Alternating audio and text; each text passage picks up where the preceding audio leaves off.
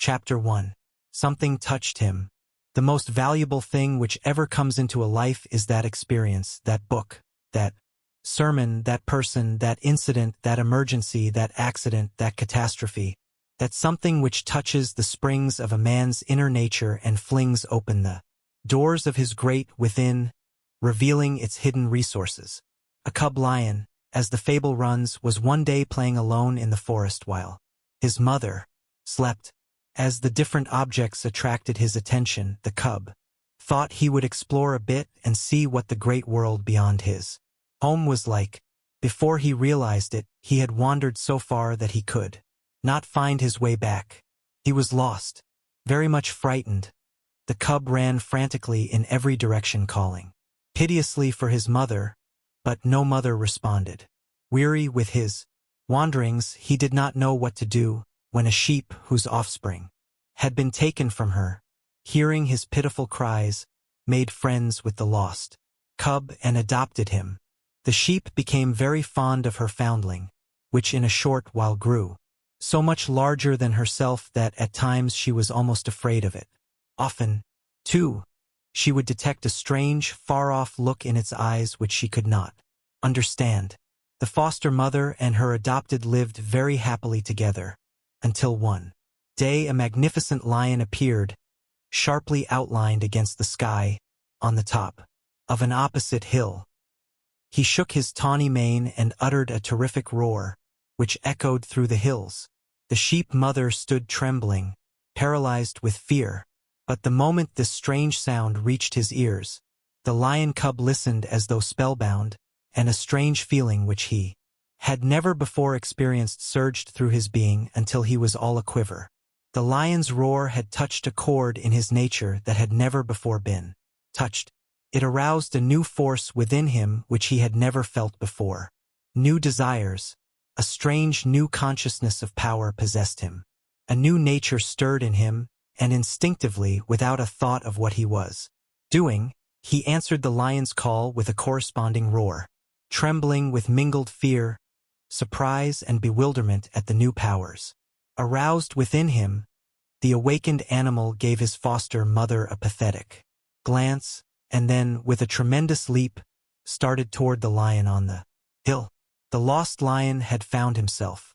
Up to this he had gambled around his sheep mother just as though he were a lamb developing into a sheep, never dreaming he could do anything that his companions could not do or that he had any more strength than the ordinary sheep. He never imagined that there was within him a power which would strike terror to the beasts of the jungle. He simply thought he was a sheep and would run at the sight of a dog and tremble at the howl of a wolf. Now he was amazed to see the dogs, the wolves, and other animals which formerly had so terrified him flee from him. As long as this lion thought he was a sheep, he was as timid and retiring as a sheep. He had only a sheep's strength and a sheep's courage, and by no possibility could he have exerted the strength of a lion. If such a thing had been suggested to him, he would have said, "How could I exert the strength of a lion? I am only a sheep, and just like other sheep, cannot do what they cannot do." But when the lion was aroused in him, instantly he became a new creature, king of the forest, with no rivals save the tiger and the panther.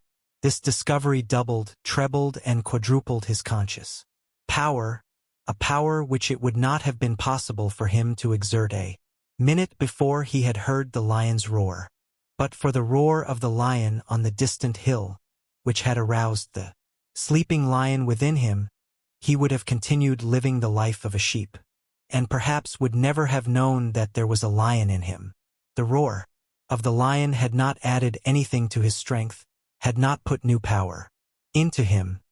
It had merely aroused in him what was already there, simply revealed to him the power he already possessed.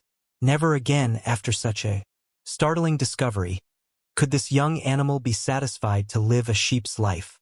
A lion's life, a lion's liberty, a lion's power, the jungle thereafter for him. There is in every normal human being a sleeping lion. It is just a question of arousing it, just a question of something happening that will awaken us. stir the depths of our being, and arouse the sleeping power within us. Just as the young lion, after it had once discovered that it was a lion, would never again be satisfied to live the life of a sheep. When we discover that we are more than mere clay, when we at last become conscious that we are more than human, that we are gods in the making, we shall never again be satisfied to live the life of common clods of earth. We shall feel a new sense of power welling up within us, a power which we never before dreamed we possessed, and never be quite the same again, never again be content with low-flying ideals, with a cheap success. Ever after we will aspire. We will look up, struggle up and on to higher and ever higher planes. Phillips Brooks used to say that after a man has once discovered that he has been living but a half-life, the other half will haunt him until he releases it, and he never again will be content to live a half-life. When one becomes conscious that the reality of him, the truth of his being, is God, that he is indissolubly connected with omnipotent power, he feels the thrill of divine force surging through every atom of his being, and he can never doubt his divinity or his possibilities again. He can never again be timid, weak, hesitating, or fearful. He rests serenely conscious that he is in close touch, in vital union with the infinite. He feels omnipotent power pulsating through his very being.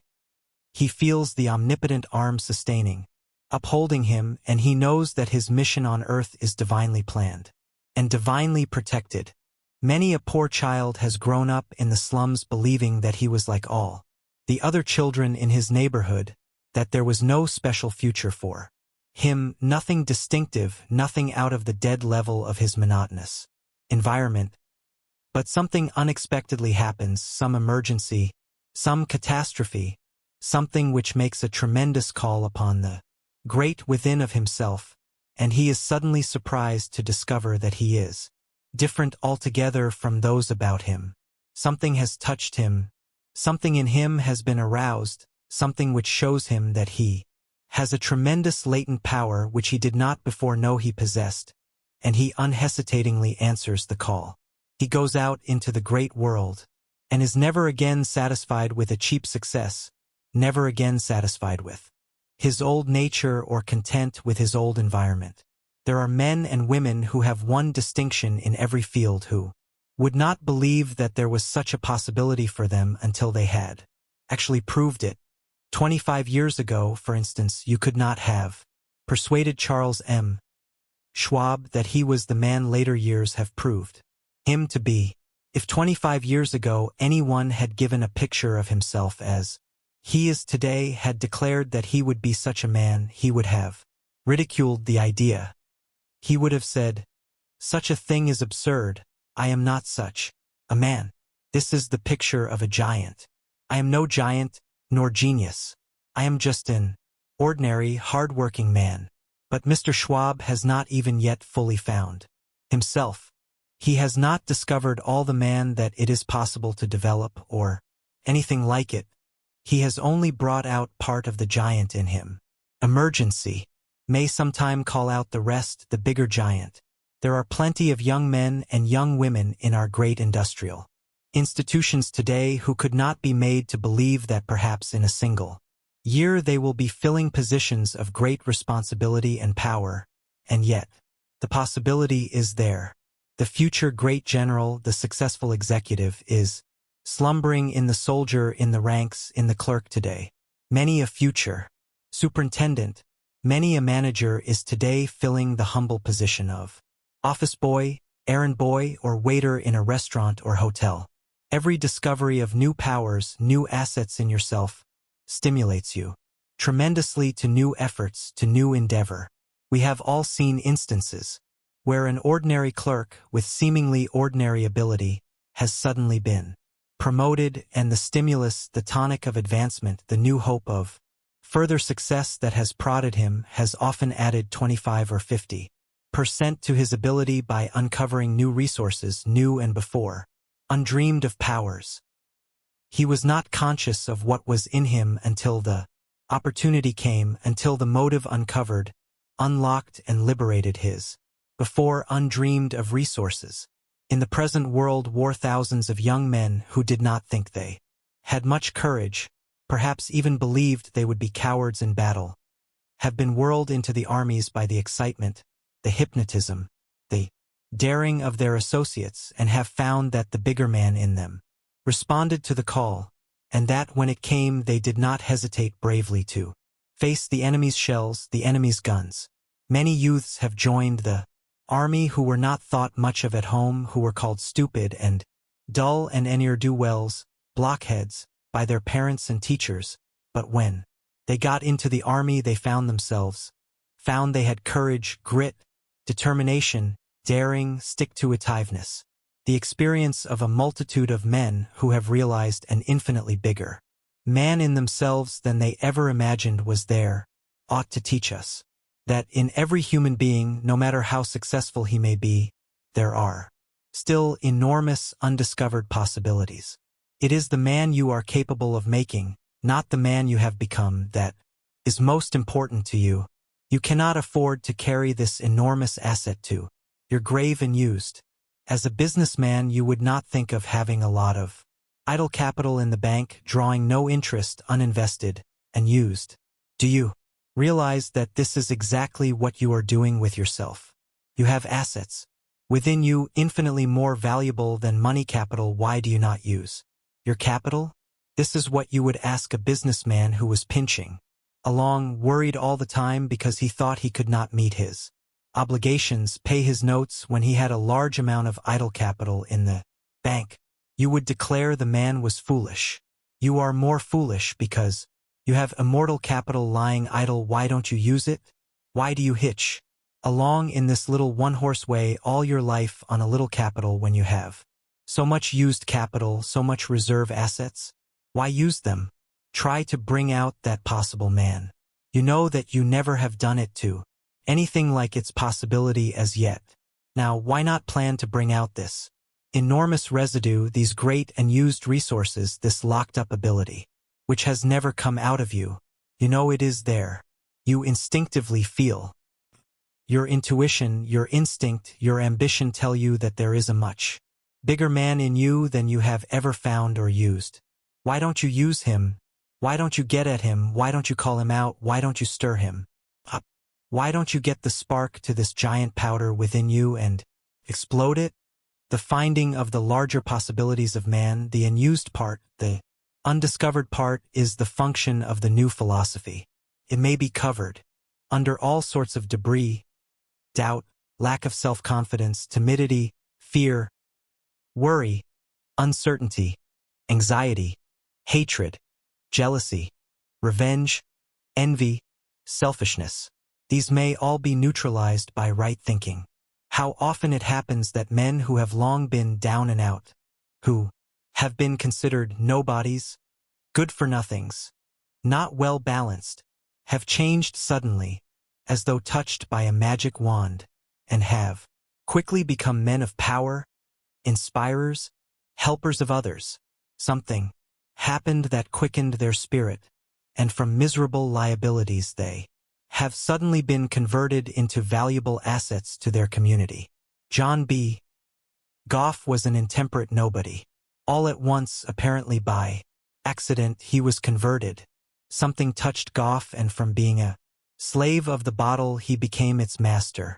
From a miserable example, he was transformed into a tremendous, uplifting, and inspiring force in the community. Before he came to himself, he was dragging men down. After he responded to the call of the divinity within, he was leading hundreds and thousands of men to take the pledge to lead cleaner and nobler lives. When a poor youth working as scullion in a kitchen in Italy first got a glimpse of a great painting, the sight aroused something within him which he had never before felt. It revealed a new artistic impulse, and he exclaimed, "I, too, am a painter." Following this inward call, he got a chance to work in the studio of a famous artist and finally became a greater artist than the painter of the picture which had inspired him. How many men who had been a positive menace to society all at once have turned about and become inspired leaders? Something touched them, awakened the God within, and they turned their faces from darkness to light, from the lower to the higher, and accomplished grand things.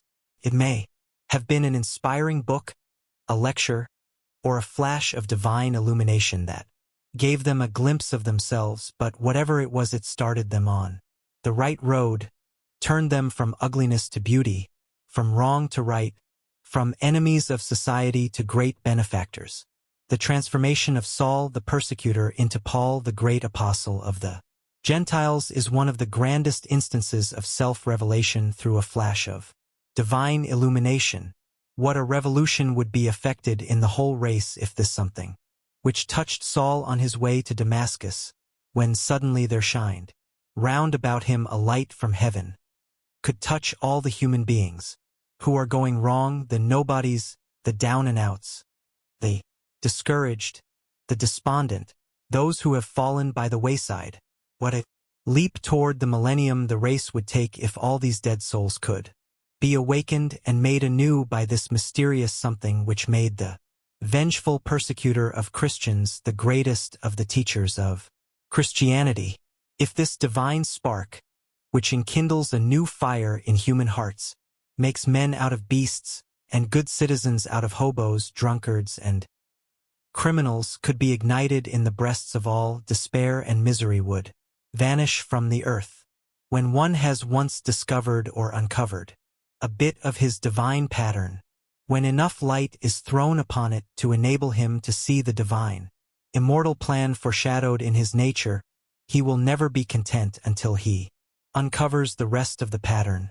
And no one can do this by living a coarse, low, sensual life. Such a life puts a film cm the ideals and dims the spiritual vision. The world has a right to expect those who have even partly discovered themselves, who have become conscious of their divine origin, to hold up their heads, to do their work a little better, to be a little more dead in earnest, to live on a higher plane, to set a little better example in general than those who have not yet tasted of their hidden power. The world needs great inspirers more than it needs great lawyers, physicians, clergymen, or statesmen. It needs the Lincolns more than it needs railroad magnates, steel magnates, great financiers, or great merchants. When the consciousness of his heredity touched the lion cub, when his inheritance of strength, of terrific power, was revealed to him, he turned his back forever on the old life. Never again could he return to the sheepfold. Never again could he be satisfied with his sheep nature, with the half-life he had been living. From the moment he realized he was a lion, there was no more sheepfold for him. Freedom, the great open world, the jungle, the forest for him, for he felt his kingship, his power over all the things that had so terrified him in the past. When a man has once proven beyond question that he has great latent power, vast possibilities which had never before been called out, it would be impossible that he should ever again be satisfied with the half-life he had been living.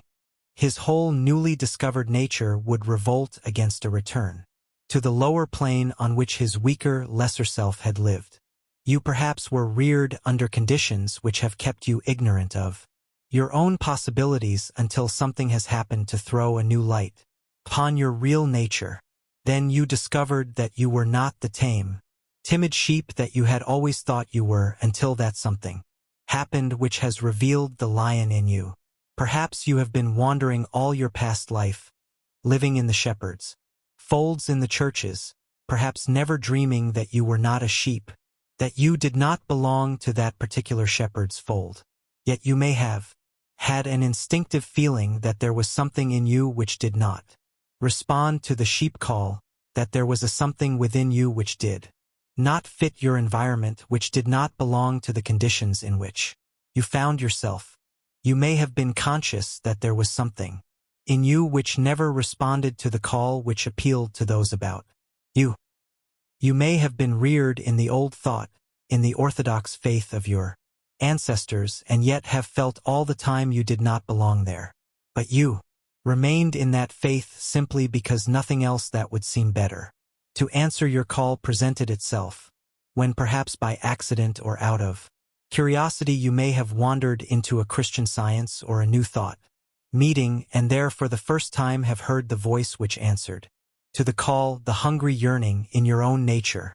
Then and there you may have tasted another power, something which answered a higher call in your nature. And when you heard this answering voice, you knew that you were no longer a sheep, but a lion with a lion's strength. You did not realize this during all the years you were in the church sheepfold. This inner power was not revealed because there were only sheep in your environment. You may have heard the voice that answered your yearning while reading an inspiring book, or while listening to a new philosophy conversation which seemed to open up a new compartment in your nature.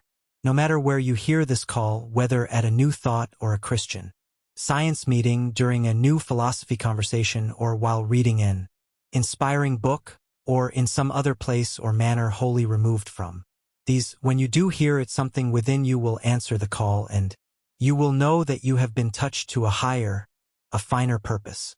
The new philosophy, however, especially appeals to the undiscovered part of us, to those hidden, latent forces within us, which we have not hitherto been able to get hold of. In other words, it appeals to our hitherto unused assets, our plus or surplus life capital. You will find something in people who have embraced it, in people who understand it, which you do not find in others. The new philosophy acts like a leaven in the nature, giving new life, new force, new meaning to the individual. In short, it discovers a new man in the old one. It neutralizes, destroys that which would degrade him, those things which were working against his welfare, and it develops new forces, unlocks new resources which enlarge the man.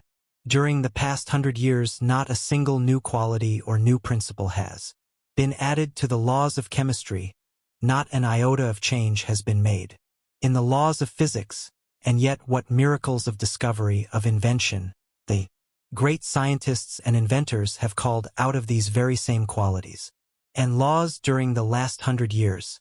Sir Isaac Newton had the same identical material, the same identical laws of chemistry, physics which Edison is using today, but Edison has called out hundreds of inventions to Newton's one discovery. Human nature, like natural law, is the same today as it was centuries ago. But what a marvelous development of man's power we are witnessing today. How amazing has been the advancement of human ability. What marvelous strides in intelligence, in efficiency, and in the development of his natural resources man has made. We marvel at all this, but the new philosophy is disclosing to man a new and more potent law back of the flesh, but not of it, an intelligence back of the crystal, back of the atom, back of the electron, which directs, molds, fashions, conditions the future of every particle of matter in the universe. Previously this was ascribed to an unknown law. 100 years ago, people did not know that when a crystal was dissolved it would always assume the exact form of the same kind of crystal when its particles were free to rearrange themselves. We did not then know that the ambition which appears in man is really an aggregate of the ambition in the separate electrons. We did not then know that a man's history was largely determined in the electrons themselves. But science is now beginning to recognize that the great cosmic intelligence and back of everything in the universe, of every expression of nature, of every step in man's upward journey through the ages. The new philosophy especially appeals to that unknown part of us which is still wailing to be discovered, that part which is still locked up tight in the great within of us, plays the part of a Columbus, and discovers vast territory within us of which we had been unconscious. An honest dissatisfaction with our achievement means we have more resources inside, that until we find at least a measure of satisfaction there is still more to discover. We have an instinctive feeling that there is something sublimely beautiful in life we have never yet found, because we have never yet been satisfied. We have an intuition that this something will satisfy our inmost yearnings, that it will quench the soul's thirst, satisfy the soul's hunger. The Orthodox churches undertook to find this satisfying something, and, while they have done much, yet many church members feel that there is still a tremendous, unfilled vacuum in their hearts, unsatisfied longings and yearnings in their souls. After centuries of hunting for the divine balm of Gilead, the elixir which would heal the soul's hurts, the great majority of churches are being less and less frequented. Pastors are finding it more and more difficult to induce people to attend their church services because they are not fed.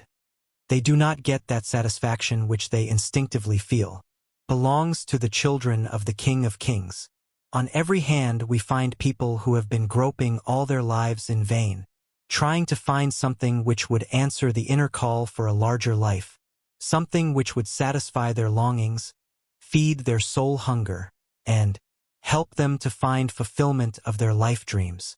If you are groping to find that something which will give enduring satisfaction, which will satisfy your soul, if you have not yet found that something which answers the persistent inward call of your being, if you have not yet found that living water which quenches the soul's thirst, come and drink at the fountain of the new philosophy. Man has glimpsed only a little bit of the divine plan, but this glimpse promises so much that he feels he must see the whole. The part of ourselves we have discovered reveals only a part of the divine pattern, and we shall never rest until we trace the whole. The larger, grander, superber thing we know and instinctively feel we ought to be beats so mightily, so persistently beneath the little dwarf thing we are, that we must uncover it, we must develop it, we must use it. No human being can be satisfied while he is haunted by that other part of the divine pattern, the part which was shown to him in the mount of his highest moment. The part of ourselves we have discovered is a prophecy of an infinitely larger and more magnificent whole, and we must find it. This is the great object of our existence. We are here to find the rest of the pattern of the divine man. Individually we have gotten a glimpse of the larger possible man, and we must bring him out. We have been shown a part which prophesies the possible whole, and every now and then, lest we become discouraged and give up the pursuit, nature gives us a Lincoln, a Gladstone, a Phillips Brooks, in order apparently to show us the possibilities of man and to stimulate us in our efforts to evolve the God-man. The new life philosophy is the Christ motive which has been working in man all up through the ages in its efforts to produce the master man, not the selfish, grasping, greedy man, but the masterful, selfless, impersonal man, the Christ-like man with the God consciousness, the man who realizes that he is a part of all mankind, that he has come out from God and that he is going back to God. Chapter 2. How to get what you want. You are victory organized. You were born to conquer, to play a magnificent part in life's great game, but you can never do anything great or grand until you have such a conviction of yourself and your ability. We establish relations with our desires, with whatever is dominant in our minds, with the things we long for, with our hearts, and we tend to realize these things in proportion to the persistency and intensity of our longings and our intelligent efforts to realize them. Stop thinking trouble if you want to attract its opposite. Stop thinking poverty if you wish to attract plenty. Refuse to have anything to do with the things you fear, the things you not want. A piece of magnetized steel will attract only the products of iron, or it has no affinity for wood, copper, rubber, or any other substance that has not iron in it. When you were a boy, you found that your little steel magnet would pick up a needle but not a match or a toothpick. It would draw to itself only that like itself. Men and women are human magnets, just as a steel magnet drawn through a pile of rubbish will pull out only the things which have an affinity for it. So we are constantly drawing to us, establishing relations with the things and the people that respond to our thoughts and ideals. Our environment, our associates, our general condition are the result of our mental attraction. These things have come to us on the physical plane because we have concentrated upon them, have related ourselves to them mentally. They are our affinities and will remain with us as long as the affinity for them continues to exist in our minds. Your thoughts, your viewpoints, your conception of what your status and position in life will be, your ideal of your future will draw you exactly to that. Plain like a lodestone. Focus your mind, your predictions, your expectations on poverty, failure, and wretchedness. Banish ambition, hope, expectation of good things, and give full sway in your mentality to fear, worry, doubt, anticipation of evil, and the ego magnet will draw you unerringly to squalid surroundings, to an inferior position, to association with persons of a lower order of mind on a meaner social plane. The great trouble with all of us who are struggling with unhappy or unfortunate conditions is that we have separated ourselves in some way from the great magnetic center of creation. We are not thinking right, and so we are not attracting the right things. Think the things you want. The profoundest philosophy is locked up in these few words. Think of them clearly, persistently, concentrating upon them with all the force and might of your mind, and struggle toward them with all your energy. This is the way to make yourself a magnet for the things you want. But the moment you begin to doubt, to worry, to fear, you demagnetize yourself, and the things you desire flee from you. You drive them away by your mental altitude. They cannot come near you while you are deliberately separating yourself from them. You are going in one direction, and the things you want are going in the opposite direction. A desire in the heart for anything, says H. Emily Cady, is God's sure promise sent beforehand to indicate that it is yours already in the limitless realm of supply. No matter how discouraging your present outlook, how apparently unpromising your future, cling to your desire and you will realize it. Picture the ideal conditions, visualize the success which you long to attain. Imagine yourself already in the position you are ambitious to reach. Do not acknowledge limitations. Do not allow any other suggestion to lodge in your mind than the success you long for, the conditions you aspire to. Picture your desires as actually realized, and hold fast to your vision with all the tenacity you can muster. This is the way out of your difficulties. This is the way to open the door ahead of you to the place higher up, to better and brighter conditions. When Clifton Crawford, the actor, started on his career in America, he played in one-week performances in small towns and cities. One night he was told by a prominent member of the company that his work wasn't much good, that he would never be successful and had better go back home to Scotland. Notwithstanding this discouraging but well-meant criticism and advice, young Crawford remained in America, continued in his profession, and in a comparatively short time reached the coveted position of a Broadway star. After his first success in New York, he had the satisfaction of meeting the friend who had advised him to return to his own country and reminded him of the incident. Clifton Crawford won out because he related himself mentally to the thing he wanted, because he listened to the voice in his own soul rather than to the pessimistic predictions of outside voices. Why has the heart restless yearnings for heights and steps untrod? Some call it the voice of longing, and others the voice of God. That something within you which longs to be brought out, to be expressed, is the voice of God calling to you. Don't disregard it. Don't be afraid of your longings. There is divinity in them. Don't try to strangle them because you think they are much too extravagant, too utopian. The Creator has not given you a longing to do that which you have no ability to do. One reason why the lives of many of us are so narrow and pinched, small, and commonplace is because we are afraid to fling out our desires, our longings, afraid to visualize them. We become so accustomed to putting our confidence only in things that we see on the physical plane, in the material that is real to the senses, that it is very difficult for us to realize that the capital power, the force that does things, resides in the mind. Instead of believing in our possession of the things we desire, we believe in our limitations, in our restrictions. We demagnetize ourselves by wrong thinking and lack of faith. We see only the obstacles in our path and forget that man, working with God, is greater than any obstacle that can oppose itself to his will. Benjamin Disraeli knew this when he said, "Man is not the creature of circumstances. Circumstances are the creatures of man." He demonstrated this truth in his own life.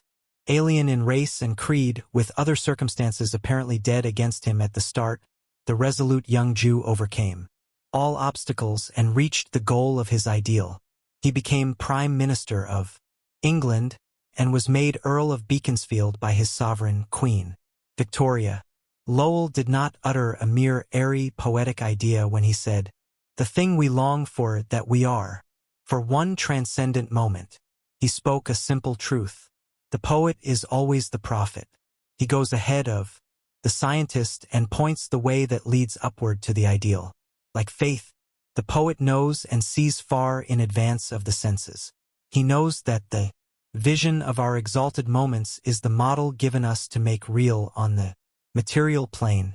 The men who have climbed up in the world have seen themselves climbing, have pictured themselves actually in the position they long to be in.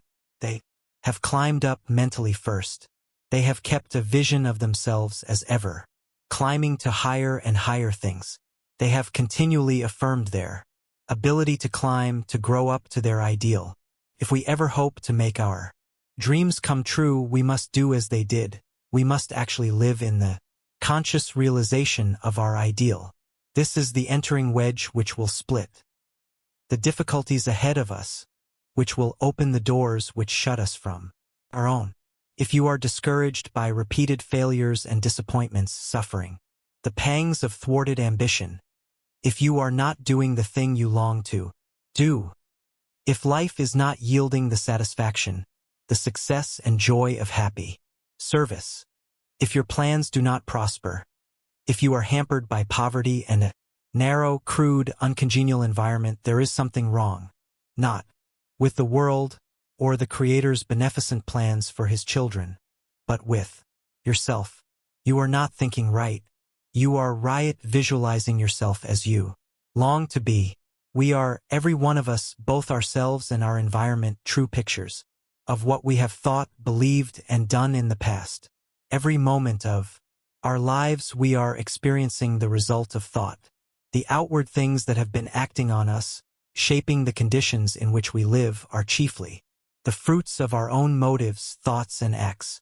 What we believe, what we think, what we expect shapes our lives through the control and direction of our thoughts, backed up with corresponding efforts on the physical plane. We can attract to us all our heart's desires. How often do we hear it said of some man, "Everything he undertakes succeeds," or "Everything he touches turns to gold"? Why? Because the man is constantly picturing to himself the success of his undertakings, and he is backing up his vision by his efforts. By clinging to his vision, by vigorous resolution and persistent, determined endeavor, he is continually making himself a powerful magnet to draw his own to him. Consciously or unconsciously, he is using the divine intelligence or force by the use of which every human being may mold himself and his environment according to the pattern in his mind. Why don't you use your divine power to make yourself what you long to be? Why don't you ding to the vision of yourself which you see in your highest moment and resolve to make the vision a reality? By persistent right thinking, backed by the steady exercise of your will, you can, if you desire, remake yourself and your environment. Since we can, for one transcendent moment, be the thing we long for, you and I and every human being can make that transcendent or highest moment permanent. It is purely a matter of right thinking. Every time we visualize the thing we long for, every time we see ourselves in imagination in the position we long to fill, we are forming a habit which will tend to make our highest moments permanent, to bring our vision out of the ideal into the actual. If people only knew the possibilities which center in the highest development of their visualizing powers, it would revolutionize their lives. Until comparatively recent times, most of the country between Omaha and the Rocky Mountains was a vast barren desert, and it looked as though it would always be absolutely worthless. Many intelligent men wondered why the Creator ever made such a dreary waste as these millions of acres? Presented, and when it was suggested in Congress that the government assist in building a railroad across this desert from the Missouri River to the Pacific Slope, even men like Webster laughed at the idea. Webster said that such an undertaking would be a wicked waste of public money, and he suggested the importation of camels for the purpose of carrying the United States mail across the western desert. He believed this was the only use that could be made of those wastelands. But the vision seen by the men who conceived the Union Pacific Railroad was no idle dream. It was a foreshadowing of the reality. Before a rail had been laid, these men saw great thriving cities, vast populations and millions of fertile farms springing up like magic where the men without a vision of its possibilities saw nothing but alkali plains, sagebrush and coyotes. It was the men who were not limited by appearances, by what the senses told them, who transformed the desert into a thing of beauty and untold wealth. Human beings are like this arid desert, packed with marvelous possibilities, which are just waiting for that which will arouse their latent forces and make the germs of those wonderful possibilities blossom into beauty-arid power. What we need is a firm belief in the vision of ourselves which we see in the moment of our highest inspiration. As soon as we fed the touch of the awakening, arousing, energizing power of an unalterable faith in our own divinity, in our ability to be the thing we long for, our lives will blossom into beauty and grandeur. The realization of our power to create ideals and to make these live in reality is destined to revolutionize the world, because we build life through our ideals. This power to build mentally is the pathway of achievement, the way which will lead to the millennium. We cannot accomplish anything, do anything, create anything except through an ideal, a vision. The vision that you glorify in your mind, says James Allen.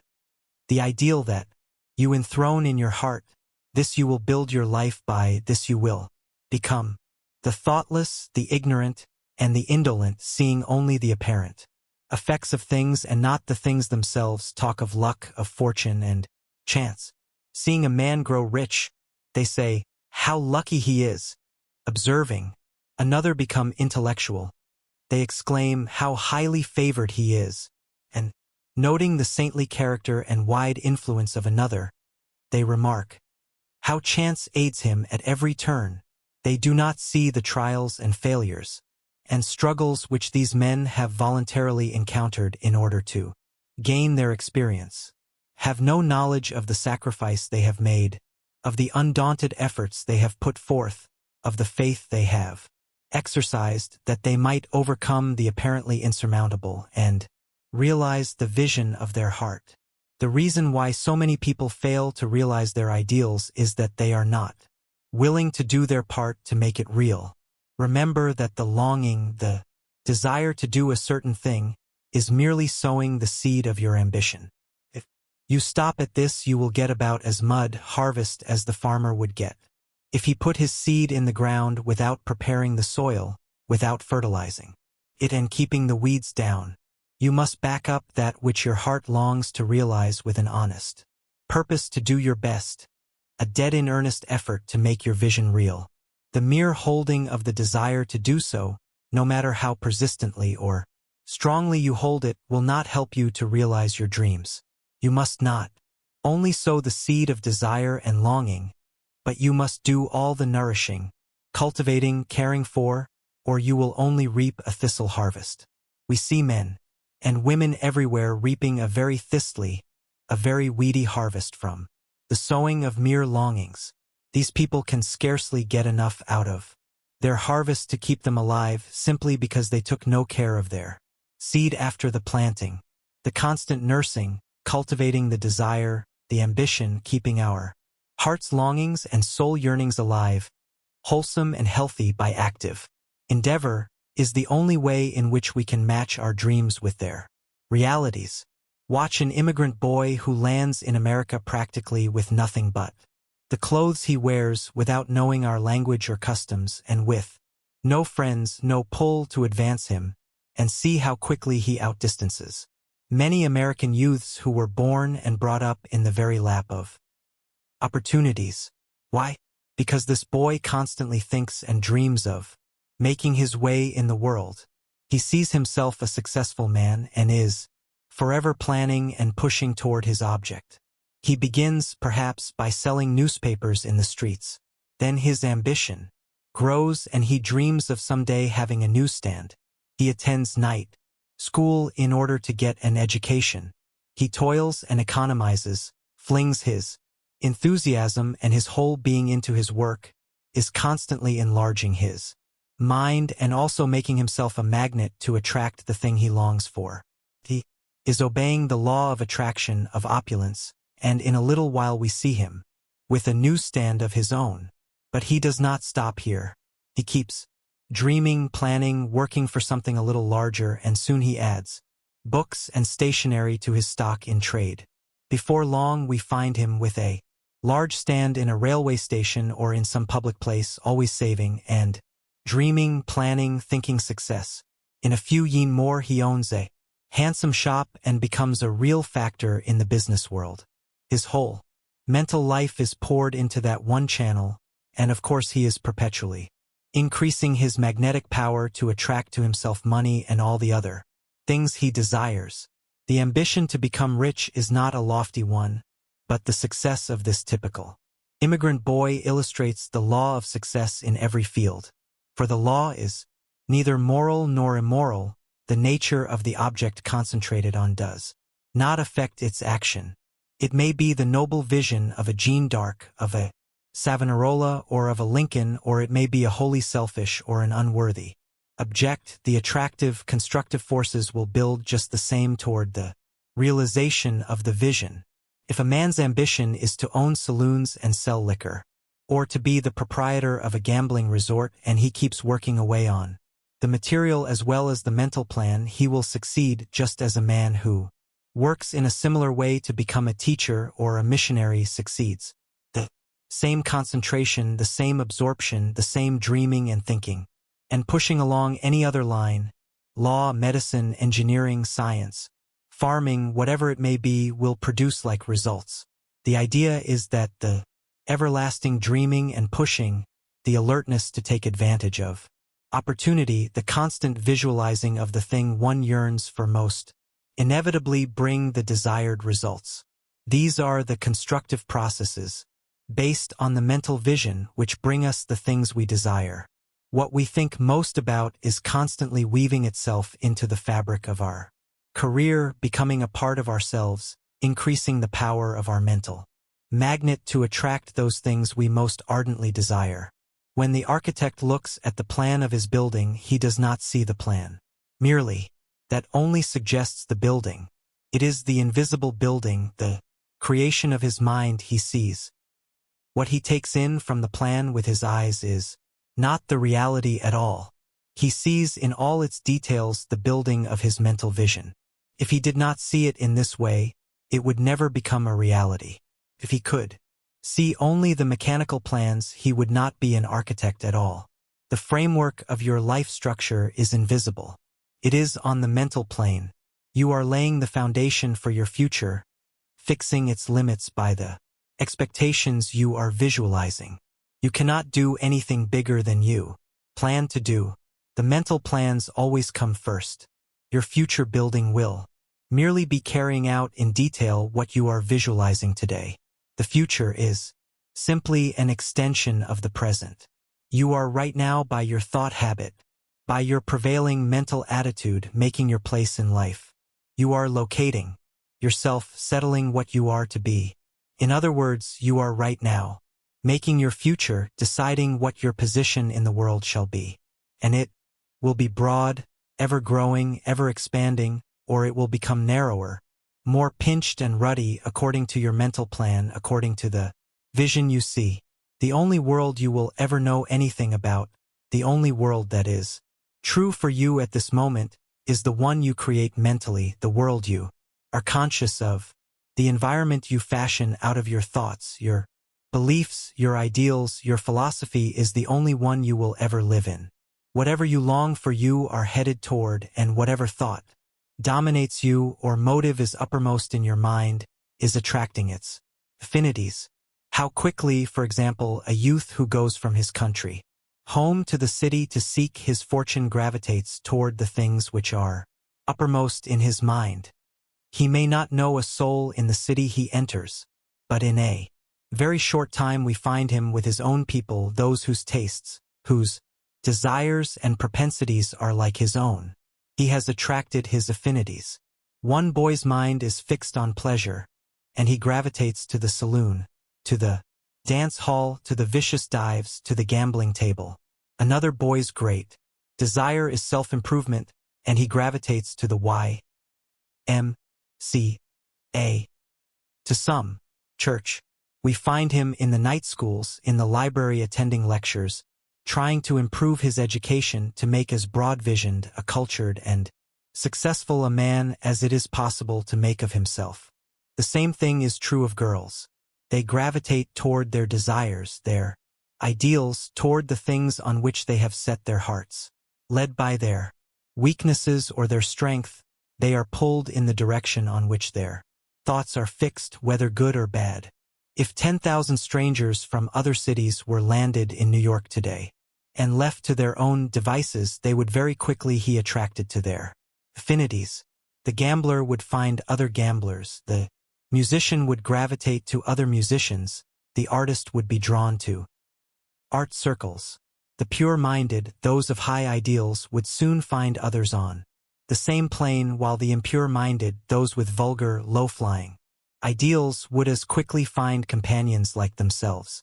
A mental magnet cannot attract opposite qualities, can only attract things like itself, and it is our privilege to give the magnet its quality. We can inject hate into life, jealousy, envy, revenge. We can in a very short time demagnetize the magnet which was pulling good things so that it will attract bad things. It is for us to decide the quality of the magnetic current that shall flow out from us, but the mind is always a magnet sliding out and attracting something, and this something which flows back to us always corresponds to the mental outflow. If we charge it with love, sincerity, genuineness, helpfulness, great spiritual hunger for the good, the beautiful, and the true, a longing for a larger and a fuller life, we shall make the mind a powerful magnet to attract the affinities of these qualities. But in an inconceivably short time we can so completely change our mental magnet with thoughts of hatred, spite, and bitterness, that it will drive away all the good and attract the opposite, strengthening the hatred and bitterness in our souls. In short, whatever is in the mind at the moment is the thing you are inviting to come and live with you. Your suspicion attracts suspicion. Jealousy brings more jealousy, hate more hate, just as love brings love to meet it, as friendliness brings more friendliness, as sympathy and good will toward all draw the same to you from others and increase your popularity and magnetic power. We build as we think. Our lives follow our thoughts. As we think, so we are. Your personality and your world are limited by the extension of your own thought. You cannot project yourself beyond these self-limitations. Many people limit themselves to such an extent by their gloomy doubts and fears that they utterly dwarf their divine power's possibilities. They do not believe that their own is coming to them. They are always complaining, visualizing their poverty-stricken conditions, their lack of friends, their lack of sympathy, their lack of love, of opportunity, of social life, of everything desirable. They do not realize that they are their own jailers, that they are holding themselves in the very conditions they despise. They have not learned how to make themselves magnets for the things they desire. They do not know that our own is seeking us and will come to us, whether it is property, friends, love, happiness, or any other legitimate desire, unless we drive it away by our antagonistic thought. If you did not believe you had the power to walk, you couldn't walk because you wouldn't try to. If you don't believe in your power to get what you want, you won't get it until you encourage your longings and believe in your power to realize them. They will never be satisfied. You cannot rise out of your present condition until you believe you can. The limit of your thought will be the limit of your possibilities. Your limited ideal of yourself will limit your execution. You will never get any higher than your vision and your faith. In that vision, no one gets very far in this world or expresses great power until he catches a glimpse of his higher self, until he feels that the divinity which is stirring within him and which impels him on the way of his ambition, in the line of his aspiration, is an indication, a prophecy of his ability to reach the ideal which haunts him. The Creator has not put desires in our hearts without giving us the ability and the opportunity for realizing them. There are 1,000 proofs in the very formation of our body and brain that we were planned and adapted in every detail of our marvelous structure to achieve grand, glorious things, that we were created and fitted for success and happiness, no matter how unfortunate your environment or how unpromising your present condition. If you cling to your vision and keep struggling toward its realization, you are mentally building, enlarging your ideal, increasing the power of your mental magnet to attract your own.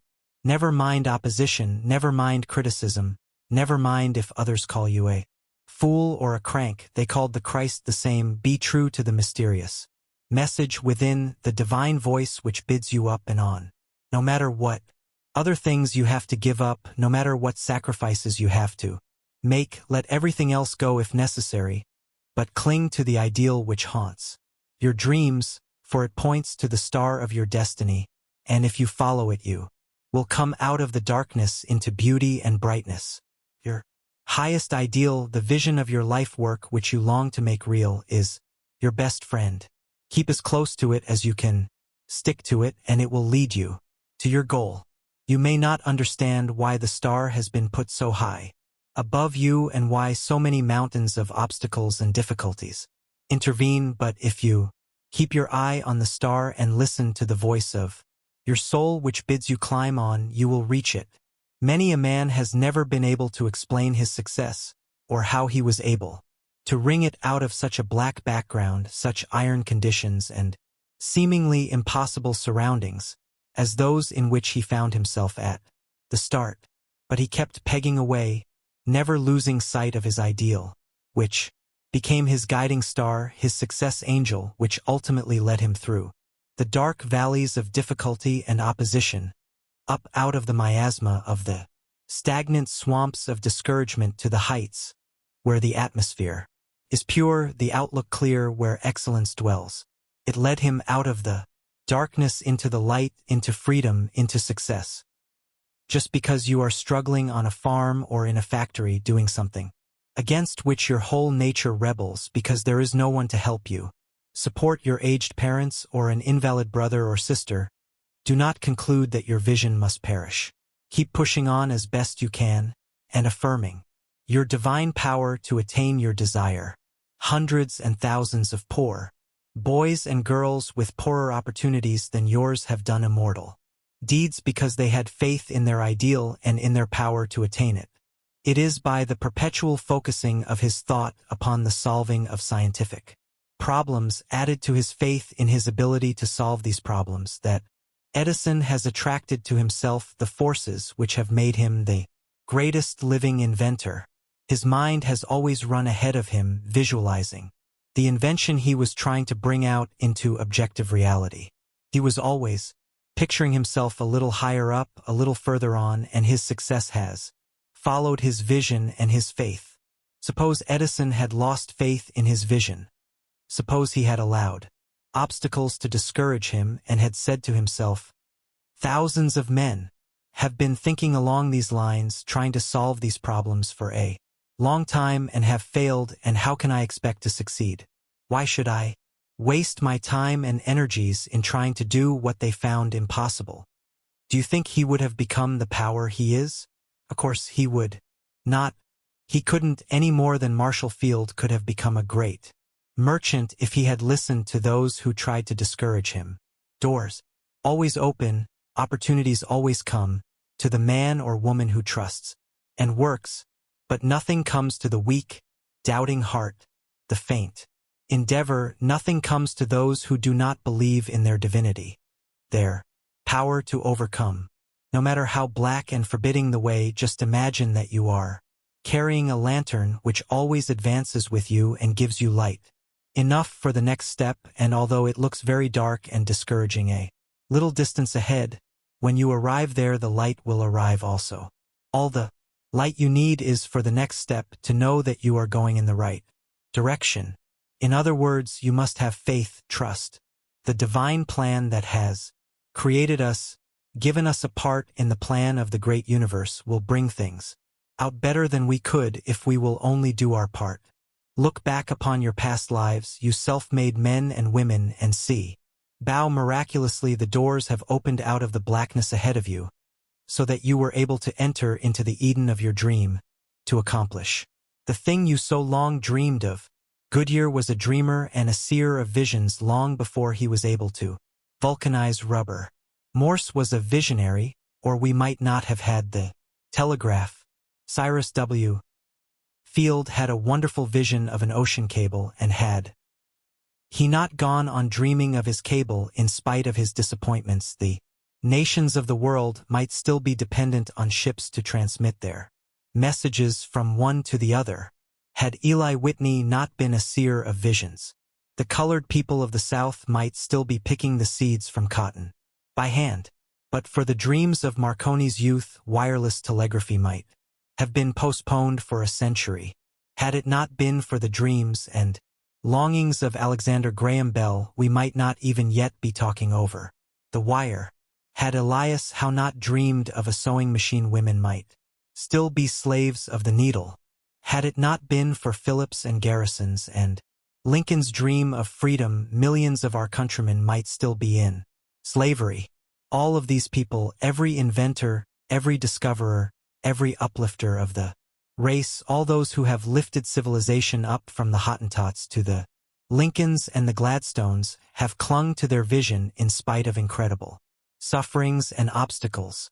Nothing could turn them from their purpose or shake their faith in their power to make their vision a reality. This was why they won out. Men succeed in proportion to the fixity of their vision and the invincibility of their purpose. If you can find out a man's quitting point, the place where he gives up, turns back, you can measure him pretty easily. The man who conquers is the one who moves steadily, persistently, everlastingly towards his goal, unmindful whether the goal is always in sight or not, unmindful of obstacles, of difficulties, of discouraging conditions. He moves ever forward, just as Columbus did when he wrote day after day in his log boat, undaunted even when his sailors mutinied, threatening to put him in chains and to throw him overboard. This day we sailed west because it was our course. This was his daily record because there was nothing else for him to do but to sail west. A man with such a mighty purpose as Columbus's wouldn't have turned about if his crew threatened murder every day because he was invincible. Nothing but death could have stopped his onward course. What could have stopped Farragut from going into Mobile Bay past the enemy's torpedoes? What could have stayed a man with such a mighty purpose, such invincible determination that he lashed himself to the mast, lest if he was shot or wounded he might fall overboard or be captured in his perilous run past the torpedoes? Washington showed his invincibility of purpose and fixity of vision at Valley Forge as few men have ever shown it. In fact, this grim courage in face of difficulties, this fixity of vision and inflexibility of purpose have been characteristic of all the great men of history to whom the world has built monuments. Science tells us the eagle's wings developed in response to the eagle's desire to fly, to soar into the ether. Your longings, your yearnings for something higher and grander, your aspirations, backed by an invincible purpose, will call out your wings, will develop your latent power so that you will rise above your mediocre environment to the full measure of your possibilities. If all our youth were taught to keep the soul vision inviolable, never to tamper with that sacred something within which always points heavenward. If left alone, that something which, no matter how poor or iron our environment, bids us look up and not down, aspire and not grovel. Civilization would advance with marvelous strides towards the millennium. The limit of your faith in your vision and in yourself is the limit of your achievement. Faith is the greatest magnetic power we know of, for the attraction of the things that belong to us. A great faith, a sublime self-confidence was the magnet which attracted to John Wanamaker that which made him a merchant prince. When young, Wanamaker was delivering his first order of clothing in a pushcart in the streets of Philadelphia. He did not keep his mind fastened on his poverty and limitations and fear he would never get past them. On the contrary, he thought of a great future, and when he went past the big rich stores he pictured himself as a great merchant and felt confident that the time would come when he would have a bigger and richer store than any of them. Where self-faith is weak, the will is weak. Most people do not exert their will in overcoming the obstacles in their way because their resolutions are weak, wishy-washy. They are not possessed by their vision, and so they cannot bring to their aid the vigorous determination, the resolute will, the compelling affirmation that wins out in spite of all opposition. They are not backed by the intense desire to realize their vision that forces one to work and to sacrifice for it. Desire is at the bottom of every achievement. It has ever been the great, molding, shaping force in civilization. Desire is prayer.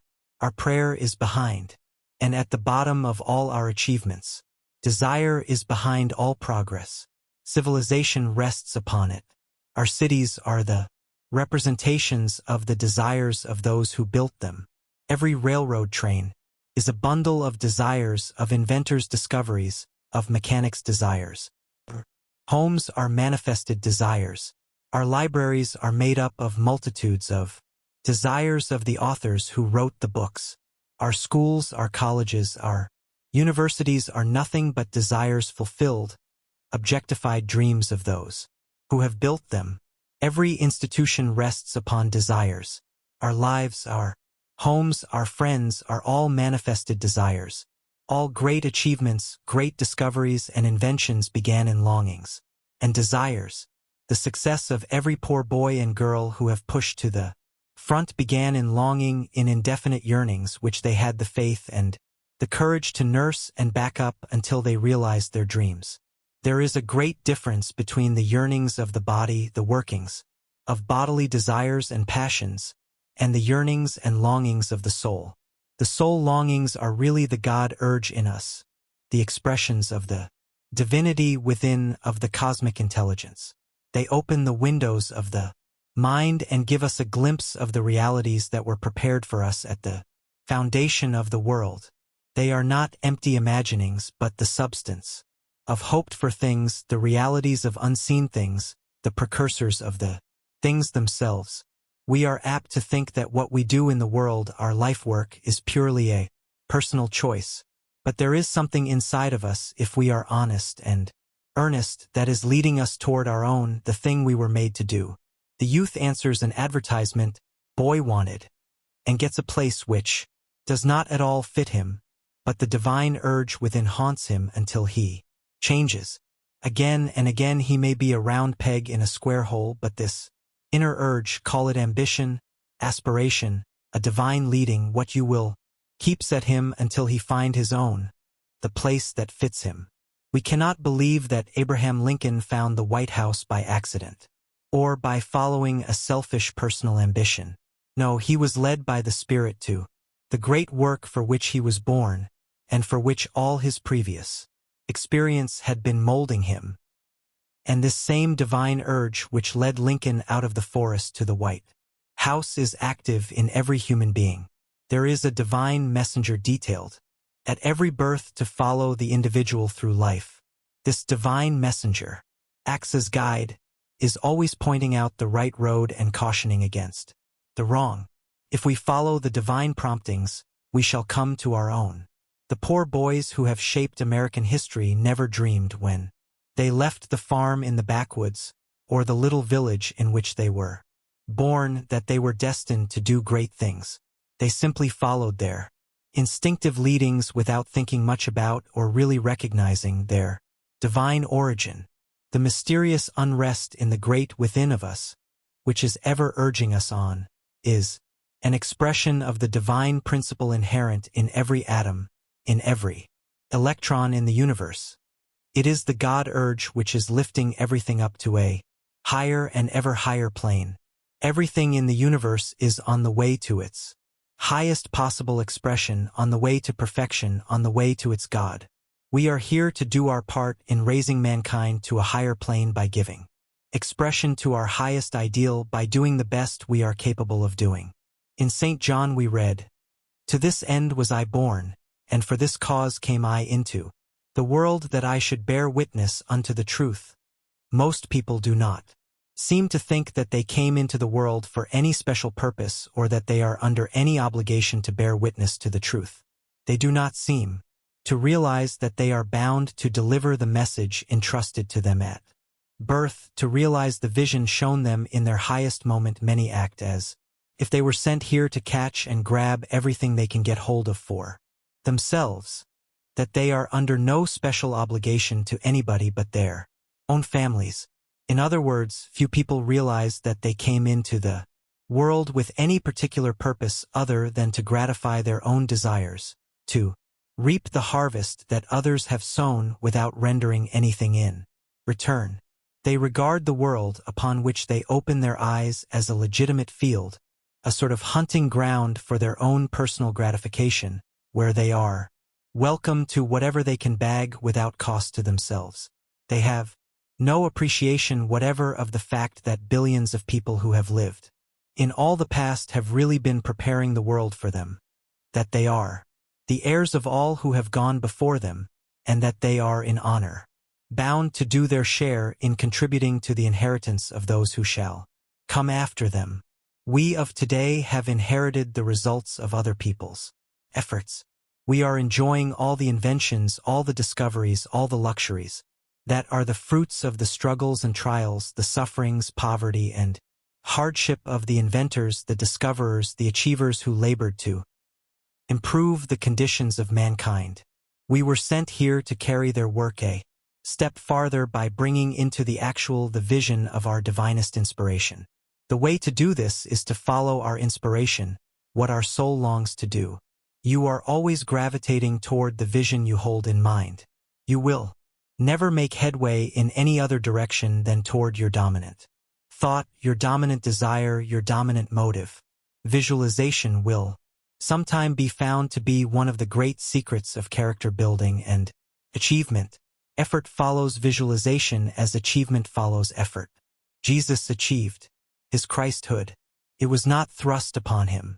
He achieved it just as we must achieve our ideal if we ever attain it.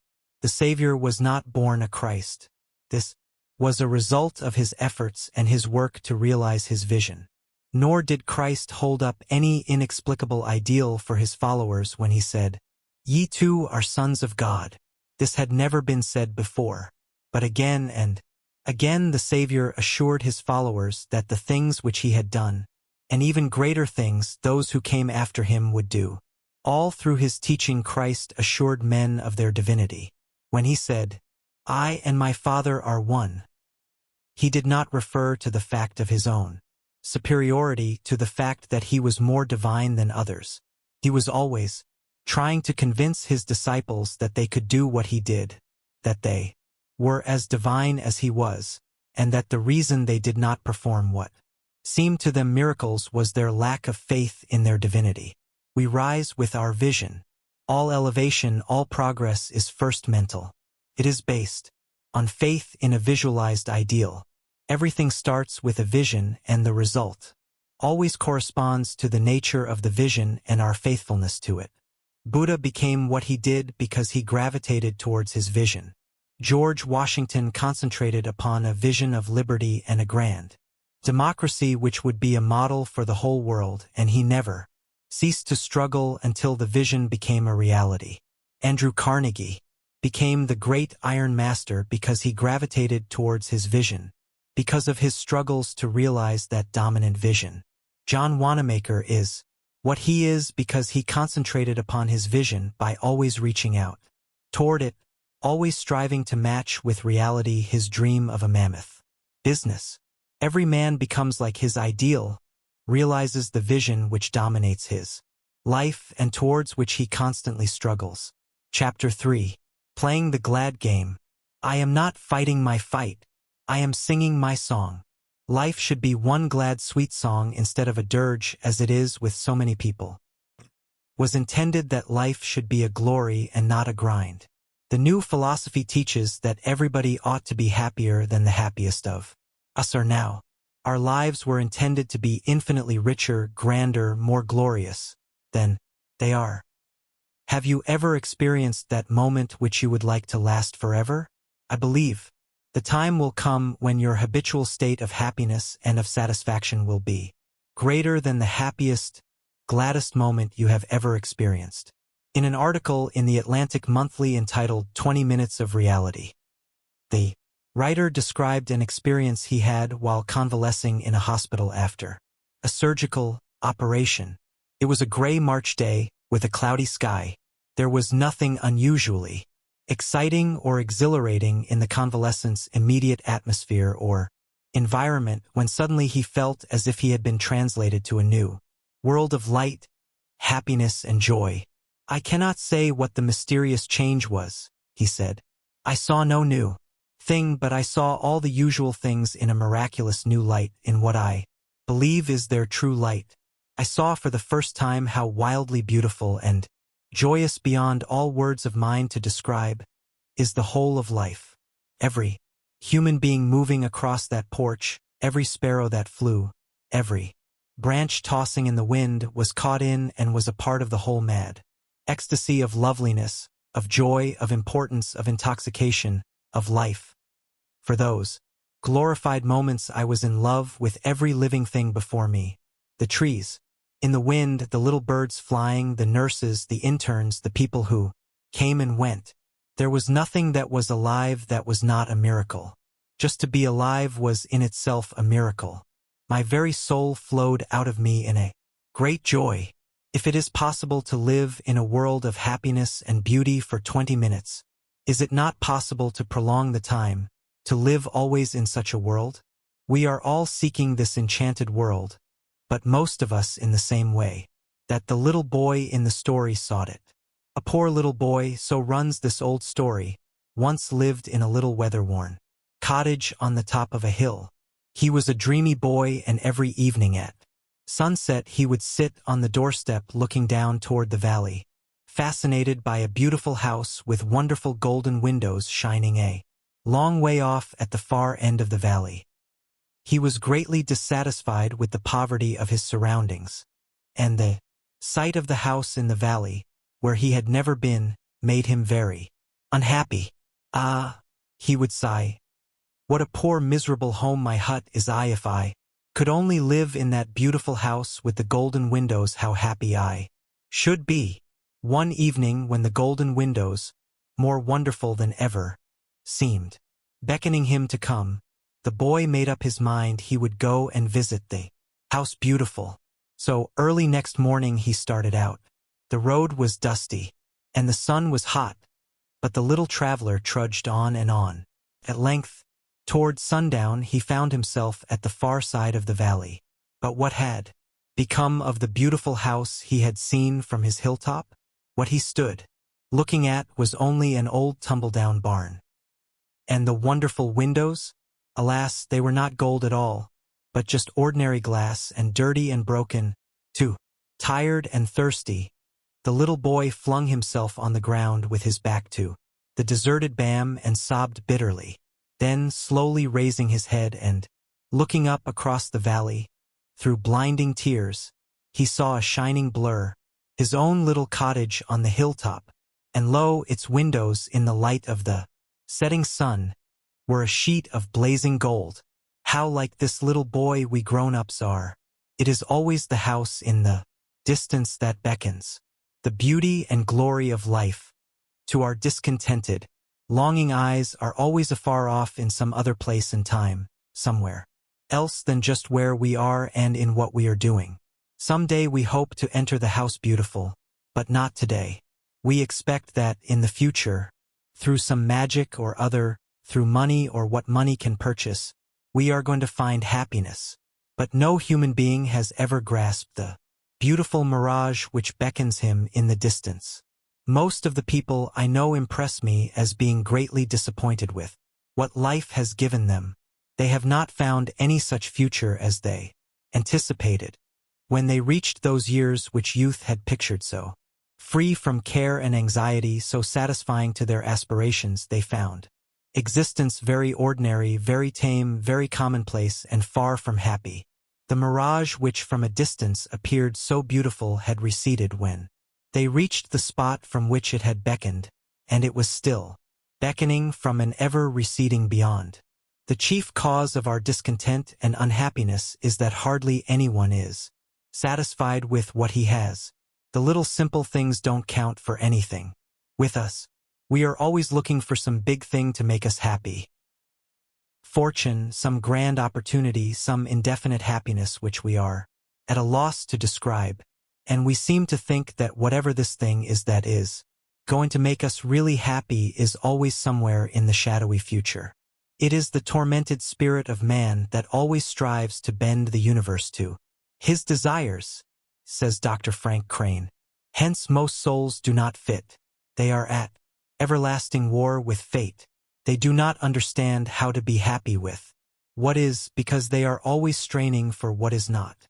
Some people don't even know what they are straining for. How many of the discontented people you have ever met could give you any intelligent idea of the cause of their unhappiness? They know they are discontented, unhappy. Many of them chase the world over trying to discover something which is not discoverable, which is only a byproduct of a worthy deed. And this byproduct cannot be obtained until the deed is performed. We push and elbow our way through life and frantically struggle to get hold of things which we believe will make us happy. And behold, the moment we grasp them, the charm with which our imagination had invested them vanishes. The thing we had set our heart on and which we got into our possession yesterday is not the same thing today. It does not begin to give the pleasure which it promised, and we are no nearer satisfaction than before. But our attention is quickly attracted to something else which we feel sure will compensate for our disappointment, and we grasp at it only to repeat the same experience, disappointment, disillusion. It does not fill the void in our hearts. There is ever an unsatisfied longing which we spend our lives trying to fill.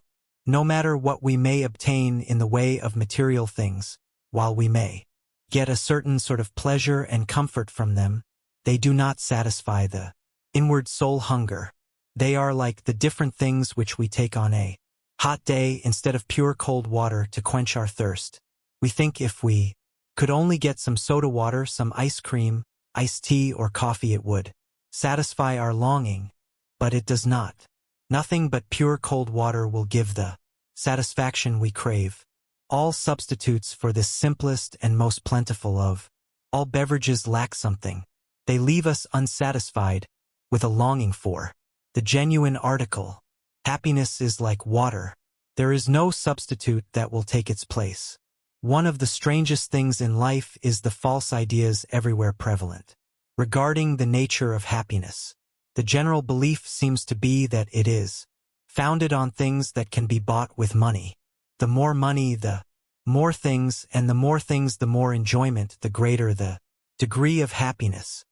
But money has never yet been known to buy happiness.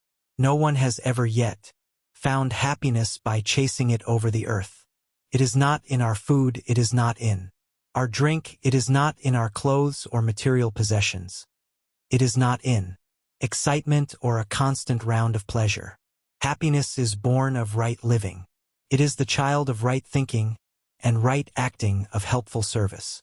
A selfish life never knows real happiness. Greed and envy never touch it. Half the unhappiness in the world is caused by losing the blessings which would result from the enjoyment of what we have in envying others and longing for what they have. I know of a man and his family who a few years ago were quite content in their little cottage in the country. By some venture, however, they happened to make a few $1,000s without working hard for it, and immediately a new longing sprang up in their hearts for a life of ease and pleasure. Immediately these people began to dress more expensively and to struggle to get into the society of wealthy people, to climb socially. They strained in every way to keep up appearances beyond their means. Envy and jealousy of those who were better off filled their hearts. The result was that in a short time the old-time peace and harmony of the family life were entirely destroyed. The father's business affairs became involved by the strain to put his children on the same plane with those of larger means. Debts piled up. Everything they had was mortgaged, until even their home was in danger and was finally lost. When the inevitable crash came, it was found that the mother, in her effort to marry her daughters into families above them, had run up big bills at dressmakers, milliners, and florists, and there was nothing left with which to save the home, which was utterly wrecked. "Half the world is on the wrong scent in the pursuit of happiness," said Henry Drummond. "They think it consists in having and getting and in being served by others. It consists in giving and in serving others. Happiness is something which is released from our acts and from our thoughts. A little of it here and a little there is released from our good deeds, our unselfish service, from our right acts and thoughts. Some of it is released every time we help or encourage another soul. A little of it is released when we give a helping hand to those who have fallen under their burdens. A little of it is released from the sacrifices we make for the advantage of others. We get our happiness just as the bee gets honey. The bee does not find honey ready-made. It must work hard for all it gathers, can only obtain a little from each flower it visits. We do not get happiness ready-made. We sip it from the flowers of life, and, like the bee, we must get a little happiness. Honey here and a little there as we go through the garden of life. It is those who do most of the deeds which release happiness and get the largest aggregate of them in their lives, who enjoy the most and are the happiest. Every noble deed, every unselfish act, every bit of helpfulness to others, every good service to humanity, every lofty aspiration and helpful thought, good honest hard work which we love, inevitably brings an amount of happiness which corresponds with the unselfishness and the good intentions of the act.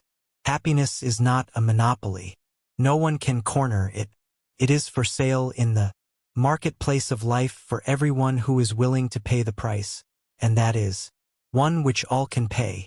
The great mass of people do not extract 10% of the happiness possible in their everyday life, largely because they were never trained to think of the normal sources of enjoyment. Their minds are blank except for the little grooves which their daily routine has stamped in their brain tissue. They are as ignorant of their possible mental resources as the early Indians were of the natural resources of this continent when the Puritans landed at Plymouth Rock. Ruskin said he was not so much surprised at what we suffer as at what we lose, which might furnish infinite pleasure and satisfaction.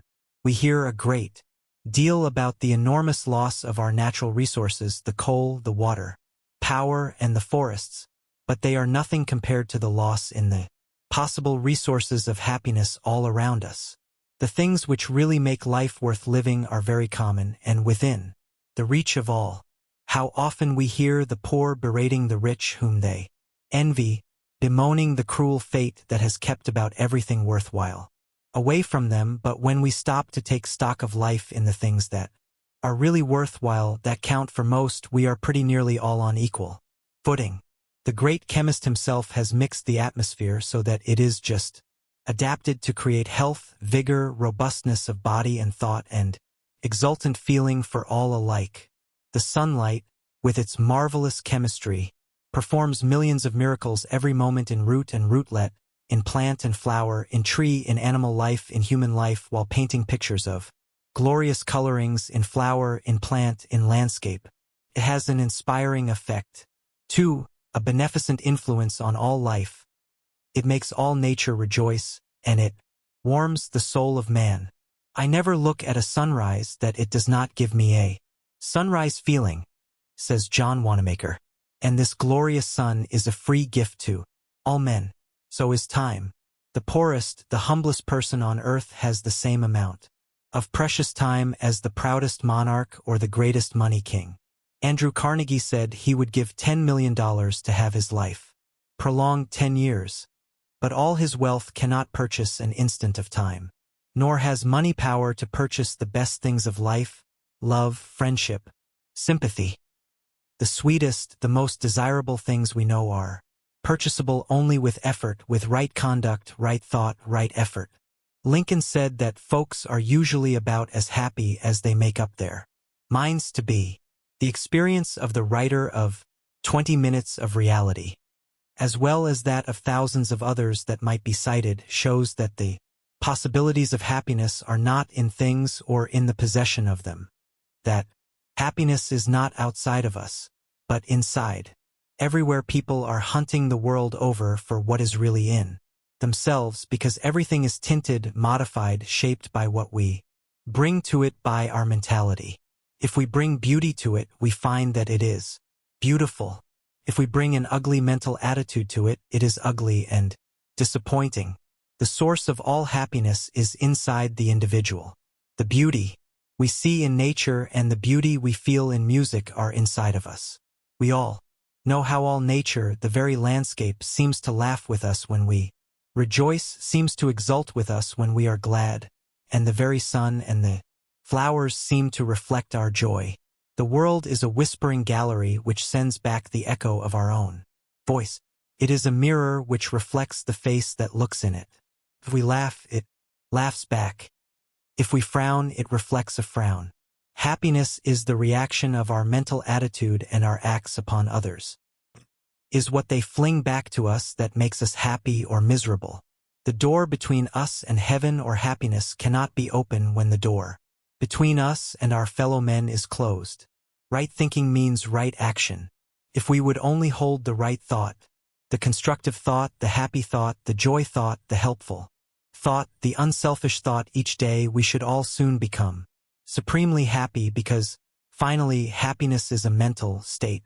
Your degree of happiness or misery today is merely a resultant of your thought. If such a large part of our days were not filled with discordant thoughts, worry thoughts, fear thoughts, envy, jealousy, hatred thoughts, perhaps half unconsciously much of the time we would be happy instead of miserable. Seek ye first the kingdom of God and his righteousness, and all these things shall be added unto you. When we realize the kingdom of God, or heaven, that is, the kingdom of harmony, we are in a position to attract everything else that is desirable. Christ meant that when we have put ourselves into harmony with the great source of supply, when we have become conscious of our oneness with the One, in other words, when we reach the cosmic consciousness, we are right in the midst of the all-supply. One would think that after all these centuries of searching for happiness, it would have been found by the great mass of human beings, but how few have yet found it. We have not found it because we have not understood the perfect truth of Christ's philosophy. The kingdom of God is within you. All through history man has been hunting for this kingdom of God outside of himself. Multitudes have thought that wealth would furnish the key to this kingdom, which would supply all of his wants.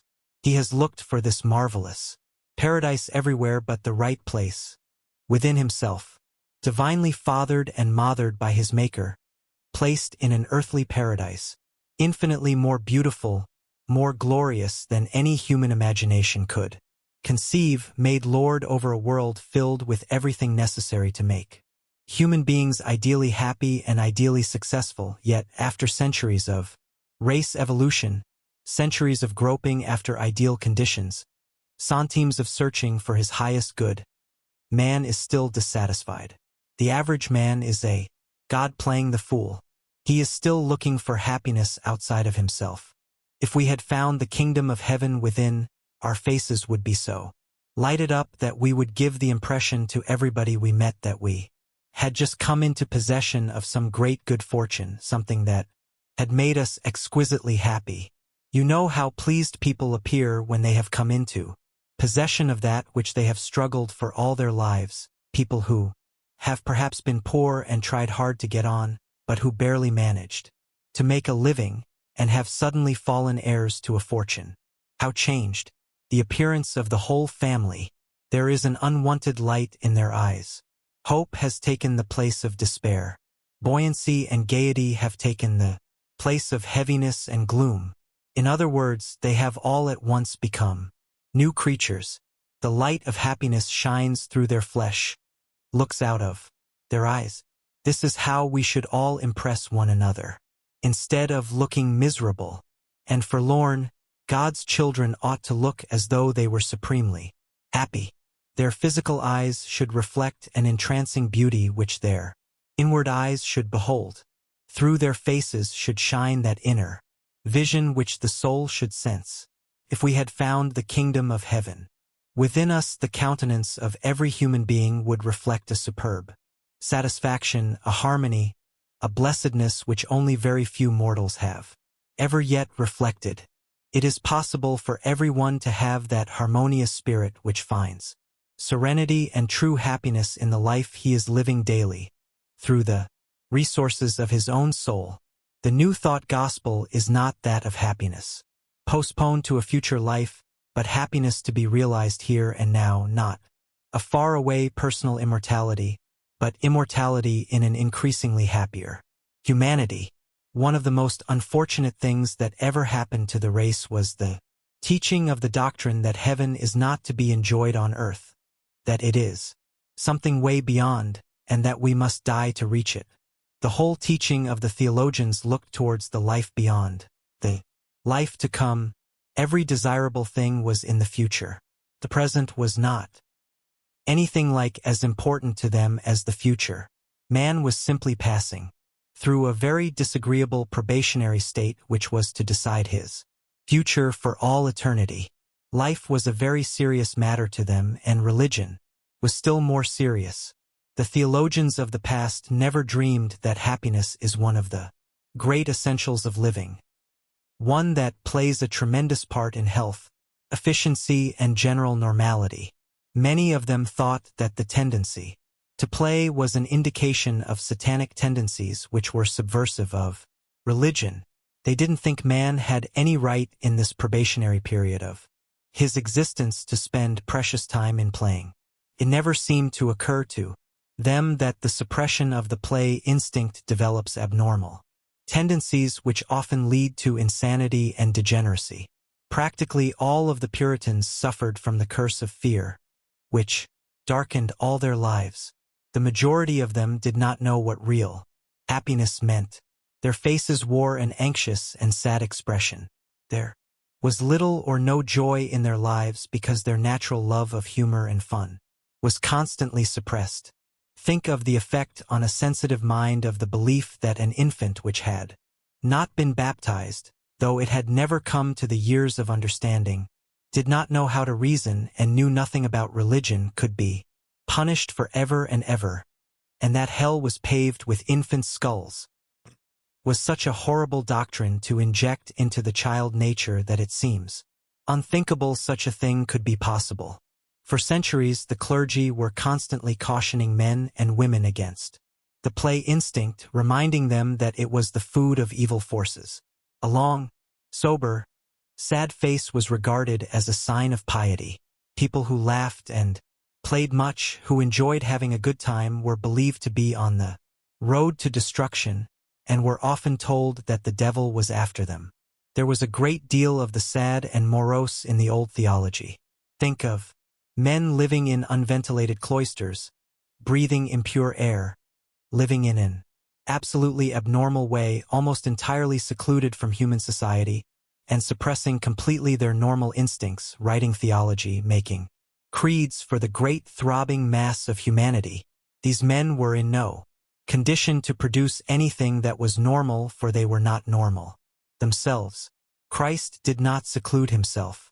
He lived in the open, mingled with the common people, was one with them. What he taught was natural, was wholesome, but what a monk in a cloister, shut out from the world, apart from active life, not in touch at all with the mass of his fellow creatures, could produce under such conditions could not be anything but sad, morose, abnormal, not at all suited to people who were living normally. The saddest note in human life has been the theological note, and nothing has been so distorted, so garbled, so botched as the theologian's idea of man's relation to his God. The modern forms of religion, such as Christian Science, New Thought, mental science, strike a different note. They teach the religion of joy and gladness. They put the great stress of living upon today, not on the life after death. They teach that if we live a joyful, helpful, unselfish life, practice the golden rule, go through this world practicing love's way, we shall not only be happy, efficient, and successful here and now, but that we shall also be infinitely better fitted for any future state that may be waiting for us. The old forms of religion focused on the future. They worshipped an absentee God, placed heaven in some far-off locality, and so focused their eyes on a future state that they did not half live as they went along. The new philosophy or religion preaches a gospel of joy and gladness, puts the great emphasis upon the good, the beautiful, the true, and upon the noble, the sublime in human nature. It is putting a new emphasis upon happiness, is giving a new place to joy and gladness, which is redeeming these instinctive human qualities from the theologian's ban. The new philosophy teaches that innocent joy and gladness are just as religious and just as essential to our physical, mental, and moral well-being as prayer itself. It insists that the cheerful, happy, joyful mind is a sign of normality. Teaches that harmony, physical, mental, and moral, is fundamental to all religion, and that nothing can be religious which does not make us more efficient, more successful, more happy. It teaches that religion means freedom from superstition, fear, and worry, that it means wholeness, completeness, full and joyous self-expression. In other words, true religion is bringing man nearer to normal perfection, nearer to God. The Creator made man for a normal life of work and enjoyment, made him to be gloriously happy. He made him to be whole, strong, ideally perfect. Any deviations from God's plan is man's fault. Did you ever stop to think how many times the sacred writers told us to be glad, to rejoice always? In Pollyanna, the play which for months held immense audiences in New York, spellbound, Pollyanna, that child of gladness, says, if God took the trouble to tell us 800 times to be glad and rejoice, he must want us to do it. Some rejoice evermore. Let the heart of them rejoice that seek the Lord. The joy of the Lord is your strength. Rejoice in the Lord always. Again I say rejoice. And your joy no man shall take from you. And your joy shall be full. Again and again these and similar expressions are repeated all through the Bible. We are not only told to rejoice and be glad, but to rejoice and be exceeding glad. Surely God must have meant it. Some struggles, disappointments, difficulties are not meant to make us sad, but to make us strong. For if we don't whine and complain, we shall be given strength to overcome all these. When I hear people grumbling and complaining about trifles and magnifying molehills into mountains, I always think of an old lady whose life had been full of sorrows and disappointments, but who never lost her cheerfulness and serenity. Being asked one day the secret of her sweet optimism, she replied, I keep a pleasure book. Early in life I resolved that every night I would record some pleasant experience which had come to me during the day. This has given me the habit of looking for the glad things instead of the sad ones in my life. And so, no matter how dark the clouds, I have always been able to see a bit of sunlight shining through. Many days, she said, it was hard to see the light because she had had a large family and had lost every member of it. In addition, she had much illness and many financial losses which left her very poor. But in spite of her afflictions and her poverty, she had managed to find something to be thankful for every day of her life. People who take life sadly, who see nothing to rejoice and be glad about, not only lose a tremendous amount of pleasure, real enjoyment, but they seriously cripple their ability and impair their success. They are not normal, and, therefore, cannot reach their maximum of strength and efficiency. When I see people with gloomy minds attuned to sadness, who dwell exclusively on the serious side of life, I always feel like turning them around, so that they will face towards the light, so that they will look at life in a hopeful, expectant, happy way, and let their shadows all fall behind them. Mr. Schwab has always been a splendid example of the philosophy of happiness. He is one of the happiest men I have ever met. In his younger days, when he was struggling to get a foothold in business, he was always bubbling over with happiness. This constant flow of good spirits was one of the first things that attracted Mr. Carnegie's attention. In the days of strike, troubles at the Homestead Works, it was young Schwab's merry temper that kept Mr. Carnegie from giving way to serious despondency. When the ironmaster felt very blue over the situation, the young man would sing Scotch songs for him and cheer him up, so that Mr. Carnegie would slap him on the shoulder and say, "You're all right, Charles, you're all right." Over-seriousness depresses the mental faculties and tends to lower efficiency. It is the man who sings at his work, the one who is bubbling over with gladness, with a sense of abounding vitality, that is the normal, healthful, successful man. Life should be full of play, even of fun, full of light and cheer. It would be if we knew how to live. If, like the old lady who kept the pleasure book and Pollyanna, the glad girl, we make a habit of looking for something to be glad about, we shall very soon master the secret of happiness. Let us rejoice and be glad. Let us cry with Pollyanna. Just be glad. That's the game. Chapter 4. Discouragement a disease. How to cure it. Discouragement flies before the thought of God. When we become conscious of our partnership with Him, 860 men, women, and children on the average in New York City commit suicide every year, much more than 2 a day. In 1 year, Bellevue Hospital treated 235 people who had tried to kill themselves. In other large cities of the world, the suicide toll is even larger than in New York. It is estimated that more than 15,000 people commit suicide each year in the United States.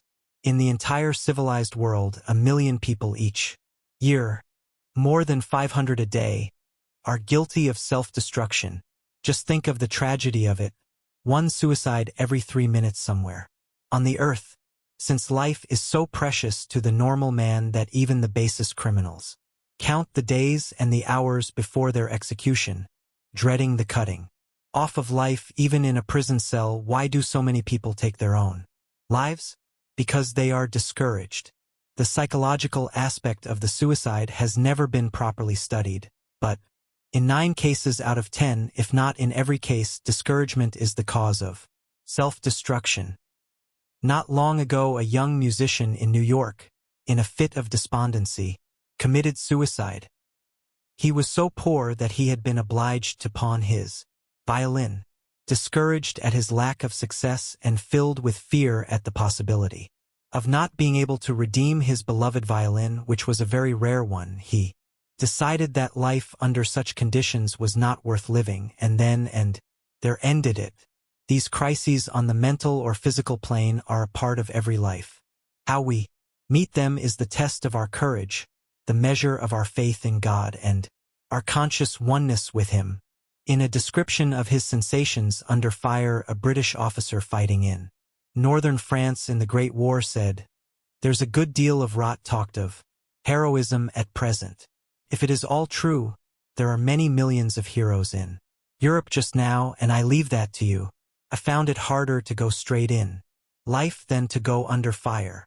We are under fire all our lives, and the real hero is the one who keeps straight on in spite of discouragements and disappointments, never losing 1 jot of heart or courage, never giving way to despair, trusting always in the divine power that will lead him to his goal."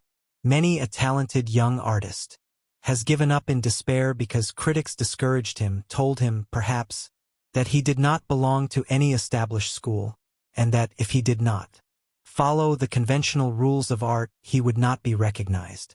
These discouraged souls did not realize that the one who listens to the voice in his own soul and who, trusting to the power within, blazes a new path, is the one who most certainly attains distinction. When Old Bull first came to this country, musical critics said he would make no great impression here. They predicted that his American debut would be a failure because he violated so many of the laws of musical composition, that a certain violinist, popular at the time, was head and shoulders above him, and that he would stand no chance in competition with him. The name of that man who was so technically perfect, but who lacked Old Bull's soul, is not known to the public today, while the name of Old Bull is enshrined immortally in the minds of American people, in the minds of all peoples. Discouragement is one of the greatest of human enemies. It is an unmitigated curse. It has done more to dwarf the efforts of the race, has thwarted more careers, stunted and starved more lives, ruined more creative power than any other one agent. It is a disease that is well nigh universal in some form. Everybody suffers more or less from it, is the victim of its poison. It bombards us from within and without.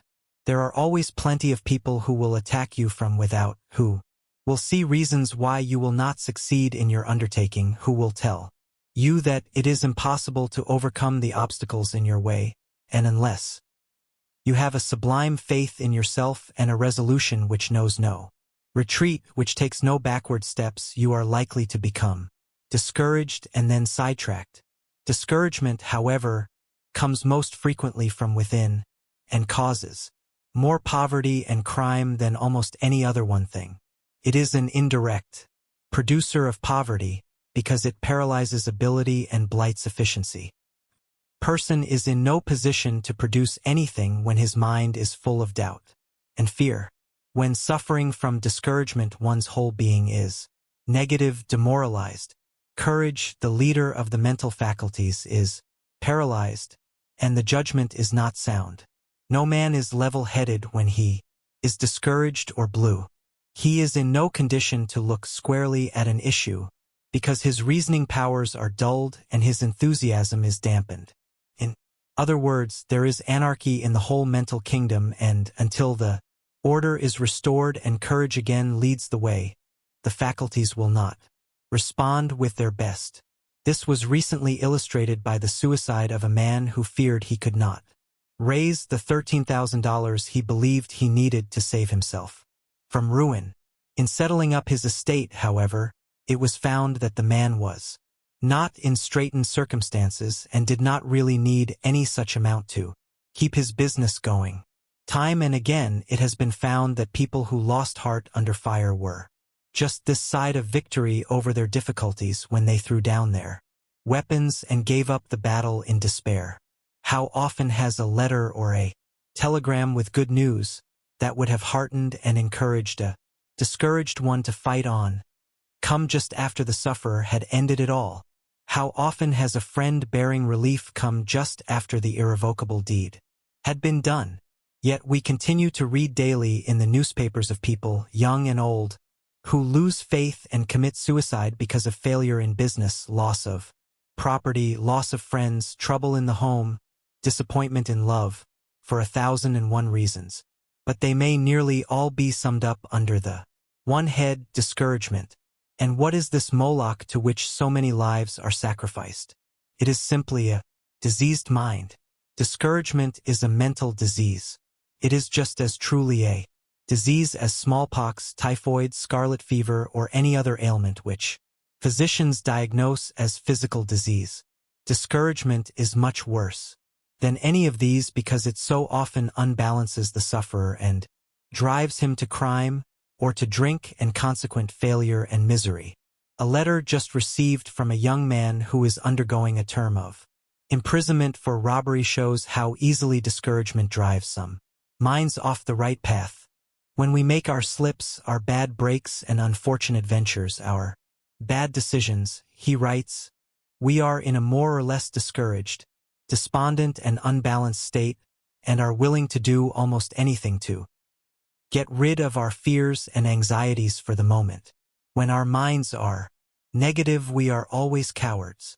This young man had been out of work for a long time, and when a shiftless station agent with whom he was acquainted loaned him his keys, he stole a book of Wells Fargo Express money orders from the station and succeeded in passing some of them before he was arrested. He says that the awful price he has had to pay for his slip has taught him that it is infinitely easier to do right than wrong, and that when he leaves prison he is determined to do his best to redeem his past. Another young man who was on the verge of discouragement tells how he was turned right about face by the appearance and the story of one who had fallen a victim to the discouragement disease. This young man who was in business in New York had had such a severe setback when the Great War broke out that he was just ready to give up the struggle. Quite disheartened, he sat down one day on a bench in Madison Square to decide just how he would wind up the business in which he had practically failed, and also to decide what he would do next. While sitting there thinking the matter over, a ragged, dejected tramp came along and sat down beside him. The man was evidently a victim of drink and all sorts of dissipation, and looked as though he was near a complete collapse. The young man, noticing his companion's wretched appearance, asked him how he happened to be in such a predicament. The tramp, whose quick intelligence saw at once that there was something very serious on his questioner's mind, instead of replying to his question, asked him in turn what his trouble was. The young man frankly confessed that his business was ruined, and that he didn't know what he was going to do. Then the tramp, looking him straight in the eye, said, "My friend, do you realize how rich you are compared with me? You have youth, health, and strength. Your vitality has not been sapped by dissipation. You have everything to live for, and as you value your life, don't give way to discouragement. That was what ruined me. I am a well-educated man, and was once a prosperous one. But years ago, after a business failure in such a crisis as you are now facing, I lost my pluck and thought whiskey would brace me up temporarily until I could get on my feet again. It did. I had never drank before, and at first it seemed to me that I had found a very valuable aid, something which would give me courage, strength, initiative, something which would help me to dare to take chances, which I had previously shrunk from. For a time whiskey seemed to me to lie, the elixir of life. It braced up all my faculties and, apparently, doubled my brain power. But I had to keep increasing the quantity I took to get the desired effects, and then all at once I found my willpower was weakening, and the courage which whiskey had temporarily stimulated gradually lessened until I had less than before.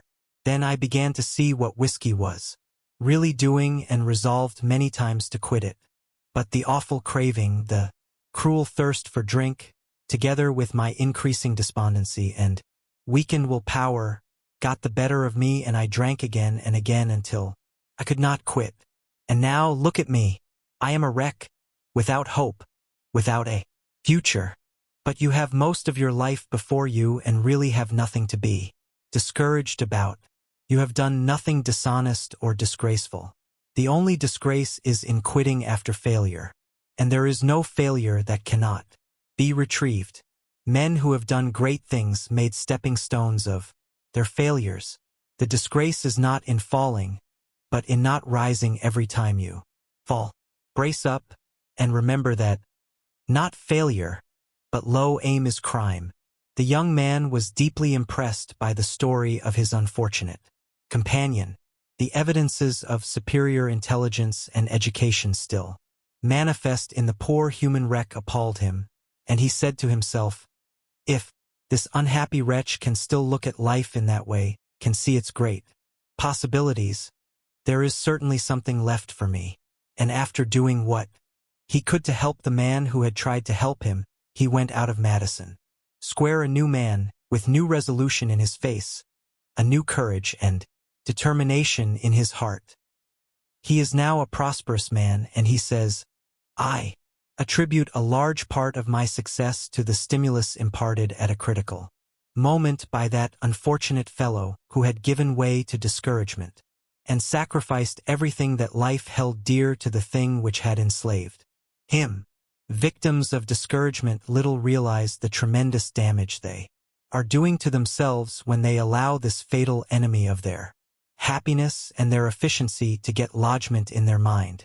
Nobody does good work when discouraged.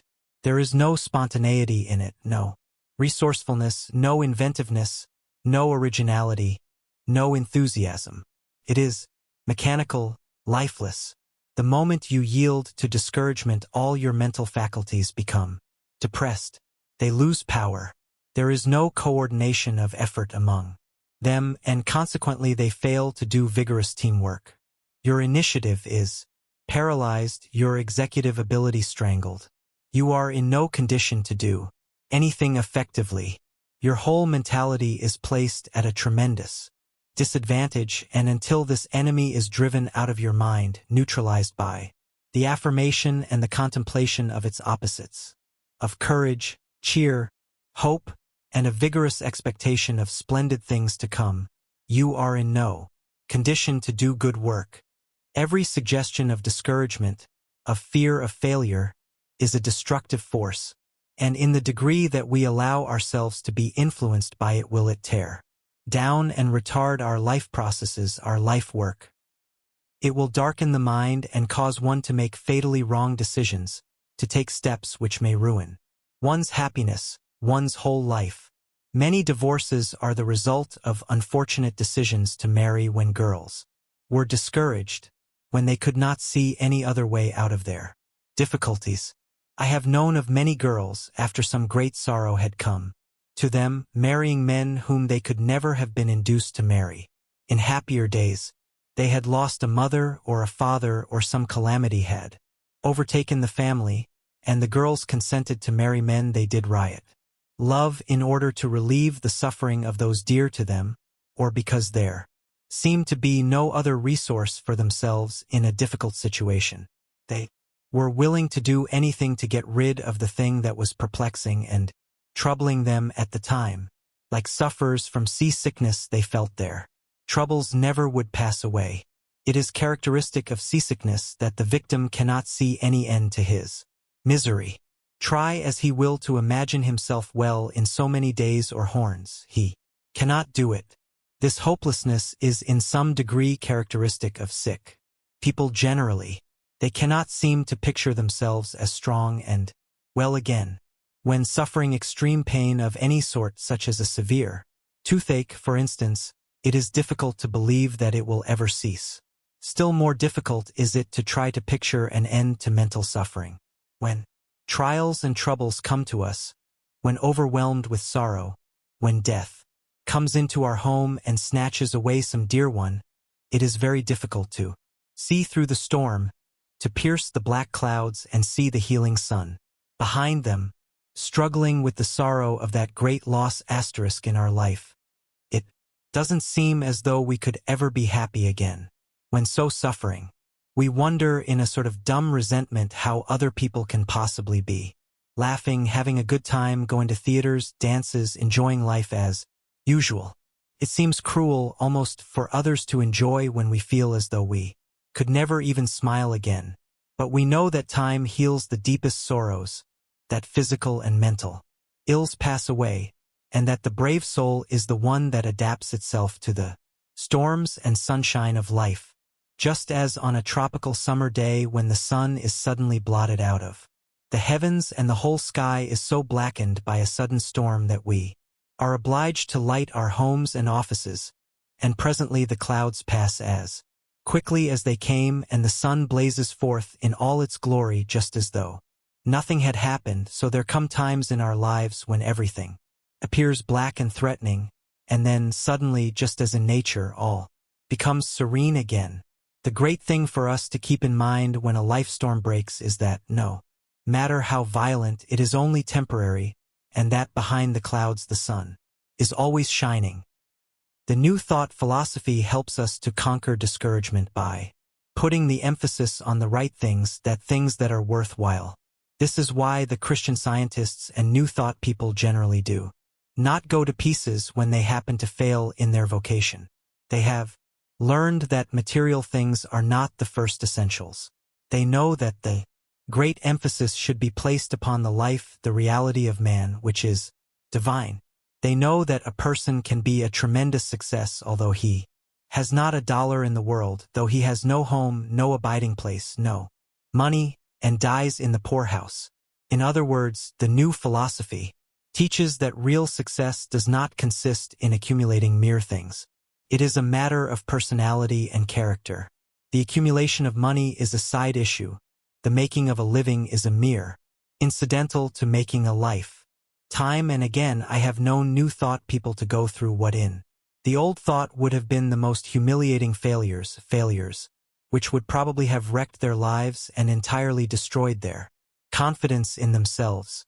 But in the New Thought these things do not touch the soul. They are not realities in the highest sense. None of Mr. Rockefeller's money touches the real Rockefeller. The reality of him is spiritual, is mental. It is mind, it is soul, it is God, and it is this reality of us that New Thought emphasizes. God never intended that his children should go to pieces mentally and physically, be miserable and unhappy, that they should suffer mortification and chagrin when they have been honest and have done the best they could do just because they have failed in their particular undertakings. We were made to hold up our heads, to look the world in the face without flinching as princes of the Most High, no matter what happens to our material possessions, if we have made good as men, as women, if we have been dead in earnest in delivering to the world the message we were sent here to deliver. There is no reason why we should feel humiliated or discouraged about anything. There is only one thing that should make a man hang his head and feel humiliated, discouraged, only one thing that should make him wince when the world looks him in the face, and that is his own wrongdoing, his own sin. There is a vast amount of splendid and used success material in the down and outs, in the people who have lost their grip upon themselves because they have lost their courage. Some of them, while out of work, suffering from discouragement, did something which caused them to lose their self-respect, and now discouragement has become a disease with them. It has become chronic, and no one can succeed with a discouraged mental attitude. Courage is the leader in the mental realm, and when that is down, all the other faculties drop in sympathy, until courage says the word. Neither initiative nor any of the other faculties will take a step forward. They refuse to work under discouragement. But when courage leads the way, all the others brace up and come to the rescue in teamwork. What most people in the Great Failure Army need is to have their courage restored, renewed. The discouraged have their backs turned toward the light so that all the black shadows fall across their path. They are walking in their own shadows instead of in the glorious sun of God's light and love. Their disease has made them morbid. They need mental treatment that will let the light into their souls and show them what they still can do. Emerson says, "What I need is somebody who will make me do what I can." What these discouraged ones need is somebody who can make them do what they can. They need to be turned around mentally. They need to be shown that they are not failures, but that they are mentally ill sufferers from chronic discouragement. There is one who can do this for you who are discouraged better than any one else, your own higher self. No matter how old you may be, or how depressing your present condition, if you take this other, higher self for your guide, you can recover your footing.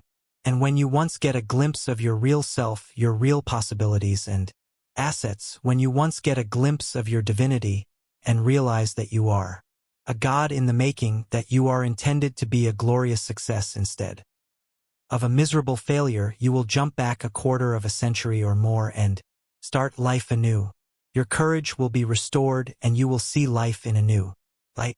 You will see yourself as you never saw yourself before. You will get hold of yourself and your mental and physical resources as you never did before. You will make tremendous leaps forward. You will have a new motive for redeeming your past, you will have a new outlook on life, new hope. In other words, you will be a new creature. You will put off the old man and never again will be content to grovel, never again be content with your second best. Then only your highest and best will satisfy you, and you will strive to make your highest moments permanent. The very consciousness of having lost so many years will be an additional prod to your endeavor. You can begin now to make good. Lift up your head and face toward the light. Quit fretting and complaining of your ill luck and be the poised, harmonious soul, the brave, successful, happy being the Creator planned. Sine yourself of your disease by conquering your mental enemies. You can drive out fear, worry, the blues, and all discouragement, all the enemies of your success and happiness by claiming your inheritance and asserting your kinship with God. Say to yourself, the truth of my being, the reality of me is God. Why then should I be discouraged about anything? The Creator never intended me to express pessimism, doubt, discouragement, or despondency, and I will have nothing more to do with them. I was intended to express joy and success, not gloom and failure. I am victory organized. I was planned to win out in life, not to be defeated. I was born for happiness, not for misery, for peace and serenity, not for perpetual anxiety and discouragement. There is something inside of me which tells me that I am bigger than circumstances, that nothing but my own consent can keep me in poverty and wretchedness, that there is no destiny which can keep me down, for I am my own destiny. I am a son of God, and I was never made to cower, to slink, to be discouraged, afraid of anything. I am one with my Father and co-heir with Christ of all that He has. I do not fear want or failure. Fear is not an attribute of divinity and has no place in my life. I am brave, courageous, a conqueror, and not a slave of circumstances. 1 a.m. free and not bond. I will not allow my efficiency to be strangled, my hopes for the future blighted, my life to be spoiled by any form of discouragement or cowardice. I am courage, strength, confidence, masterfulness. Discouragement has no power over me because it is not a reality. It is a mere bogey of the mind, a ghost of the imagination. This discouraged, yellow streak in my nature is really a reflection upon my Creator, an indication that I laid confidence in Him, that I am not sure that He can protect me. It is an intimation that I believe there is a greater power than His and that an evil one. No matter how many troubles or difficulties threaten, it is my business to trust and not to fear, and from now on I shall do so. I shall hold a poised, serene mind, and shall lie down at night with confidence and assurance that my life, my welfare, and my destiny are all in the hands of Him who controls everything and who doeth all things well. Remember that whatever you dread, fear, you are attracting, because the mind always relates with whatever dominates the thought. That which we think most about we tend to get, and it is the easiest thing in the world to kill the possibility of realizing our ambitions and drawing to us the thing we fear by holding it in mind, by allowing doubt thoughts, anxious, discouraged thoughts to get possession of us and strangle our efficiency. When in danger of giving way to discouragement, you will find a wonderful help in eliminating everything which stands between you and your Maker, and to allow free access to the flow of divine power. When one is thoroughly alive to the consciousness that he is supported by this divine power insofar as he trusts it, and that it will rush to his assistance in any emergency or trouble, he is neither afraid nor discouraged. All our discouragement and anxieties come from a feeling of separateness from our Creator and the consequent consciousness of weakness, of not being sufficiently protected, the feeling that we are standing alone. One who lives in conscious union with his Maker rises above disappointments and discouragements and develops a hopeful, optimistic philosophy. Such a one sees in all his experiences, no matter how trying, growth and enlargement. He sees in the overcoming of life's problems an opportunity to become a full, complete man. He rises above circumstances while those who do not see any saving, stimulating influences in their trials and disappointments are simply crushed by them. What a superb sight is a soul who has ridden triumphantly through the storms of life, who has developed a beautiful, cheerful philosophy, who, instead of being crushed by his trials and hardships, has builded them into a tower of hope and strength. Compare such a man, who bears his burdens uncomplainingly, who laughs at difficulties and keeps pushing ahead as best he can, trying to make each day a real victory in his life, performing as nearly as possible a human being's ideal duty, to the one who curses his fate, rails at his ill luck, and grumbles at the burdens which are crushing him. When things have gone wrong with you, when you are ready to give way to discouragement, think of these two pictures and turn about face and vigorously assert your manhood or your womanhood. Declare your power to conquer your difficulty, whatever it may be. Say to yourself, now it is right up to me to make good. I can't give way to discouragement, show the white feather, and yet keep my self-respect. I am able to overcome this thing. It has no power to keep me down. No matter whether I can see the way out or not, I shall trust in God, keep going, and forge ahead. No matter what opposes, I shall keep the rudder of my ship headed toward the port. I will quit this everlasting self-depreciation, for it is a crime against my Maker as well as myself, and I will believe that what the Creator has made and pronounced good is so. I am done with this putting myself on a bargain counter. I am no longer going about the earth making the impression that I have a skim-milk opinion of myself. No more of the poorhouse attitude for me. There are better things waiting for me than that. I am a prince and I have inherited princely things. I have a princely inheritance. I know that every time I say I can't do this, or I can't do that, I can't afford this, or I can't afford that, I undermine my power. Hereafter I am going to deal in positives, in affirmations of power. I can, I will, I am able. Henceforth I will have nothing to do with negatives that tear down, destroy. If I am part of reality, if I have existed millions of years and will continue to exist for untold ages to come, if my existence is from everlasting to everlasting, why should I be anxious, alarmed? Why should I be perturbed about temporary happenings, the mere accidents of everyday life? They have no power over me. I am a part of the divine entity. My being is beyond the possibility of destruction or change. There is something in me that is absolutely indestructible, and I shall not get into a flurry of uneasiness, become discouraged by what I can really control. I know I am anchored eternally. Therefore, I will allow nothing to trouble or disturb me. Henceforth nothing will. I stand firm in this resolve. Multitudes of people find great help and comfort in repeating such Bible promises as these. He that dwelleth in the secret place of the Most High shall abide under the shadow of the Almighty. He shall cover thee with his feathers, and under his wings shalt thou trust. His truth shall be thy shield and buckler. There shall no evil befall thee, neither shall any plague come nigh thy dwelling. What a solvent for discouragement and the blues. What a healing for all. Heart hurts are found in these wonderful promises.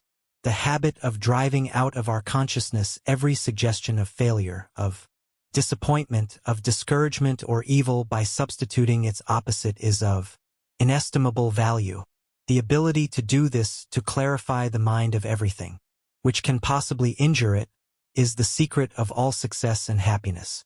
The scientific fact that the mind cannot contain at the same moment opposite thoughts or emotions makes us absolute masters of our fate.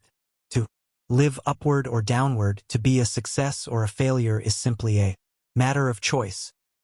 It all depends on the suggestions we assimilate, the kind of thought we prefer. We can allow ourselves to be overwhelmed by discouragement, or we can rise above it just as we decide. It is natural for all of us to think of the wonderful things we would do if we could only get rid of the things that block our way and defeat our possible successes. If we did not have to struggle with disappointments, with heartaches, with trials and troubles of all sorts, what a triumphant journey life would be. Yet the real test of your bigness is whether or not you will fulfill your ambition to the letter, whether you will carry out your great life plan grandly and superbly, regardless of things that are apparently trying to down you. Nothing will help more to overcome discouragement than the suggestion of courage or success. The constructive force of the positive thought will not only drive out the negative thought, but it will upbuild and strengthen all the faculties. Every human being can increase his courage and multiply his strength by frequently saying to himself, I am a child of the King of Kings and have nothing to fear. If I always do the best I can in all circumstances, there is no reason why I should ever be anxious about the results. I shall not. I am courage, I am success. Nothing can harm me because I am one with the One. I cannot want, I cannot fail because I am in touch with the infinite source of all life. Chapter 5. The force that moves mountains. Faith moves mountains. To him that believeth, all things are possible. The man who does not believe in something and believe in it with all his soul is a pretty poor stick. Let nothing undermine your faith in your ultimate triumph. Hold this tenaciously, vigorously, intensely, and after a while you will see things coming your way. Don't be afraid to think too highly of yourself. If the Creator made you and is not ashamed of the job, certainly you should not be. He pronounced his work good, and you should respect it. Faith increases confidence, carries conviction, multiplies ability. Faith doesn't think or guess. It sees the way out. It is not discouraged or blinded by mountains of difficulties, because it sees through them, sees the goal beyond. There are marvelous utilities, infinite good, and unspeakable beauties in the great cosmic intelligence, the unseen world, ready for our use and enjoyment. If we only had sufficient faith to believe they were there, we could draw them to ourselves. Writing of heroes discovered by the World War, Edmund Kemper. Broadus says, there are stories of the heroism of our boys that stir us beyond words. Stories, too, that change with astonishing abruptness our estimates of those whom we had too lightly regarded. There was a certain youth, for example, for whom I fear that I had scant respect during his student life. A sickly fellow with rather a hangdog air. He was out of his classes a good deal of the time, and he was not successful in examinations. I believe that I suspected him of malingering. He tried to enlist and was turned down by the medical inspector and tried again and yet again without success. How he ever got in, nobody could understand.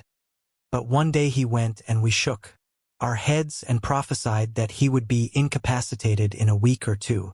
We heard no more of him until word came in letters from his friends that he had quietly picked up a smoking bomb and thrown it clear of the trench before it exploded, and then had climbed out in the face of the flying bullets and brought in a wounded comrade. And this was he who had only last year seemed such a faint-hearted traveler along life's common way. Every now and then, like this writer, we are amazed at some youth we knew starting out all at once and doing some tremendous thing which we did not believe was possible to him.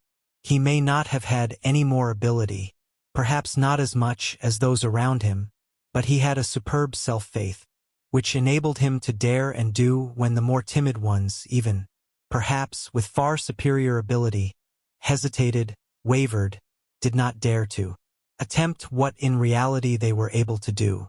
It is faith that everywhere does the impossible. It is faith in God and faith in oneself, a divine self-confidence that makes men gods, whose will must be obeyed. If it were not for wrong thinking, such faith would be the rule in human life, instead of the exception, for God hath not given us the spirit of fear, but of power, and of love, and of a sound mind. Unfortunately, most of us measure ourselves by our weakness instead of by our strength. We estimate ourselves at our worst instead of our best.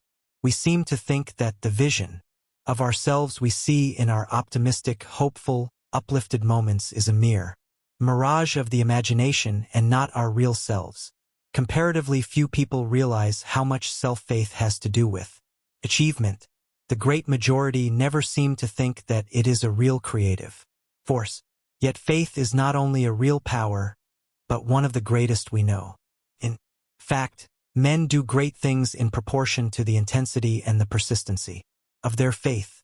When Goliath, the great giant of Gath, came to the Israelite camp with his pretentious boasting, challenging the Israelites to select a man to fight with him to determine whether they or the Philistines should be conquerors, the Israelites were so terrified that none dared offer to do battle with him. Later, when he returned to repeat his challenge, a mere youth, David, heard his boasting and took up his challenge. After much pleading with his elders for the privilege, the youth was allowed to go fight the giant. They insisted, however, on putting him in heavy armor as a protection for his body and placing a sword in his hand before he went to meet his foe. But he said to them, "I am not used to these things. I cannot fight with these handicaps. These are not my weapons. I have other weapons with which to fight the giant." So he took off all of his armor and went forth with no other weapon than a simple sling and a few pebbles which he took from the brook. When the giant leader of the Philistines, protected from head to foot with armor, armed with mighty weapons, and preceded by his shield-bearer, saw the unarmed and unprotected Israelite youth approaching, he was angry at being so insulted, and said to him, "Come to me, and I will give thy flesh unto the fowls of the air, and to the beasts of the field." The undaunted youth answered, "Thou comest to me with a sword and with a spear, and with a shield. But I come to thee in the name of the Lord of hosts, the God of the armies of Israel, whom thou hast defied. This day will the Lord deliver thee into mine hand." David did not, like the Philistine, put his faith in armor, in sword, or in shield, but in the Almighty, and by faith he conquered his mighty foe. Putting a single stone in his sling, he buried it in the forehead of the giant, who fell prostrate to the ground. Faith is the very pith and marrow of achievement. No faith, no achievement. All-absorbing faith, great achievement. Show me a great achiever and I will show you a man of great faith, faith in himself, in his ability to achieve his. Faith has ever been the miracle worker of the ages. It is the connecting link between God and man. It is man's strength, the cornerstone of all his building, all his achieving. The trouble with those of us who are not doing what we can and ought to do is that we lack faith. We do not believe that we can go into the great within of us and simply and naturally make connection with divine force, with the all-supply, with the power that made us, that power which has created and which upholds the universe and from which we derive our strength. We make this connection through faith. This is our trolley pole, and if we could only put it up until it taps the wire which carries omnipotent power, we should feel the thrill of divine life, of inexhaustible strength surging through. If you do not make this connection, if you lack the divine self-confidence, born of faith in omnipotence, you will never be what you long to be. Your prayers will come back to you unanswered. Your efforts will bear no fruit. Your negative attitude will make it impossible for you to achieve your object. A negative, doubting mind, a mind saturated with fear of failure, can no more accomplish, create, or produce anything of value than a stone can violate the law of gravitation by flying up in the air. The Creator does not change the law of gravitation because a man walks off the roof of a house, even though he may do it unconsciously in his sleep. The creative principle, the law of achievement, does not vary any more than the law of gravitation, and you will achieve what you desire, be what you long to be, only when you obey the law. The Creator himself cannot fulfill your desire in any other way, any more than he can make the sun, contrary to law, turn from its course in the heavens, any more than he could make the world turn about and go in the opposite direction around the sun when the heavenly bodies are pulling it the other way. There is all the difference in the world between the power of the person who believes in his destiny, who has unquestioned faith in his mission, who believes that he is a part of the divine plan, that he is in the current which runs Godward, and the one who does not have this faith. The one is equipped for a victorious life, the other is headed toward defeat. It is always the men and the women with a stupendous faith, a colossal self-confidence, that do the great deeds, accomplish the impossible. Those who do not take much stock in themselves, who have only a sort of milk and water purpose, who do not believe that they were intended to do anything in particular, never have been and never will be the doers of the world. I have before me a letter from a young woman who says she never expects to amount to anything or to accomplish much of anything. I have always been unlucky, a blunder, she writes. I am always making mistakes and nearly always fail in whatever I undertake to do. I never have had any confidence in myself, and I fear I never will. Now, the reason why this girl fails to accomplish anything is very clear. Her mental attitude is the main cause of her trouble. No one can succeed with such a mental attitude as hers, for achievement is first mental. It begins in the mind. There is no philosophy, no power in the universe that can help me to do a thing when I think I can't do it. More people make wrecks of their lives from lack of faith in themselves than from any other cause. There is only now and then a man who really believes in his own bigness, who has sufficient faith to back up his ability. An ability must be backed up by a superb self-confidence before it can accomplish anything. The ability of a Napoleon or a Webster would be absolutely powerless without self-confidence. Before we can win out in life, we must believe in our power to win. We must be confident in our expectations of success, vigorous in our self-faith. We must believe in ourselves and the thing we are doing without reserve, with all our hearts. When Jane Addams left college, she was in such poor health that physicians told her she could not live more than 6 months. All right, she said. I will take that 6 months to get as near as I can to the one thing I want to do for humanity. Can anyone doubt that Miss Addams' restoration to health and the great work she has accomplished for humanity in founding and conducting Hull House with its many beneficent activities in the long years since the physicians gave her only 6 months more of life are due to her deep faith in God and the divine power within herself? The centurion said to Christ, "Speak the word only, and my servant shall be healed." And when he returned home, he found his servant healed. When he asked at what hour he had begun to improve, they told him it was at the 7th hour, the very hour at which he had talked with the Christ. The centurion's was the faith that makes miracles possible. Lack of faith is the supreme cause of failure. How can anyone accomplish anything worthwhile when one's very executive power is paralyzed, disheartened, discouraged by the thought, amounting almost to a certainty, of failure? It would be to overcome or to set aside the working of the law of cause and effect. Your achievement will never rise above your faith. That is the high water mark of your attainment. I have seen a man of ordinary strength who was hypnotized, stretched between 2 chairs with his heels resting on one chair and his head on another, holding up 6 or 8 men on that part of his body which lay between the chairs. This man supported a horse in the same way. Now, where did this extraordinary increase of power come from? It only lasted while the hypnotist made his subject believe that he could support the men and the horse. The moment the hypnotist shook the man's confidence in himself, shattered his faith that he could bear up the enormous weight laid on him, the man dropped to the floor, and when the hypnotist made him believe that he could not bear up a single man, he could not do it. In fact, under this influence of hypnotic suggestion, he could not even support his own body. We never can get farther than our faith in ourselves. We cannot do anything bigger than we think we can. We are hemmed in by our opinion of ourselves, and until we enter that larger atmosphere of faith where we shall find the belief that we can do the thing we were made to do beating within us. We cannot do it. A hypnotist could make a Webster or a Shakespeare believe he was a fool. He could make a Sandow believe that he could not lift a chair, and the man, strong as he is, couldn't do so simple a thing as this, until his faith and self-confidence were restored.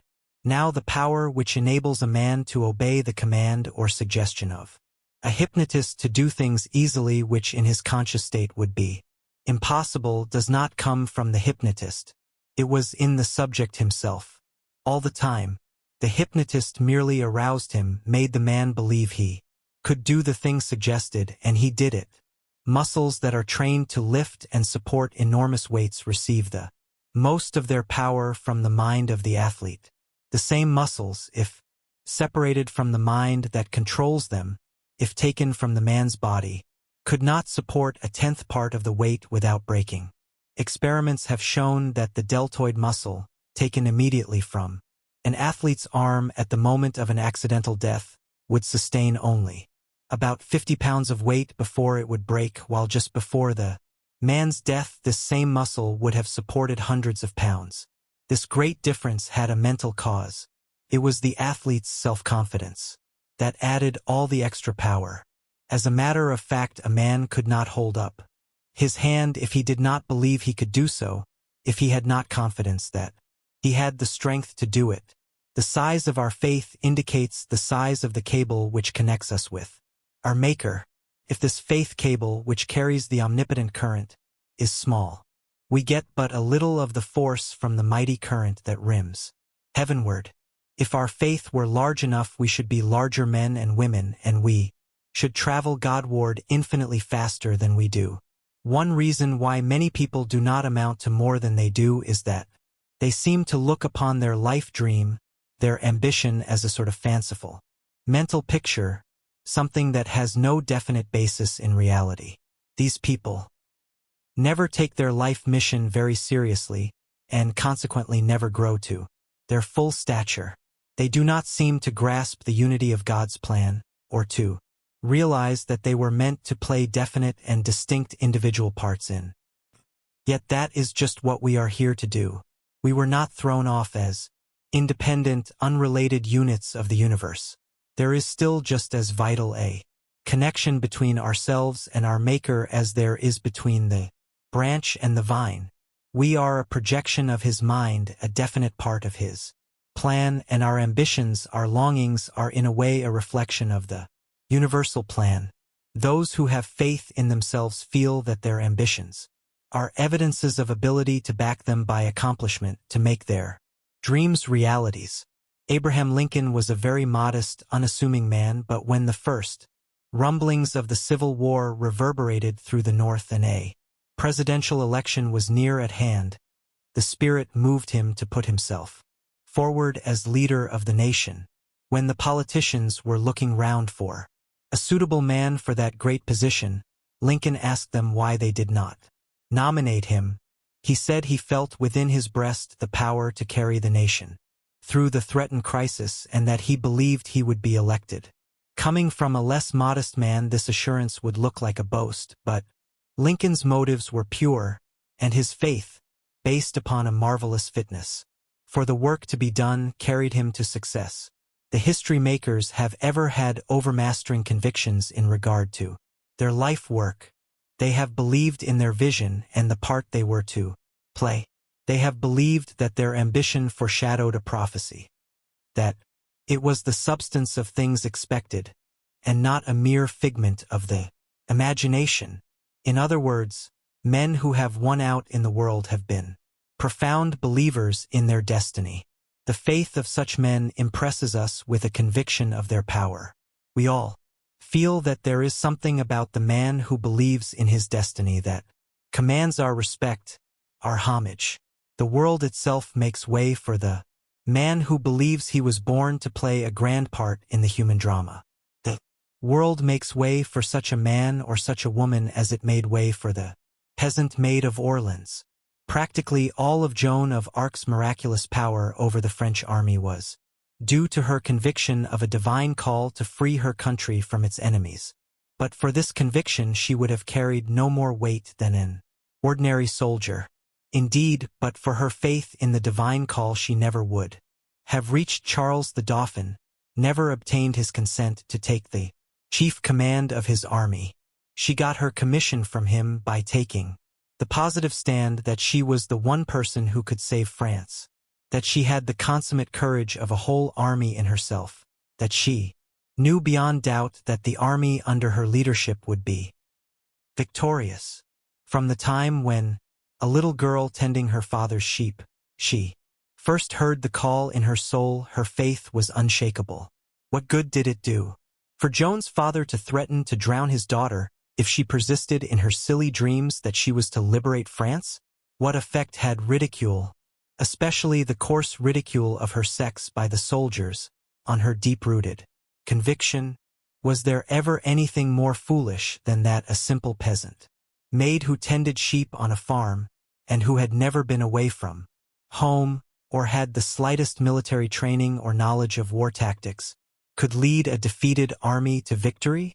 How did she treat all such questioning, ridicule, abuse, and contempt? Her supreme faith ameliorated them all. They left her absolutely unmoved. By faith alone the simple maid performed one of the greatest miracles of history. No human being, even with the mental power of a Napoleon, without a superb military training, could have performed the miracle which this uneducated, untrained peasant girl performed. What good did it do for the wise men of Italy and Spain to laugh at Columbus and to picture at their meeting in court men standing on their heads and everything, including his ships, falling off the edge of the earth if it were round and revolved as Columbus claimed? The more these men laughed at him, the stronger grew his faith in his mission, and the more determined he became to prove the truth of his claim. And the mutinous crew of Columbus, after many weary weeks wandering on an apparently limitless ocean, met with the same immovable faith, the same stubborn resolution when they threatened to put their leader in chains. Day after day, on this memorable voyage we find this entry in his logbook: "This day we sailed west because it was our course." What hardship, what persecution, what ridicule or contempt, what denunciation even of those who knew him best could have induced such a man to give up his voyage of discovery? Although no geographer had ever referred to any land on the other side of the globe and no scientist had hinted at such a thing, nothing could turn Columbus from his purpose, because there was that something in him which looked beyond insuperable obstacles, beyond every objection, and saw land beyond the seas. It was this faith born in the divine within of him, this faith back of the flesh but not of it, which sustained him in all his trials, both before and after his great discovery. The men who have left their mark on the world have had a faith which nothing could shake. Not the direst poverty, the most inhospitable treatment, not cruelty, not ridicule could separate them from their belief in their mission and their resolve to carry it out. When a man's faith in himself and in his mission is the dominant note in his life, nothing can daunt him, no power can keep him from his own. Think of the faith which Peary exhibited before he discovered the North Pole. Time and time again he tried to find it, risking life and all his resources in the search. The loss of his ship, the loss of his men, and his own scores of hairbreadth escapes did not daunt him, could not shake his faith. The North Pole was written in Peary's heart. He must discover it. Nothing could turn him from his object. Many a time his friends pleaded with the explorer not to risk his life again, but to no purpose. "To the North Pole" was the slogan which haunted him day and night until at last he found it. Faith is the force that moves mountains, that has ever performed the miracles of civilization. What incredible things, impossible things, have been done in the world's history by souls aroused to a sense of their own power. Who can ever estimate what the mental attitude of self-confidence has accomplished?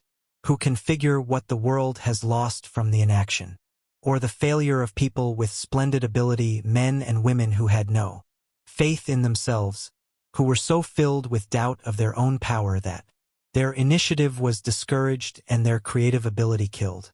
There are thousands of people in very ordinary positions today who are not only capable of filling much higher ones, but who would actually be advanced if they only had sufficient faith in themselves to branch out and compete for the superior place.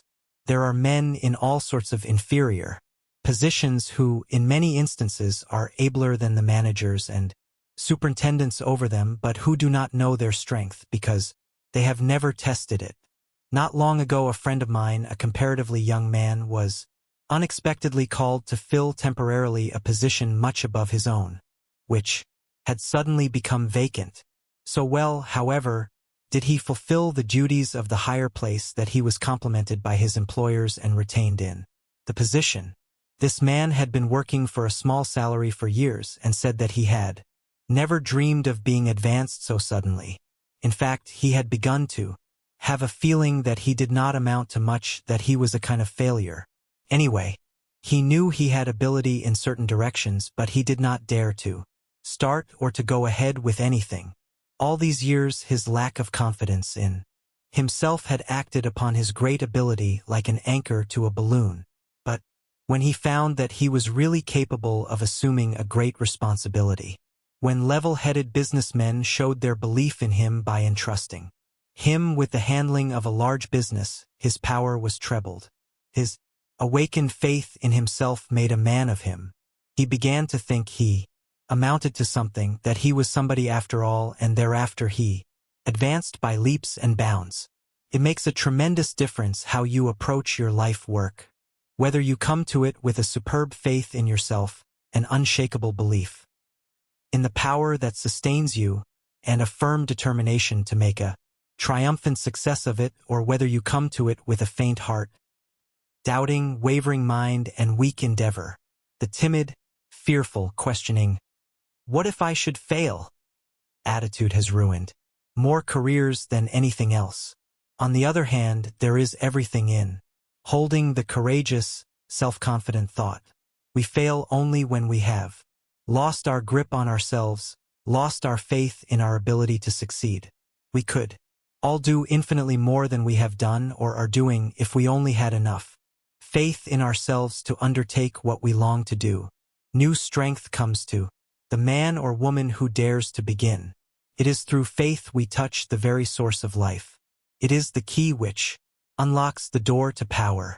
Faith opens the door to the great within, where principle dwells, where strength is generated. If we could measure a man's faith, we could come very near to predicating accurately the measure of his success in life. It is not what other people say of you, but something you feel inside of you that you are capable of doing. This is your pattern, your model.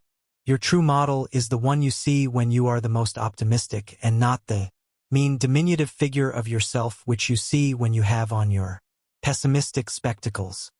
Nothing in life is more remarkable than the unnecessary anxiety which we endure and generally occasion ourselves, said Benjamin Disraeli, a man who had attained the lofty position of Prime Minister of England, in spite of difficulties that would have completely vanquished a timid, unbelieving, worrying soul.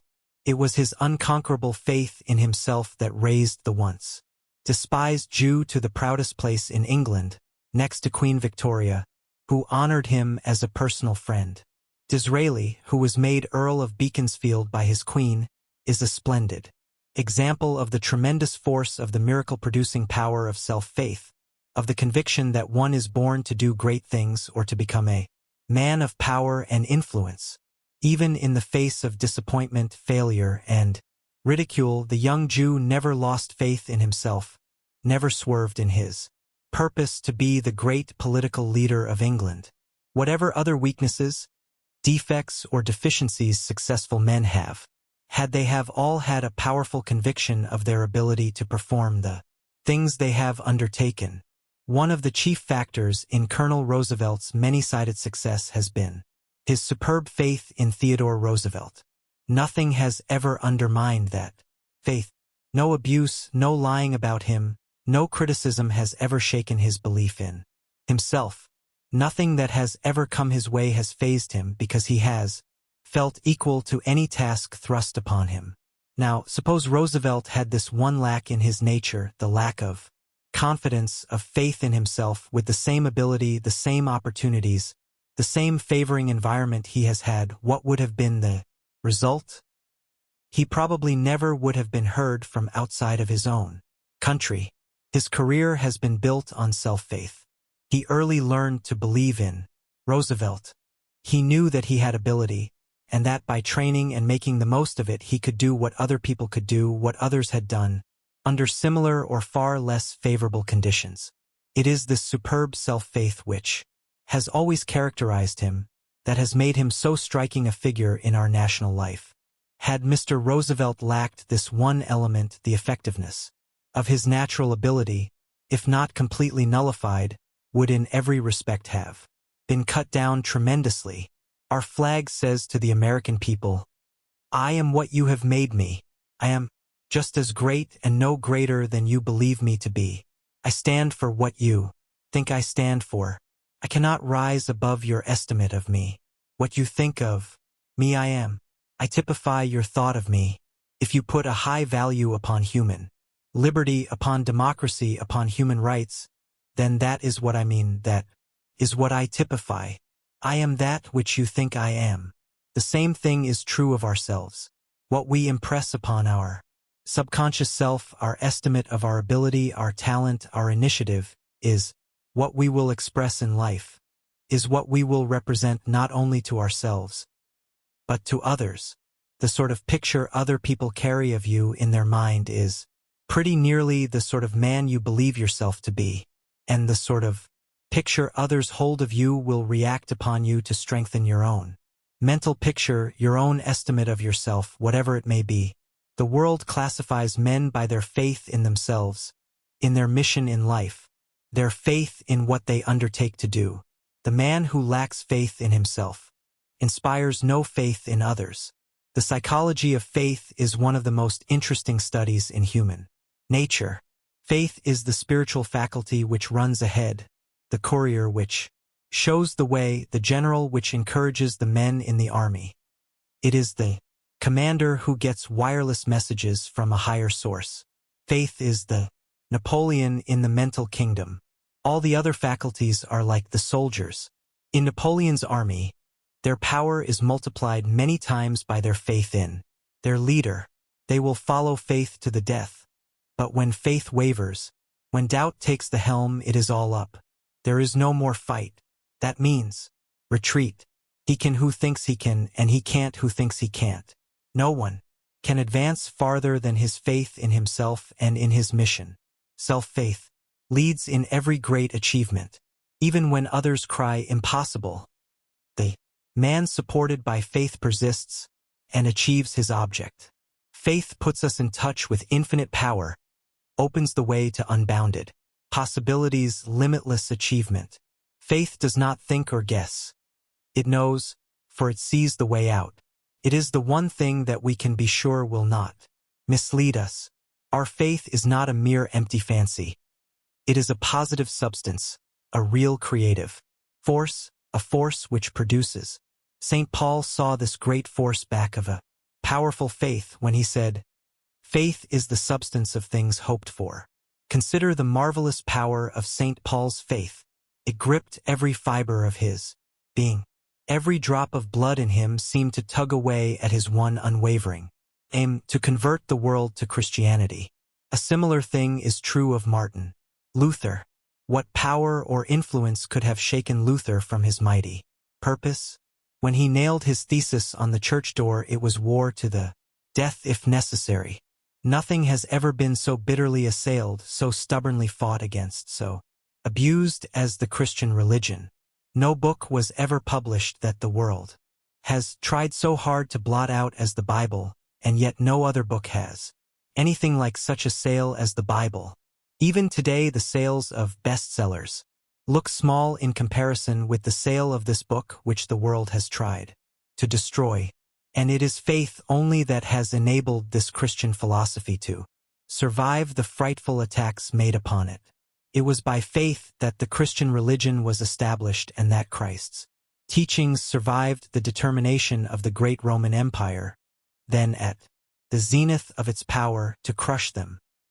Just picture the enormous disproportion between that little band of Christ and his followers and the great Roman Empire which was determined to destroy them. Yet that mighty empire crumbled, while Christ's teachings endure and the religion he established spreads to every remotest corner of the earth. Think of the first little company of the early Christians, unarmed, unaided, pitted against the power of ancient Rome, persecuted, thrown into the arena in the Colosseum, to be torn to pieces by wild animals, dipped in tar and used as torches to light up the lake in front of Nero's palace. They suffered, without a murmur. What enabled these men and women to persist against such enormous odds? A mighty faith which no power on earth could shake.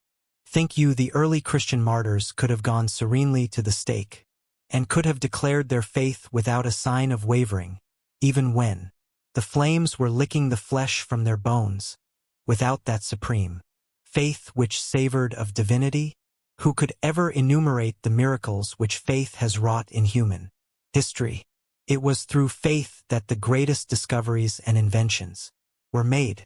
The sufferings, the sacrifices, the years of painful, heartbreaking waiting, which hundreds of inventors had to endure, are beyond all human comprehension. Their superhuman endurance was made possible simply because of their faith in their own power to achieve, their loyalty to a voice which spoke from the great within of them, a voice which others could not understand or appreciate.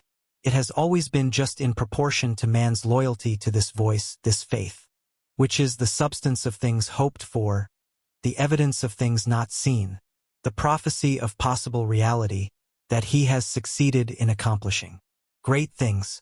It has ever been this supreme faith which has, little by little, lifted the race from the Hottentot to the higher civilization of today.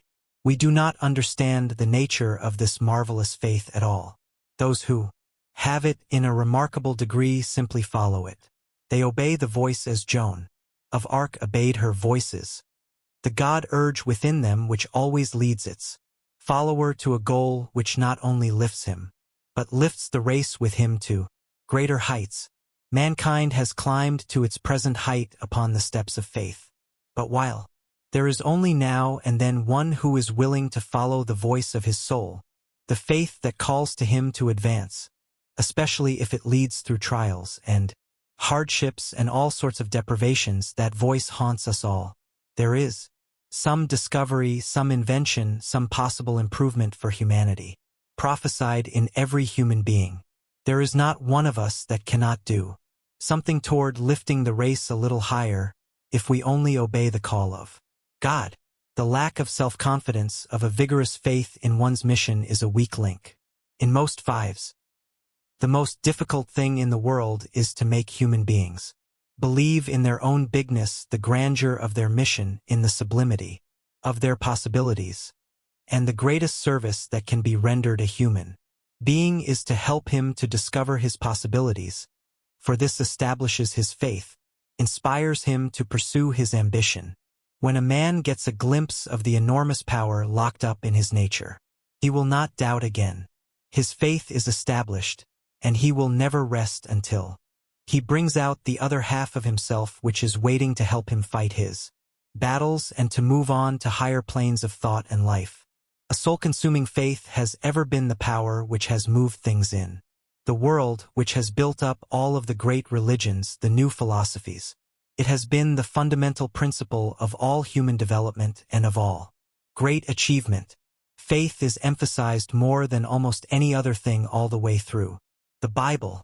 It was by faith that Abraham accomplished his marvelous work. It was by faith that Moses led the children of Israel through the wilderness. The prophets in the Old Testament are constantly emphasizing the power of faith, and Christ himself, Paul, and all the other great New and Old Testament writers were constantly emphasizing the miraculous power of faith to achieve, to accomplish. How many times Christ said, according to thy faith be it unto thee. 2. Words that he emphasized more than all others were faith and belief. These seemed to be magic words. They carried a tremendous force, more powerful than electricity. The Savior constantly reiterated the might of faith, the power of belief. Be not afraid, only believe. Be of good cheer, it is I. Be not afraid. According to thy faith. This is the burden of his message to his chosen 12. And how often he had to reprove them for their lack of faith, their timidity, their fear, their unbelief, again and again when they failed to accomplish that which he sent them out to do. He reproached them. Why are ye so fearful? How is it that ye have no faith? He assured them that only on one condition could they do the work he was training them to do, that they have faith. Having this, they should do even greater things than he was doing. Verily, verily, I say unto you, he that believeth on me, the works that I do shall he do also, and greater works than these shall he do, because I go unto my Father. Heal the sick, he urged. Cleanse the lepers, raise the dead, cast out devils. Freely ye have received, freely give. That something in human nature which, more than all else, reflects the divine in man is faith. It is lack of it that causes many of the ills, much of the unhappiness, and most, if not all, of the failures in life.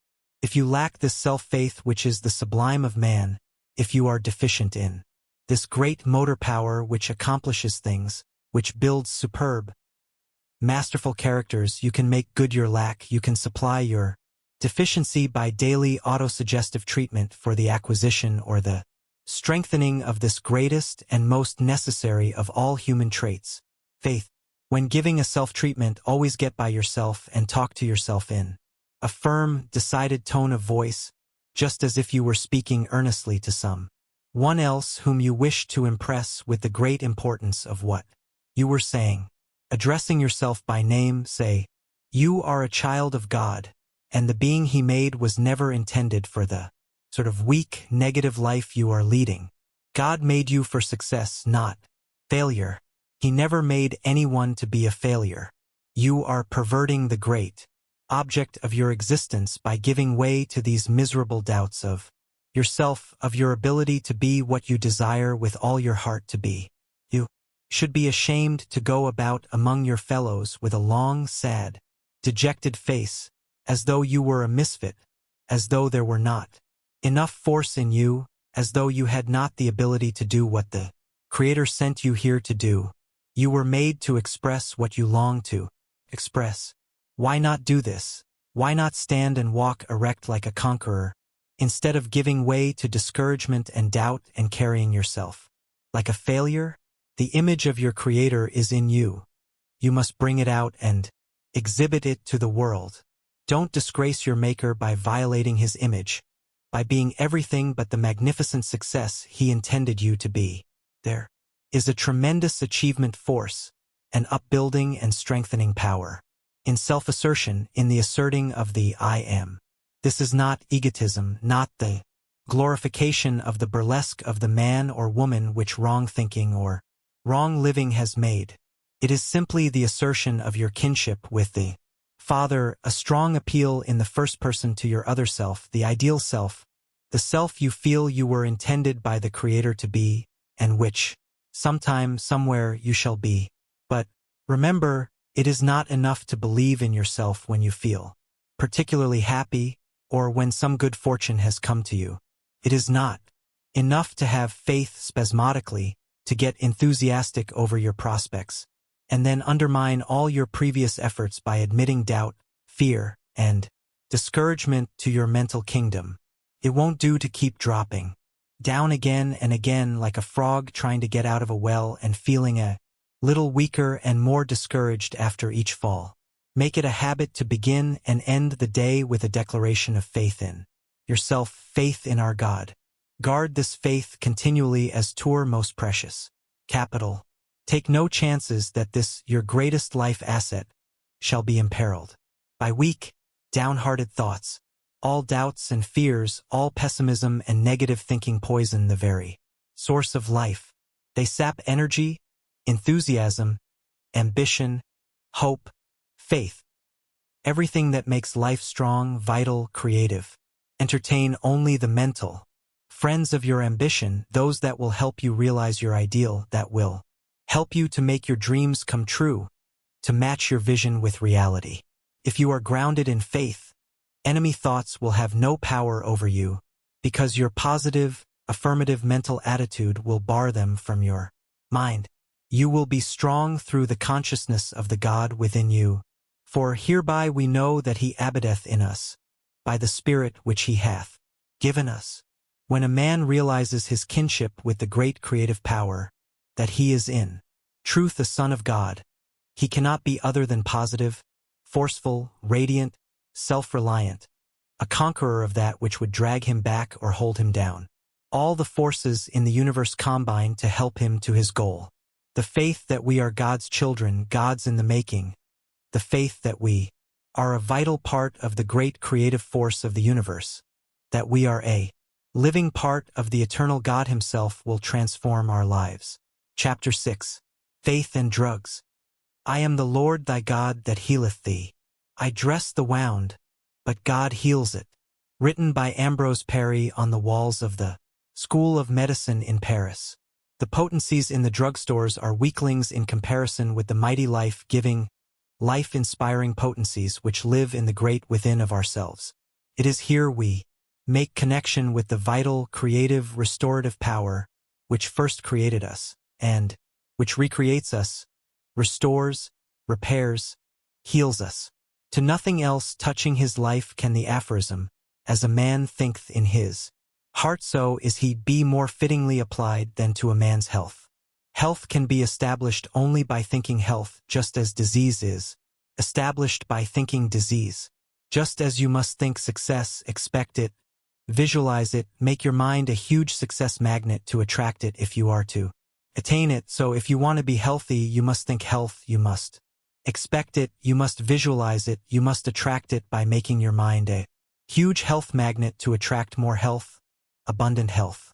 As long as physical defects, weaknesses, or diseased conditions exist in the imagination, as long as the mind is filled with visions of ill health, the body must correspond, because our bodies are but an extension of our thoughts, our minds objectified.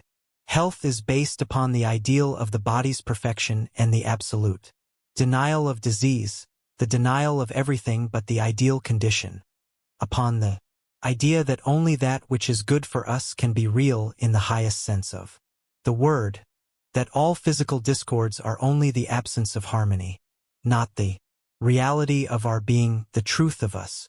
Health is the everlasting reality. Disease is the absence of reality. It is only seeming, in proportion to the physician's ability to suggest perfect soundness of body to his patient, to visualize him as physically perfect, in proportion to his power to see and to impress upon the mind of his patient the image of the ideal, instead of that of the diseased, discordant, suffering individual, will he be able to help him. In 1866, Sir James Paget, who was then the most famous physician in England, in speaking of a case which had baffled him for a long time, told another physician that some day his patient would disgrace the profession by being juggled out of her malady by some bold quack who by mere force of assertion will give her the will to heal or forget or suppress all the turbulences of her marvelous system. Many physicians admit that quacks often heal patients when the regular physicians can do nothing for them. But they do not realize the principle underneath this sort of healing by the quacks, as they call them, that is, the power of assertion, the establishing in the mind of the patient the idea of his health, the wholeness of his body.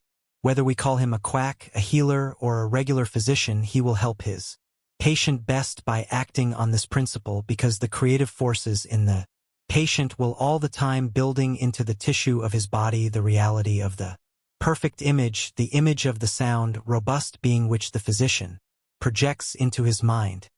A great surgeon has told me that time and again he has performed make-believe surgical operations upon patients who had dwelt so long on the probability of disease in certain organs that they had become obsessed with fear and developed some of the symptoms of the disease. In such cases as this, the surgeon goes through all the forms of a regular operation. He puts the patient on the operating table, puts him under an anesthetic, and will sometimes scratch the skin so as to leave a little semblance of a trace of an operation. Then he will put a surgical bandage on the part and keep the patient in bed the usual time, at the end of which he is quite well again and perfectly normal. Without exception, he says, all the patients he has treated in this way, whether for appendicitis or trouble in some other organ, have been entirely cured of their obsession. Even in cases where the patient had insisted that he had had persistent pain for many months, have entire cures been made by a make-believe operation. Nor has this surgeon ever told his patients of the deception he practiced, which he claims was perfectly justifiable because his great object was to help them get well with the least possible risk or harm. Another surgeon in a large hospital says he has performed many such mock operations on hysterical women who imagined they had some malignant growth or other cause for operation, after all other efforts to convince them that there was really nothing the matter with them had failed. Among other cases he cured in this way was that of a woman who was convinced she had an internal tumor. She had been operated upon 4 times previously and had a tumor removed, having received a severe shock from upsetting a lighted lamp. She became hysterical and possessed with the illusion that she was again suffering from tumors and that the only thing that would save her life was an operation. Not being able to pacify her in any other way, the physician decided to perform a mock operation. The patient was put on the operating table and given just enough anesthetic to put her a state of semi-consciousness. She could hear and feel but could not see. The surgeons and nurses moved about the room quietly, gave hurried orders to the attendants, and acted as though they were working on a grave operation. They let ice water drip from a considerable height upon the affected part for 4 or 5 minutes to give the patient the idea of being swathed in bandages. Later, she was taken home in an ambulance, and on awaking found 2 trained nurses creeping about her room. When asked if she could take a little sip of weak tea, she told the nurse that she felt frightfully weak and languid, but on being urged to make an effort, she succeeded in swallowing a little of the tea. The patient remained in bed 10 days, after which her friends were allowed to see her and she gradually recovered strength. Although there was no cutting whatever by the surgeon's knife, no real operation, this woman believed there had been, and the conviction of the relief it had afforded neutralized or destroyed the previous conviction that she was in a dangerous condition and that nothing but an operation could possibly save her life.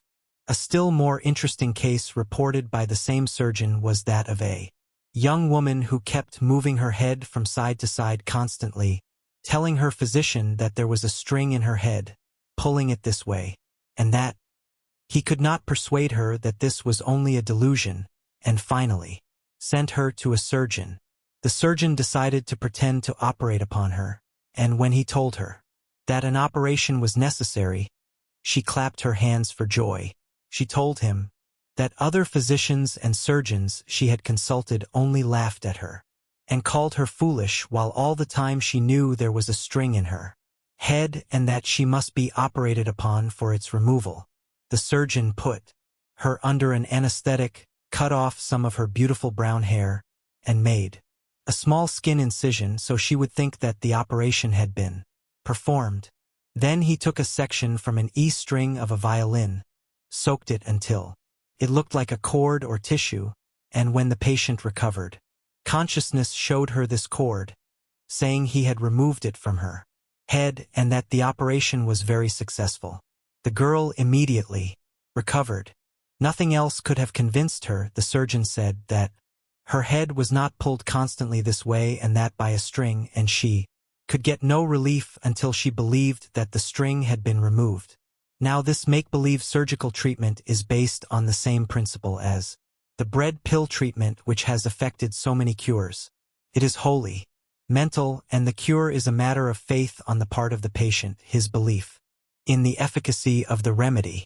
We all know that the benefits received from physicians and medicines or drugs depend upon faith, the patient's expectancy of relief, his belief that he is going to be cured. Destroy this faith and you kill the virtue of the remedy.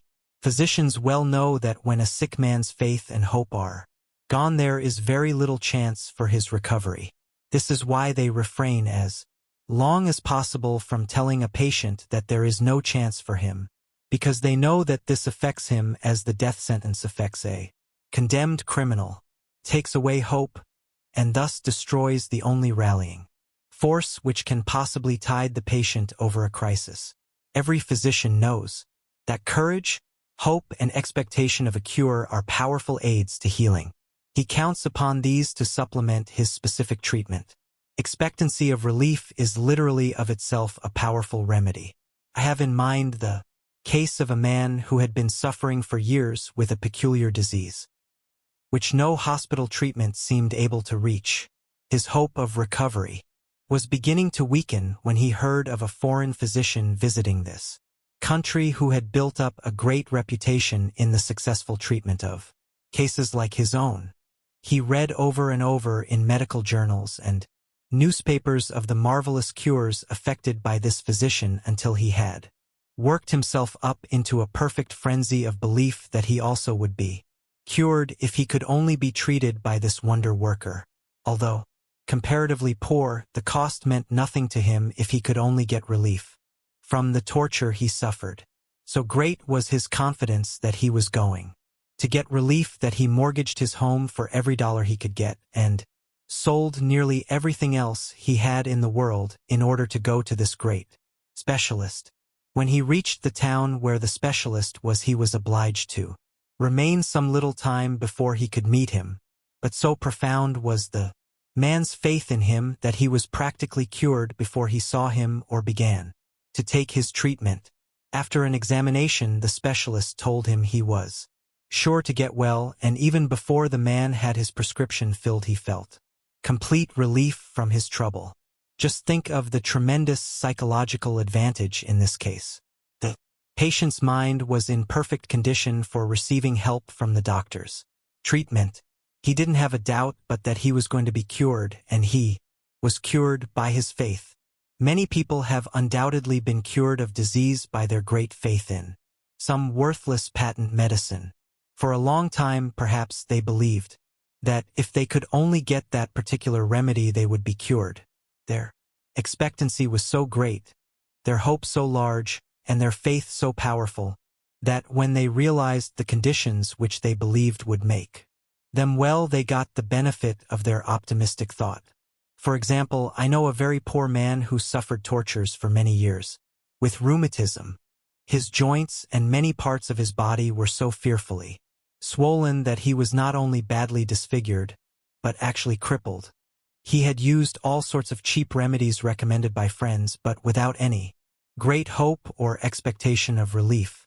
But one day he read a very graphic account of the near miracles which had been performed by some all-powerful patent remedy for rheumatism. It was quite expensive, however, something like $2 a bottle, and $2 was a small fortune to this poor man who could not work. There was no one to help him out but his wife, who earned their support by taking in washing, going out cleaning occasionally, and picking up a little money in any way she could earn it. By dint of extra hard work, she managed to save the price of a bottle of the wonderful remedy. For months the man had been dreaming about what it would do for him. He pictured himself as growing stronger and better after every spoonful from the precious bottle. When at last his wife succeeded in getting the medicine for him, it had precisely the effect he had pictured. What he expected, what he had anticipated, actually happened. Just think of a dead, inert drug which couldn't move itself even in 1,000 years. Moving man, the mightiest power in the universe. The virtue is not in the inert drug. The curative quality comes from the person's faith in it. Destroy faith in it and you destroy the virtue of the remedy. There must be faith in the physician or the sick person will get no benefit from his treatment. Faith must accompany the drug, the prescription, or it will be powerless and the cure will be in proportion to the faith. If the patient's mind is prejudiced in the very least against the physician, or if he fights against the remedy, this will counteract the influence that otherwise might be beneficial.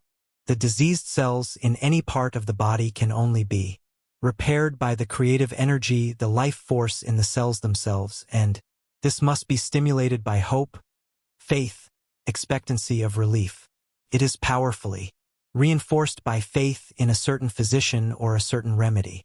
We have proof of this in the fact that the same remedy may have a wonderful curative effect upon one patient who possesses great faith in the physician and the remedy, while the same thing will have no effect whatever upon another lacking faith but having a similar constitution and temperament and suffering from exactly the same malady.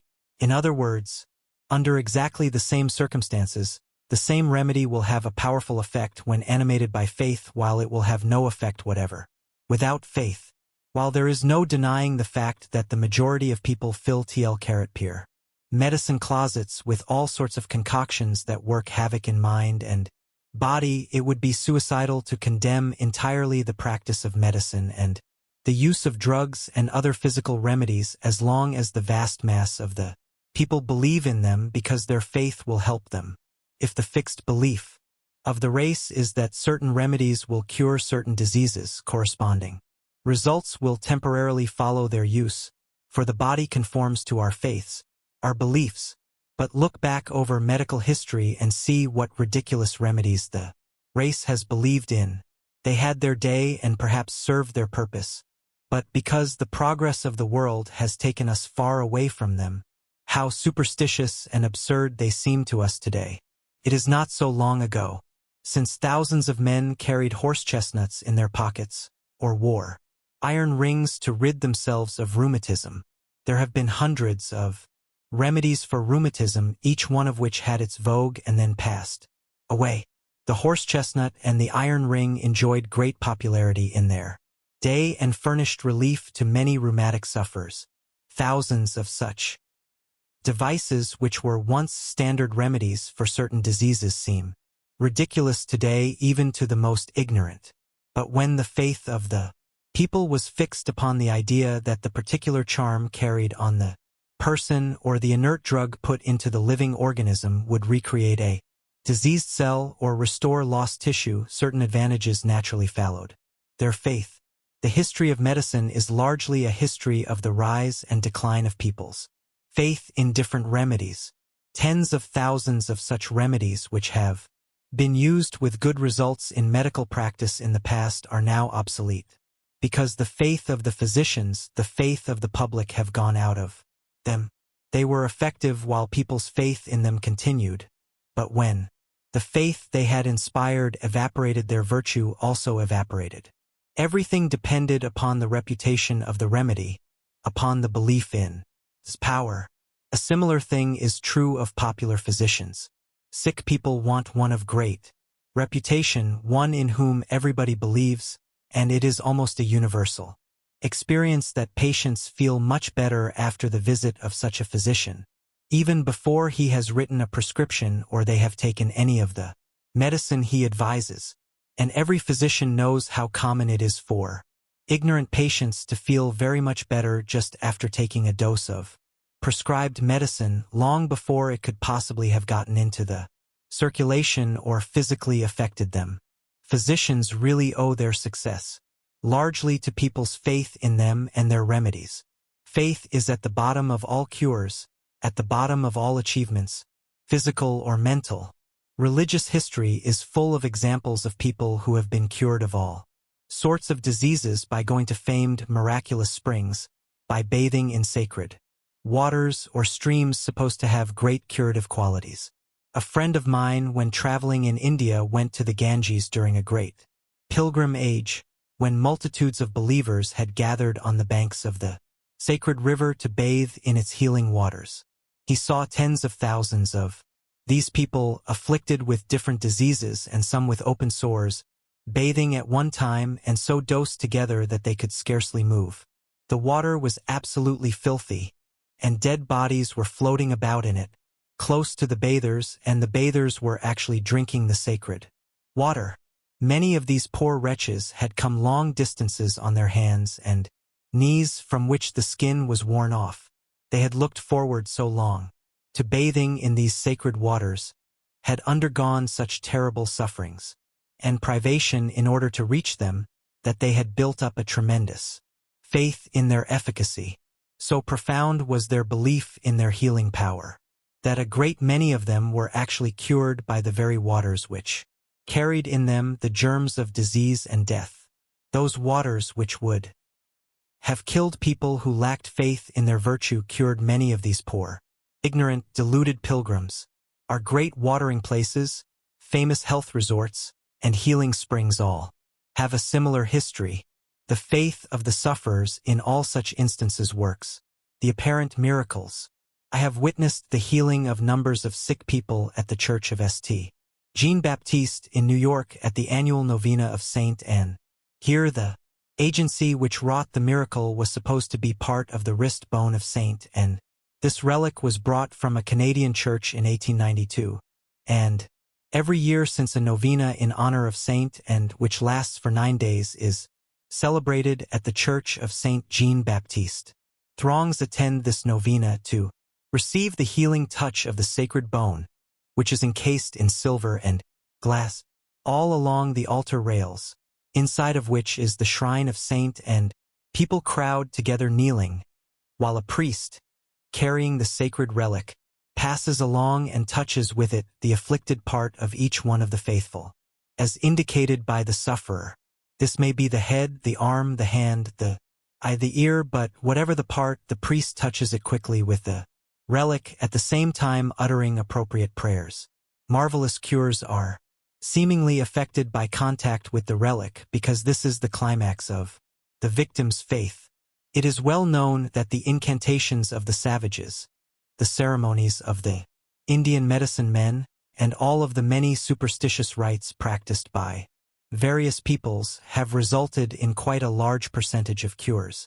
All of these things show that it is not the superstition, it is not the ceremony, it is not the relic, it is not the medicine, it is not the sacred water, but the faith that does the cure.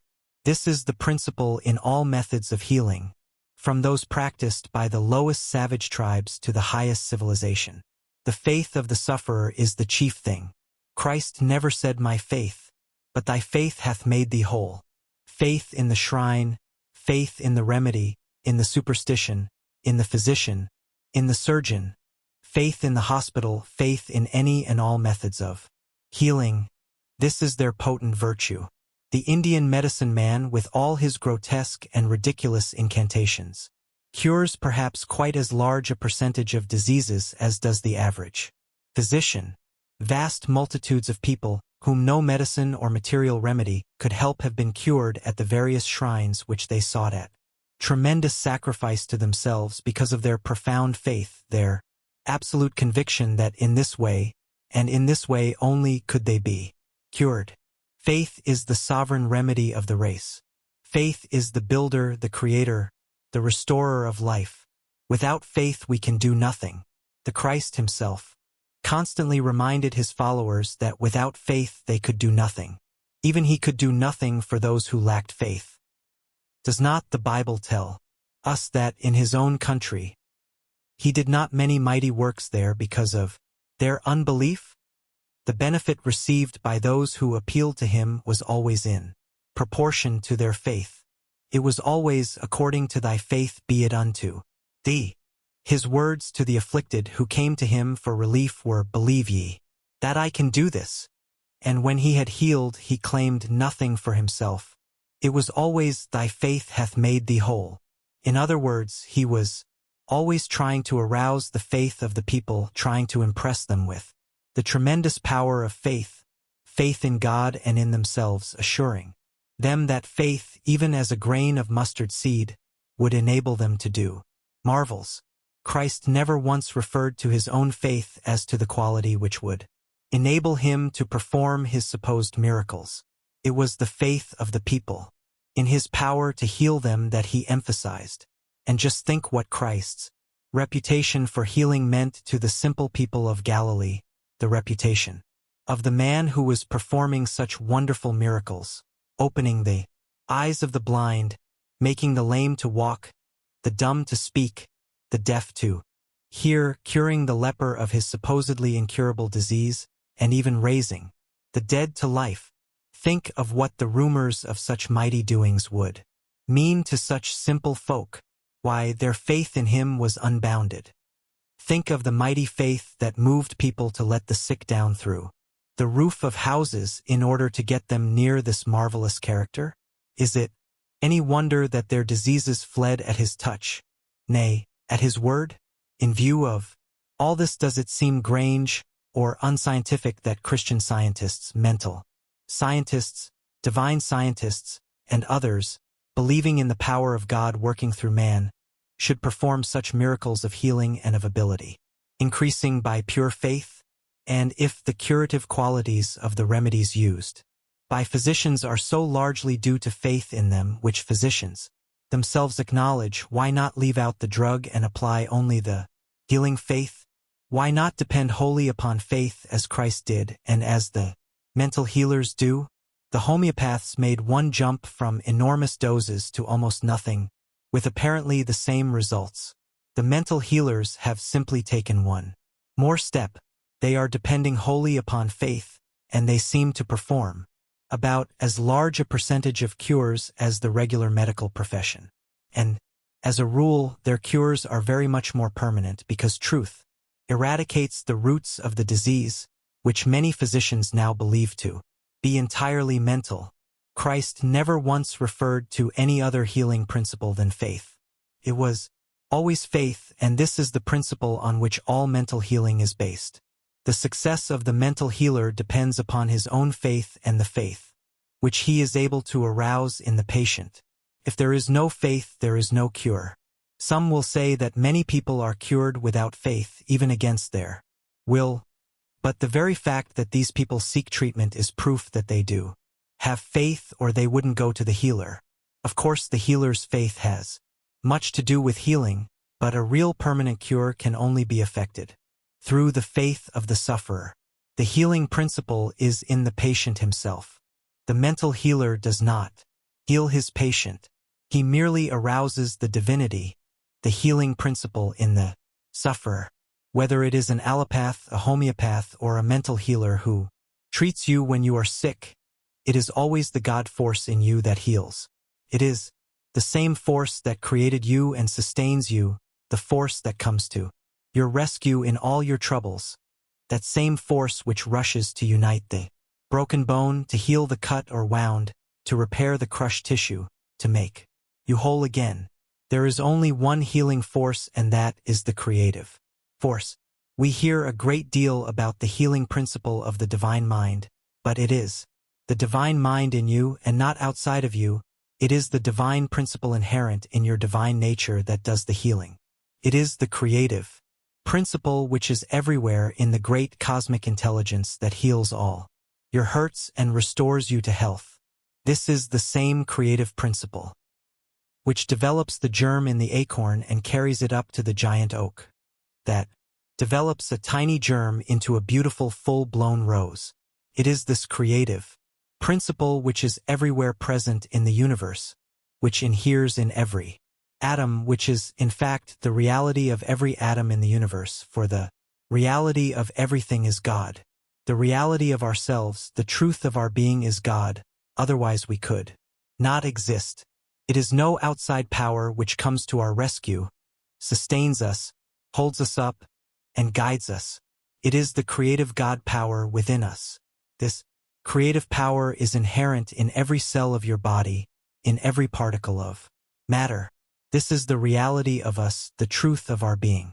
We literally live and move and have our being in God. A realization of this truth, an ever-increasing consciousness of our oneness with the supreme power will bring ever-increasing peace and serenity of mind and health of body, an ever-increasing sense of our cosmic Consciousness will increase our mental sense of well-being, of security, of safety from all that would injure us or destroy our happiness. Someone has said that to think of the presence and power of God as a healing life force is to come in actual mental contact with that presence. To continue this thought by sturdy affirmation of healing truth will attune the mind to harmony with that beneficent power, lifting it out of the darkness and heaviness of mortal thinking into the brightness and joy that is the result of thinking God's thought after him. We do not realize the power of thought because we do not appreciate the fact that we actually come in contact with whatever we think about or contemplate. This contact is no less real because it is mental, and it has power to influence the body as well as the mind. Never think of yourself as weak, diseased, sick, deficient in any faculty, in any function. Think of yourself as perfect and immortal, and your mind and body will tend to respond to this demand for wholeness and completeness. The image of unfortunate symptoms, every sick or weak suggestion, harbored in the mind are fatal to the realization of the ideal sick thoughts. Weak, deficient thoughts make a weak, deficient body and a crippled mentality. Think wholeness, think completeness regarding yourself. If you really believe that you are made in your Maker's image, you cannot think too magnificently of yourself. No matter how your body may seem to contradict this ideal of yourself, persist in holding it, and the weaknesses, the deficiencies, and the discords, which hinder your progress will gradually give way to the dominance of the divine image in you. The life processes within you will build the outward manifestation of this sublime image of yourself, and you will become normal, godlike. Many people who do not understand the science of mental healing think it is affirming what we know to be untrue to persist that we are all right when our bodies are racked with pain and we are really unable to work. But when we say we are well even though we are suffering pain, we mean that the reality of us is well, that the truth of our being cannot be sick, cannot suffer, cannot know any discord, because that is divine. You should always affirm the truth of your being, not its untruth, its error. Affirming your spiritual ideal always and everywhere will help you to grow into his likeness, into the likeness of perfection, while the contemplation of disease, the habit of looking at it as a reality, of regarding it as a truth, will tear down all of your physical building, will keep you constantly susceptible to disease. You cannot build up a strong resisting body when you are constantly thinking of disease, concentrating on it, listening to its affirmation. Deny everything that is wrong, everything that is false, deny everything that is not God created, and you will be all right. But remember that merely denying is not destroying. You must not, as many do, deny in such a way as to make a stronger impression upon your mind of the thing you wish to get rid of. While denying the reality of sickness, you must keep in mind the truth of its opposite, the spiritual ideal, the spiritual man, which is never sick and never can be. Cling to the perfection ideal, the God ideal of yourself, no matter how loudly the opposite may scream, how busy it may be in asserting itself. The intelligence inherent in every cell in the body builds according to the model presented to it, and there is everything in holding up before the mind the perfect pattern, the health pattern, the health ideal. Holding the ideal of health in the mind is the most scientific way of healing any physical discord or disease in any of the bodily organs, because the community cells themselves in any organ through their collective intelligence are powerfully influenced by the messages which come from the central station of the brain. These cells are very susceptible to encouragement or discouragement. They respond quickly to hope or despair, hence the tragedy of treating the body with discouragement. All forms of mental healing are based upon suggestion of the divine ideal, and the healing is effective just in proportion as the mind of the sufferer is kept saturated, whether by autosuggestion or by daily help of the healers.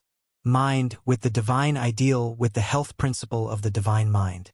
The suggestion that health is the everlasting fact, and that disease, sickness, are counterfeits, the absence of reality, is a healing force. Whatever form The mental healing process takes it is holding the ideal of wholeness, completeness, the thought that the sufferer is the child of divinity and that his birthright is health and wholeness that does the work.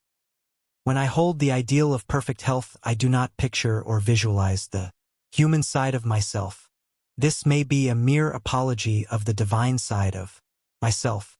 I hold the ideal of the divine self, the perfect self, that part of me, which was never born and which will never die, that part of me which was never sick or diseased, and which will never suffer defeat or disaster. This is the triumphant side of my life, the divine side, and this is the ideal which I shall always cling to. I shall cling to it because this is the pattern which I wish to build into my life, and I know that by holding this divine pattern, this divine ideal in my mind, it will be reproduced in my body. On the other hand, if I hold the ideal which corresponds to the seemingly weak, defective, or diseased part of myself, this inferior ideal will be built into my life, and all my standards will correspond to my lower ideal. If I constantly think and say to myself, I am physically weak, I have inherited unfortunate disease tendencies from my ancestors who died with consumption, with cancer, with stomach trouble, with liver trouble or heart disease, I shall tend to realize these conditions. You can never establish health except by thinking and affirming health principles. You must hold the health ideal. You must constantly and vigorously assert, I am health, I am vigor, I have a robust constitution, I am power, I am perfect physically. The Creator never handicapped me by passing along to me the inherited weakness or disease tendency without putting in me a force which is more than a match for it, without giving me the ability to overcome my handicap. My health is based upon the consciousness of the truth of my being, the reality of me, the divine of me, is based upon what I have inherited from my Maker. And this knows no disease, no weakness, no sickness, no deterioration, no death. What I have inherited from my Maker is immortal, as He is immortal. The famous Dr. Richard C. Cabot of the Harvard Medical School says that the medical environment is most unfavorable to a patient's recovery.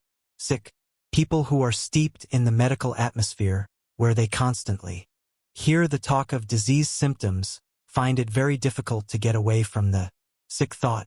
They are saturated with it when the mind ought to be filled with just the opposite. They should be in an atmosphere where everything around them will suggest health instead of sickness and disease. Some people unconsciously keep the body in a diseased condition by dwelling on disease. I recently heard of a woman who had been ill for a long time and who went to a mental healer for advice. She said she wanted to tell him frankly that although she had suffered a great deal, she didn't know whether or not it was God's will that she should get well, and she didn't know whether it would be quite right for her to take the chances of displeasing God by taking steps to get well. Among other troubles, this woman had a tumor on her neck, and she insisted that the healer should see how very bad it was, for she said he couldn't possibly help her unless he knew all about it, her symptoms and all the details concerning the tumor. She had dwelt upon her troubles and defects so long that she was obsessed with them. She couldn't see or think of anything else.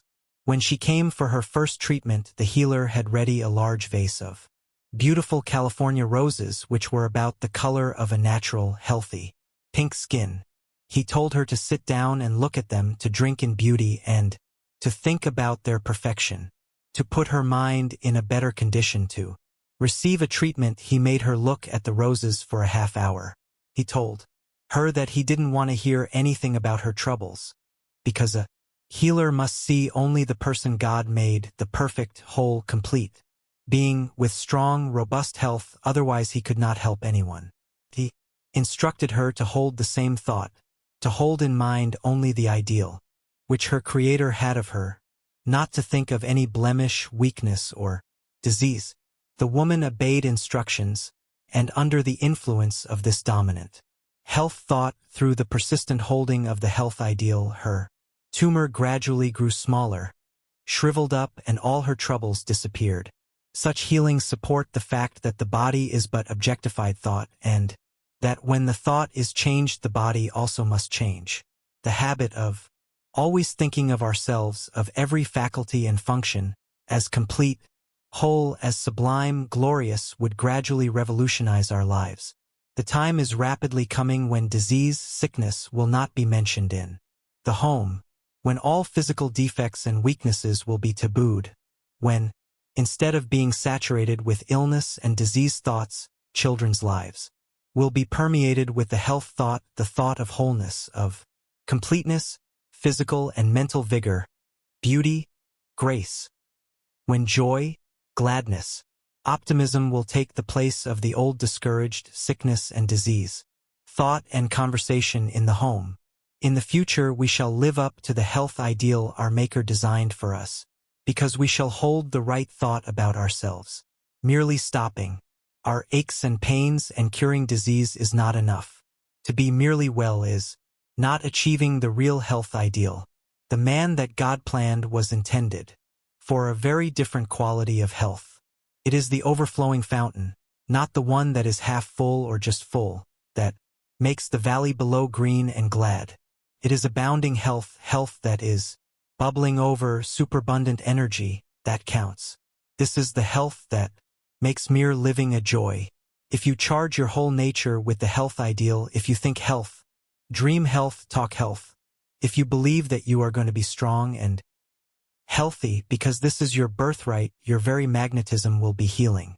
To others, you will be a living illustration of the power of divine mind over all. Sickness and Disease. Chapter 7. How to Find Oneself. Few men find themselves before they die. Ralph Waldo Emerson. It's that bigger, grander man beating beneath the dwarf of a man you feel yourself to be that is important. There is a legend that, when God was equipping man for his long life journey of exploration, the attendant good angel was about to add the gift of contentment and complete satisfaction. The Creator stayed his hand. "No," he said. "If you bestow that upon him, you will rob him forever of all joy of self-discovery." The greatest moment in any life is the moment of self-discovery.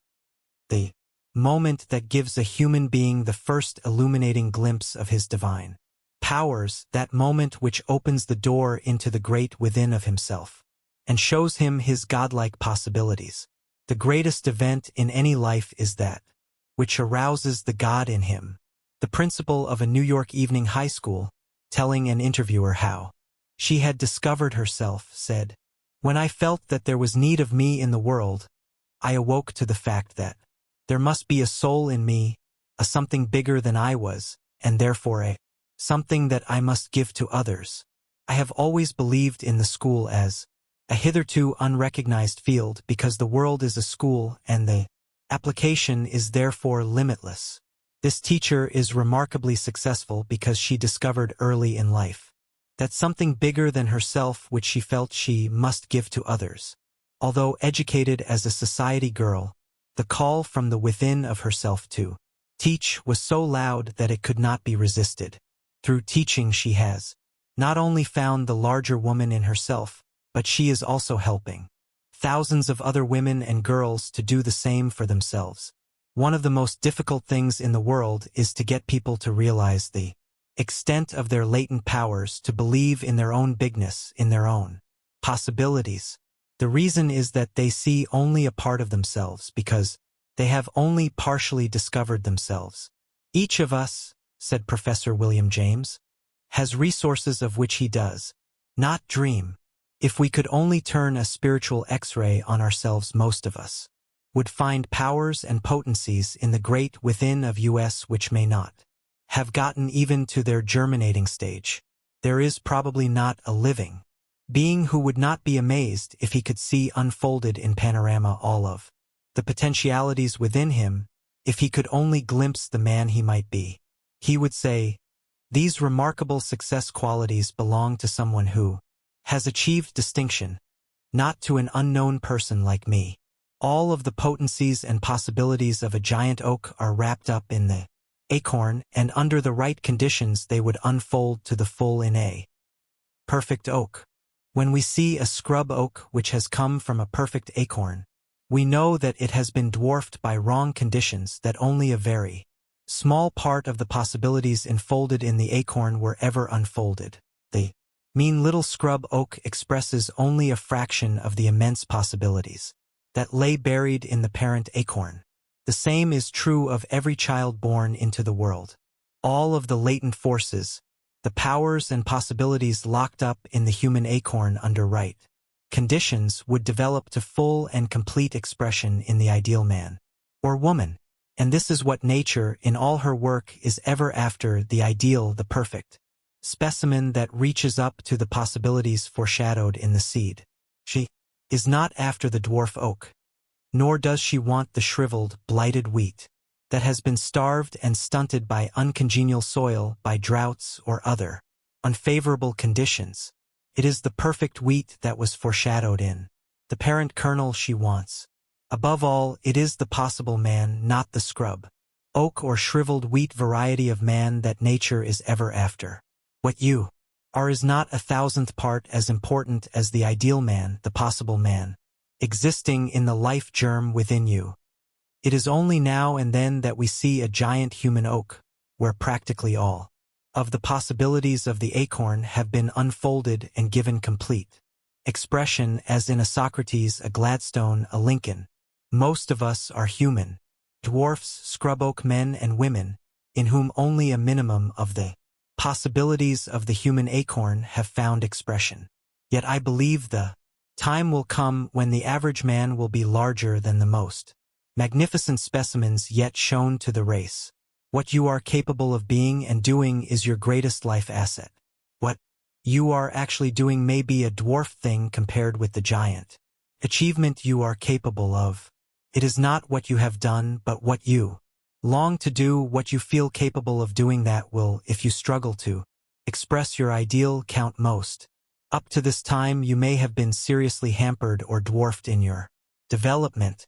All sorts of things may have happened to the possible man or the possible woman in you to limit its growth, to restrict it, to impoverish it.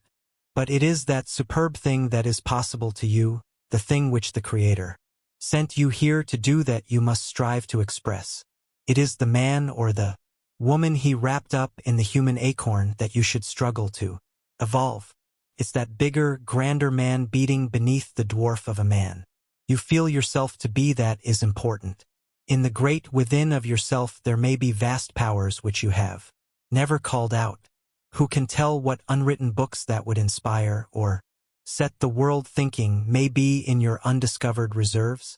Undeveloped beauty which would enchant men may be locked up inside of you, waiting for expression. What possible harmonies and melodies may be stifled, still, silent in the octaves of your being. What masterfulness, what vast reserves of helpfulness, inspiration, encouragement may still lie uncovered within you. You doubt that there is anything of the kind, but you do not know. Many a man has carried locked up within himself for more than half a century the germs of a mighty genius without even guessing at it.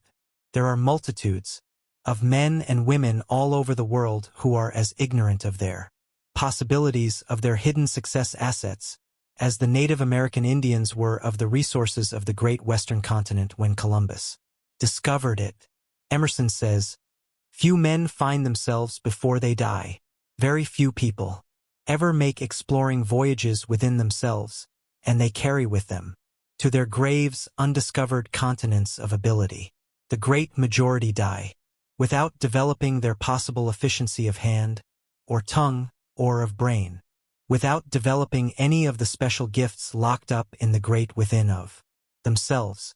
Most of us die with the great secret, with the sealed message, which the Creator put in our hands at birth, still unread because we have never learned how to open or how to read it."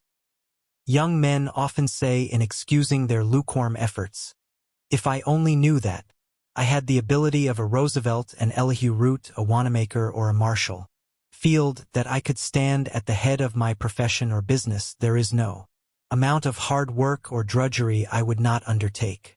No matter how many years it might take, if I was sure of ultimate success, I would not mind the work or the time. But how do you know, I ask? How can you be sure that you have not a lot of this ability you long for locked up in yourself? If you have not tried your strength, how do you know what you may be able to do? You may have more ability slumbering within you than you dream of. Why waste your precious time thinking about other people's genius? Why not unlock your own, see what you have, bring it out into the light and develop it? You may have something of a Roosevelt, something of a Marshall Field in yourself. You may have something very much greater than either of these men, manifested, waiting your help to give it expression. When we know that even the great majority of men whom we call successful use only a comparatively small part of their ability because they never find all of themselves, why should any of us put a narrow limit to our possibilities, remain paupers in achievement when we might be princes? We set our own limitations. Emerson hammers this truth home to all of us in his essay on self-reliance.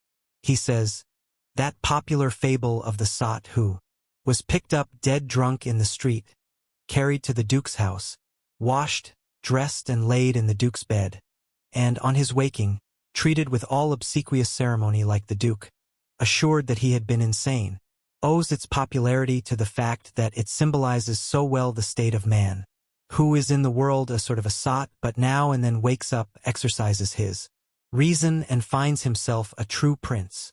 There are enough powers, enough resources in the minds of the people in the great failure army today to revolutionize the world if their sleeping potencies could be aroused, if they could only be made to believe in themselves, if they could only learn how to enter into the secret depths of their nature, to get hold of themselves, to arouse latent qualities and powers, they could do marvelous things.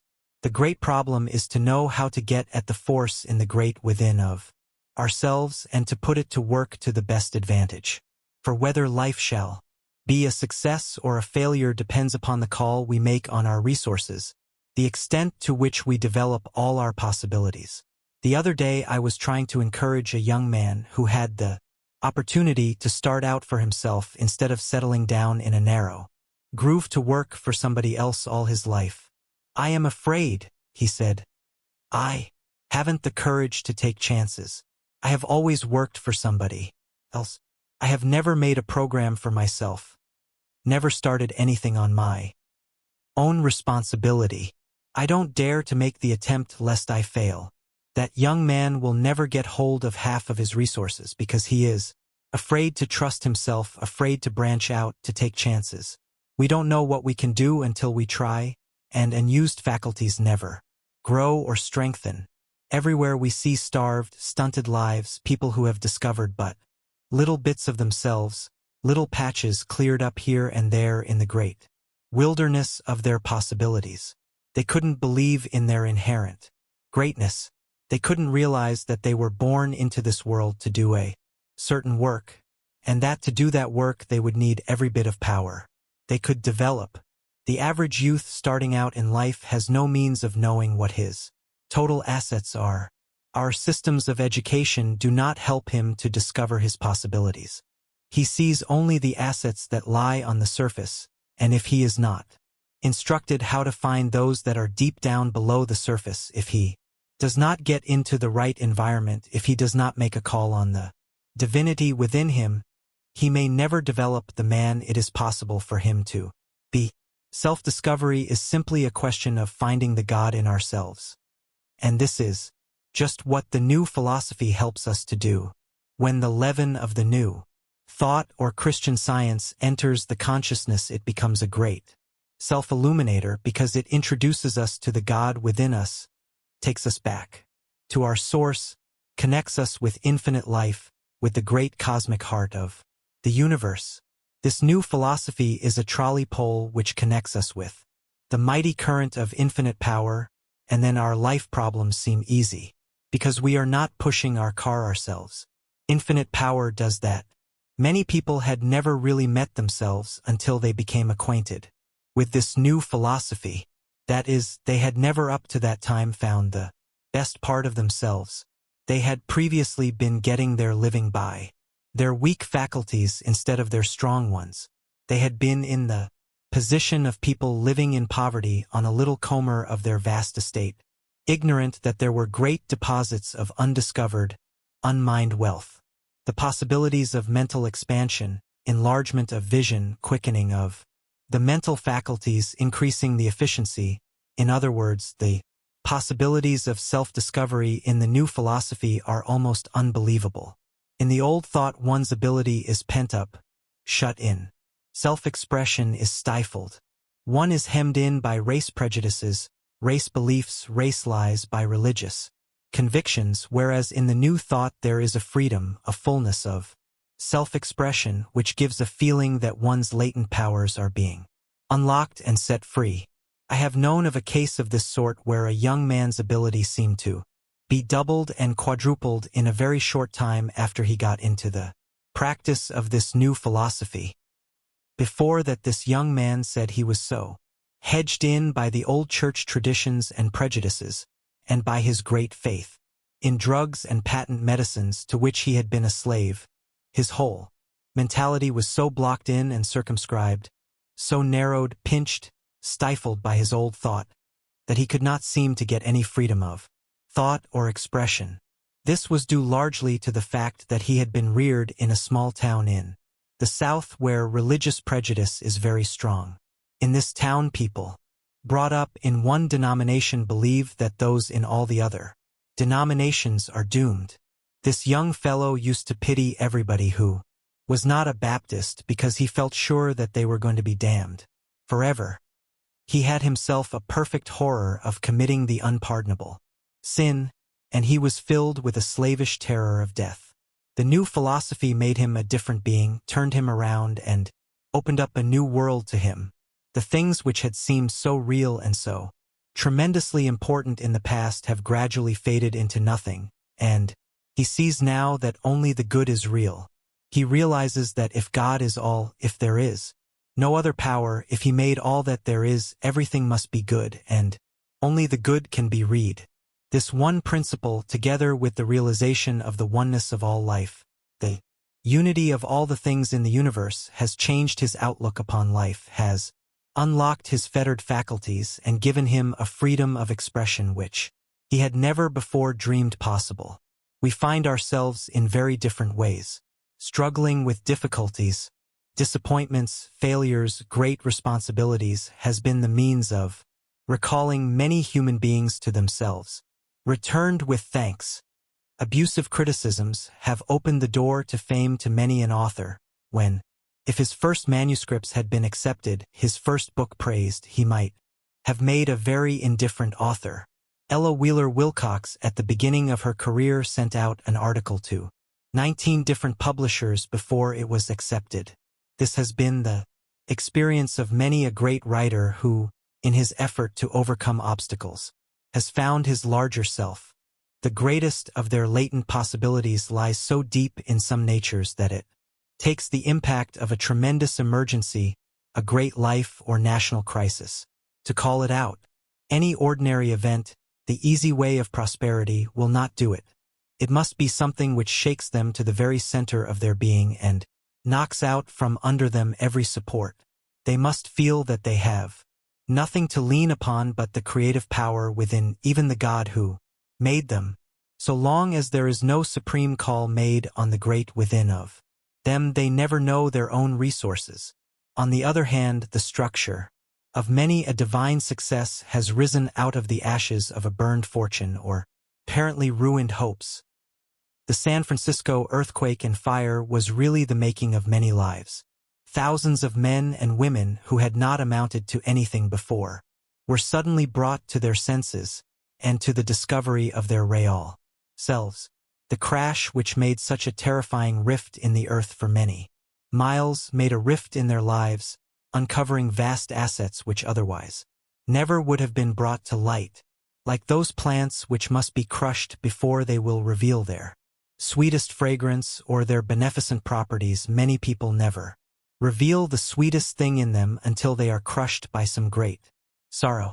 They go through half a life or more unconscious of the richness which lies buried within them, when suddenly some great grief, some Overwhelming misfortune reveals a wealth of personality and of power, which not even those who knew them best dreamed they possessed. Job really never discovered his full power, his superb manhood, until he had lost all his material possessions, until the Bedouins had stolen his herds and burned his home, and he himself had been attacked with boils and all sorts of physical afflictions. But out of these terrible afflictions which tested his character came the light and strength which guided him to the haven of peace. A greater material prosperity and a higher manhood than before was only when overwhelming sorrows and losses had stripped him of his supposed friends, his family, and everything which he had thought worth while, and he was forced to depend upon God alone, that he really found himself. The shock of the Civil War, which uncovered the greater Abraham Lincoln, also uncovered the greater Ulysses S. Grant. When 40 years old, nobody outside of his own little community knew Grant. Up to that time he had not shown the slightest sign of what was locked up in him. No one ever dreamed there was anything remarkable in the man, and yet all of these years walking around unheeded among his fellows was one of the world's greatest warriors. There was disguised in that apparently mediocre individual the man who next to Lincoln was to play the chief part in the saving of his country. There was locked up in that ordinary man one of the greatest military geniuses that ever lived. A quarter of a century of ordinary events and life routine did not even give a glimpse of the giant sleeping within him. He never dreamed what was inside of himself.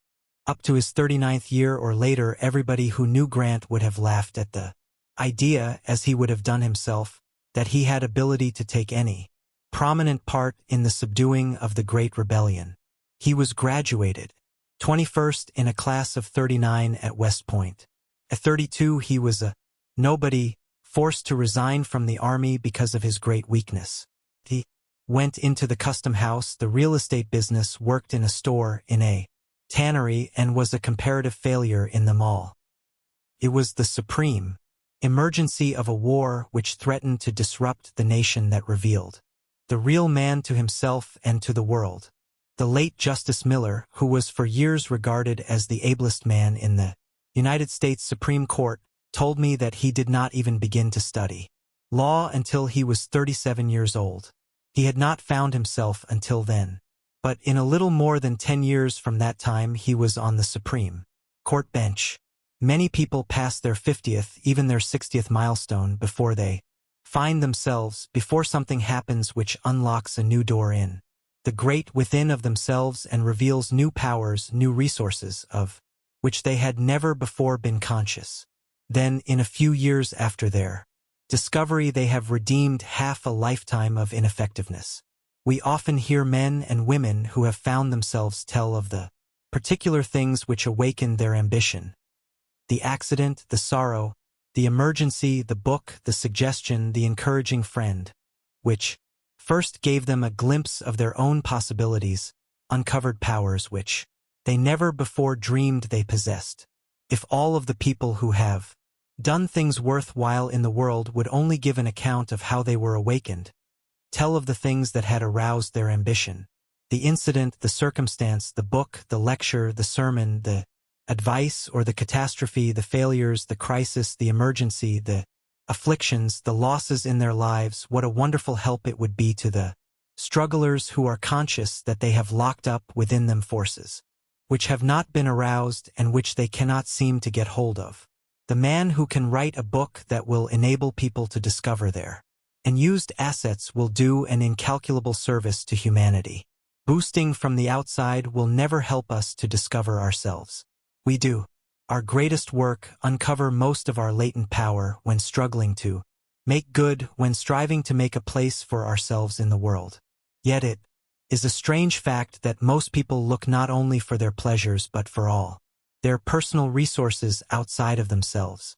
They go through life complaining that they have nobody to help them, that they have no chance, such as many others have, excusing themselves for their failure or mediocre success on the plea that they lack capital or pull or opportunity, when They have locked up right within themselves vast assets of untold value, which they have never developed and which they never can use until they have found and made them available.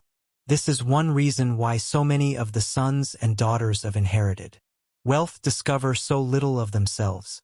They go through life indifferently, carrying their great possibilities undeveloped to their graves, because there was no special motive for effort, apparently no necessity to exert even the surface power. No son ever inherited wealth enough to uncover his greater possibilities. No father can do this for his son. It can be done only by self-effort. Everyone who has ever made his mark on the world, who has done things worth while has found his resources in himself. The necessity for personal effort has made many a man famous, has compelled him to contribute to the uplift of humanity, to the progress of the world, who but for this priceless spur would have remained a practically useless member of society. It is a most unfortunate thing for any boy to be coddled and waited upon, until he has formed habits which make it very unlikely that he will ever exert himself sufficiently to arrive at the point of self-discovery. A housewife explaining to her husband why the bread was not good said, "There is as good stuff in this loaf of bread as in any loaf I ever made, but nobody can eat it because there is not enough yeast in it. It did not rise." This is just what is the matter with a lot of young people with good material. In them, good man timber, good woman timber. They lack yeast. There is not enough of the rising quality, not enough of the yeast of a divine ambition in them to make them struggle to find and develop their highest power. Great masters are they who help you to find yourself, said Dr. Frank Crane. The others simply find you. There are a multitude of things which assist our self-discovery, keeping our minds in a positive, creative condition, keeping ourselves physically at the top of our condition in perfect health, maintaining mental poise, a cheerful, happy mental attitude by keeping our minds free from fear and worry and anxiety. All of these things are great aids to self-discovery, and there is no secret about any of these things. Self-confidence is a potent self-discoverer. Distrust, self-depreciation closes the doors to the locked-up potencies and powers within. Faith opens the door and releases them. Seek every possible experience which seems to open up your nature and release new force. For instance, great lovers of music, after listening to a wonderful voice or going to an opera, feel something inside of them. Released something which had been locked up before, something which they never really knew they possessed until then. Sometimes a great play will produce a similar effect upon people. They leave the theater feeling conscious of decided enlargement by the unlocking of latent forces within them. Our ideals are constantly being broadened and elevated by similar experiences. A youth perhaps has slumbering in his nature great pent-up artistic or musical powers, but he has always lived back in the country on a farm, where he never has come in contact with musical or artistic people. Never has been thrown in a musical atmosphere. He never has heard music of any account outside of his little church choir, and remains quite ignorant of his latent possibilities until he goes to the city. There he hears famous musicians, great singers in concerts, in opera, and a new avenue is opened up in his nature. A new passion is aroused which sweeps away his farm ideals, and his plans for his career are instantly changed. He has discovered a new force in himself, which henceforth is to govern his life. Here is another youth whose whole idea before he started for college was to go into the store or some other business with his father, but as he advanced in his studies and the inspiration of the college professors pushed his horizon of ignorance a little farther and farther away, new forces were opened up, and he made discoveries in his nature which completely changed his life aim. Parents are often puzzled and troubled at what they think is the fickleness of their sons when they frequently change their ideas about their future careers. This is often because education unlocks new powers, opens up new possibilities to them, and changes their ideals and ambitions.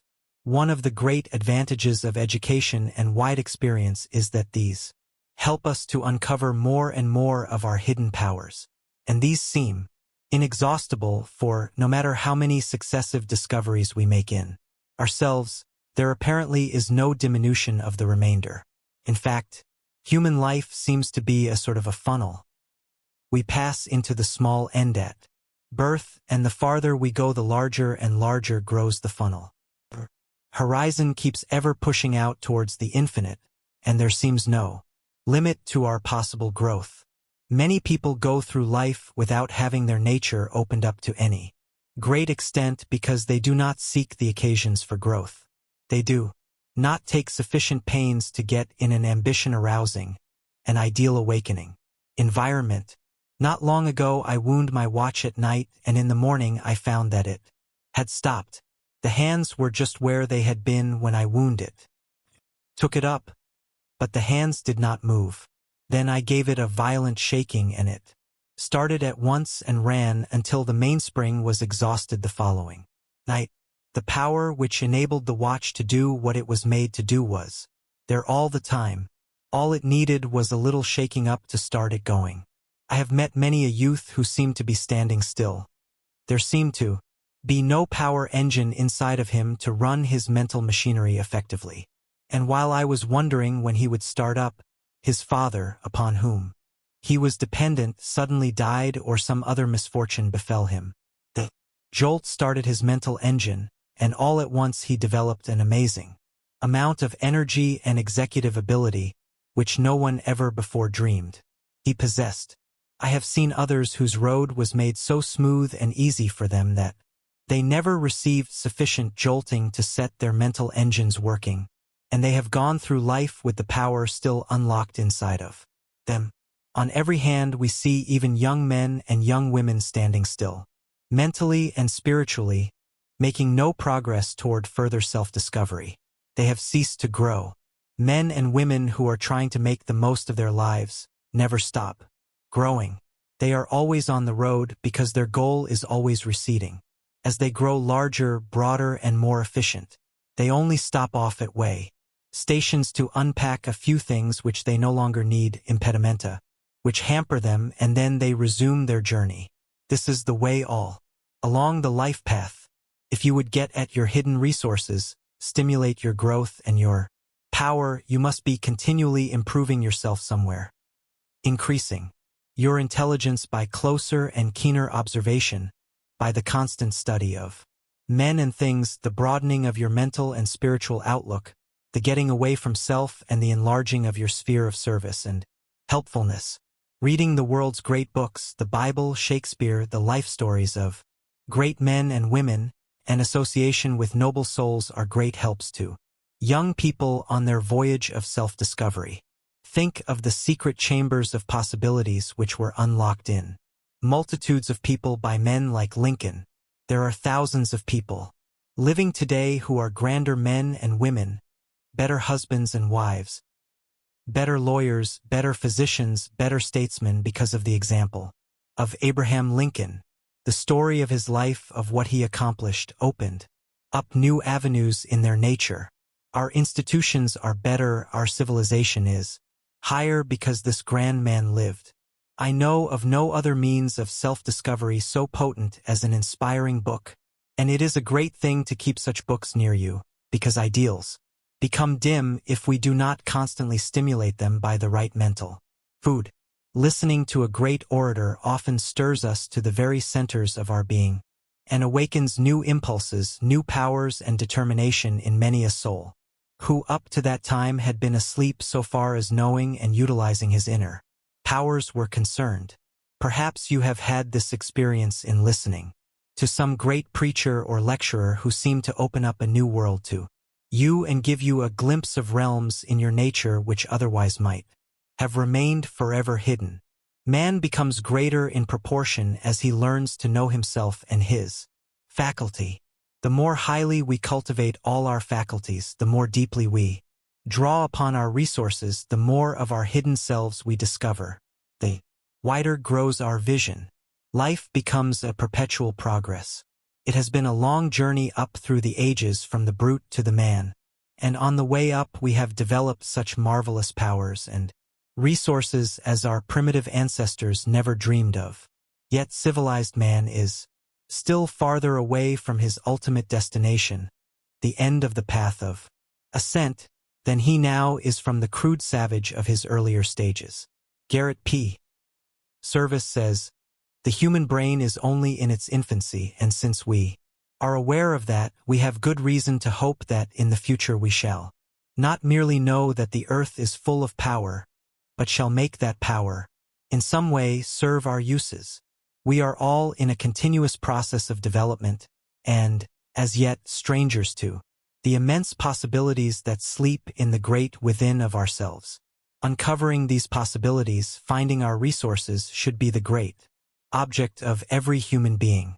The wisest thought of the 7 wise men of Greece was expressed in the 2 words carved over the entrance of the great Delphic temple. Know thyself. Know thyself. This is really the chief business of man, to learn to know himself, to realize the power that is his through his inseparable union with his Creator. Chapter 8. How to attract prosperity. Fears and doubts repel prosperity. Abundance cannot get to a person who holds such a mental attitude. Things that are unlike in the mental realm repel one another. Trying to become prosperous while always talking poverty, thinking poverty, dreading it, predicting that you will always be poor, is like trying to cure disease by always thinking about it, picturing it, visualizing it, believing that you are always going to be sick, that you never can be cured. Nothing can attract prosperity but that which has an affinity for it, the prosperous thought, the prosperous conviction, the prosperity faith, the prosperity ambition. Opulence follows a law as strict as that of mathematics. If we obey the law, we get the opulent flow. If we disobey the law, we cut off the flow. Most of us tap the great life supply by inserting a half-inch pipe, and then pinch even this with our doubts, fears, and uncertainties. There is no lack in him in whom all fullness lies. The pinching, the limitation is in ourselves. For he satisfieth the longing soul and filleth the hungry soul with good things. We must conquer inward poverty before we can conquer outward poverty. True prosperity is the inward consciousness of spiritual opulence, wholeness, completeness. We cannot feel poor when we are conscious of being enveloped in the all-supply, that God is our partner, our shepherd, and that we cannot want. A poor woman who had all her life previously lived in the back country moved to a progressive little village where, to her great surprise, she found that her new home was lighted by electricity. She knew nothing about electricity, had never even seen an electric light before, and the little 8-candle power electric bulbs with which the house was fitted seemed very marvelous to her. Later, a man came along one day selling a new kind of electric bulb and asked the woman to allow him to replace one of her small bulbs with one of his new style 60-candle power bulbs, just to show her what it would do. She consented, and when the electricity was turned on, she stood transfixed.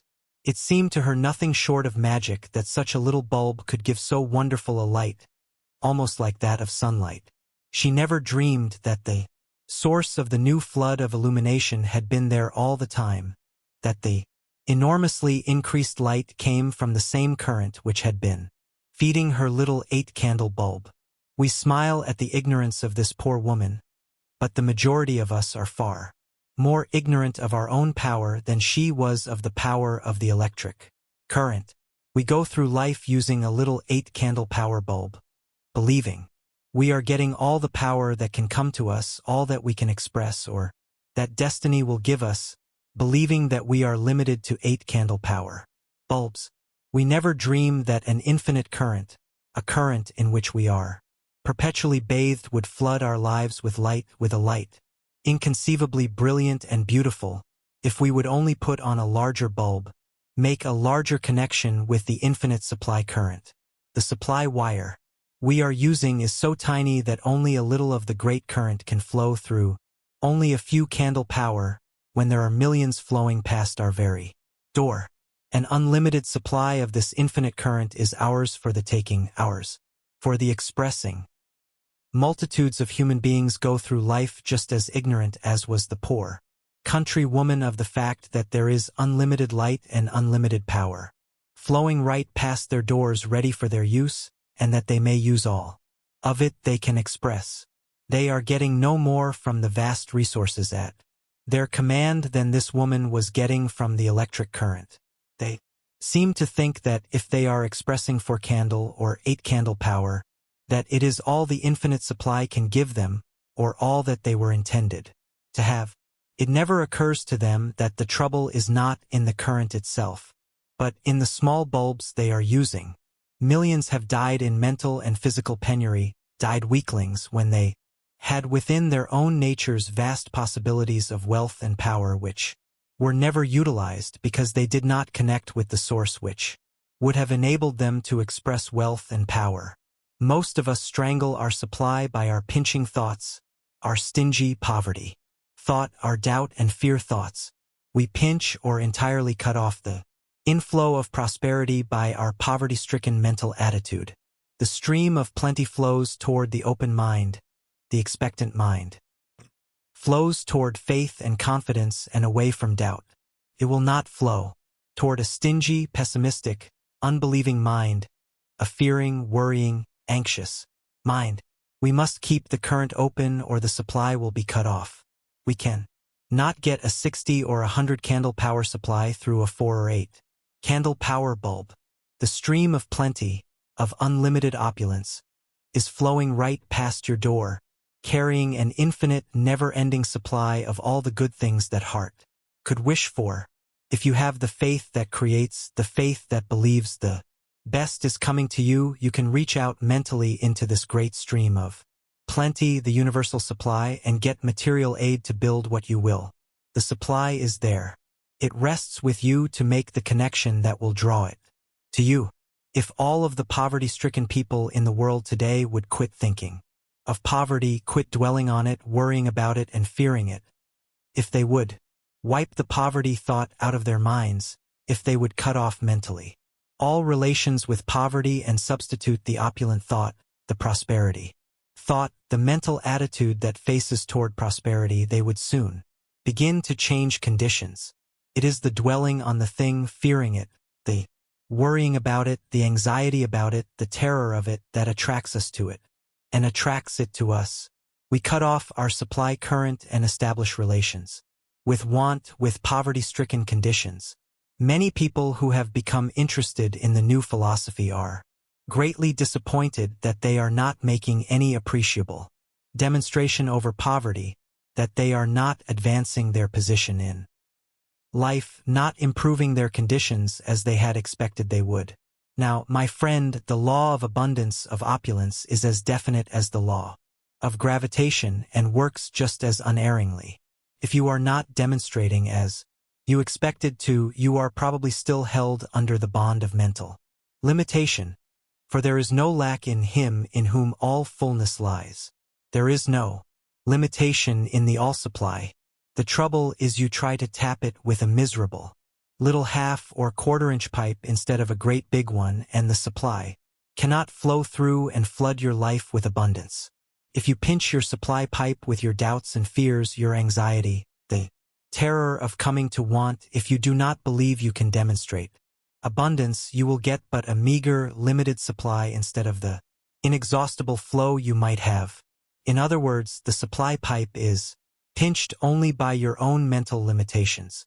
By your doubts and fears and worries and unbeliefs you can cut off all the supply and starve, or, by a great magnetizing faith, a superb confidence in the all-supply, you can flood your life with all good things. The law of supply is scientific. It will not act unless all the necessary conditions are fulfilled. Simply believing in the new philosophy and still keeping your old life doubts and fear habits, living in your old thought habits of lack and poverty, inefficiency, will not bring success. If you don't believe you will prosper and you don't practice what you believe, you will get no results. If you would reap its fruits, you must obey the law of supply, the law of abundance, the law of prosperity. Prosperity never comes by merely wishing or longing for it. Keeping your mind fixed on it, simply thinking of prosperity, will never bring it to you. This is only the first step. You must cling to your prosperity thought, your prosperity ideal, but you must also back it up with scientific methods, the practical common sense methods which all successful men employ in their work. You might dream of abundance and prosperity all your lifetime and die in the poorhouse if you did not back up your dream with businesslike efficiency methods. That is, you must be methodical, orderly, systematic, accurate, thorough, industrious. You must do everything to a finish. You must fling your energy, your heart into your business, your profession, your work, whatever it is. One of the worst things about poverty is that it induces the habit of expecting poverty and failure, the habit of being half reconciled to its necessity. No matter how poor you may be, if you have the right mental attitude, you will not long remain poor.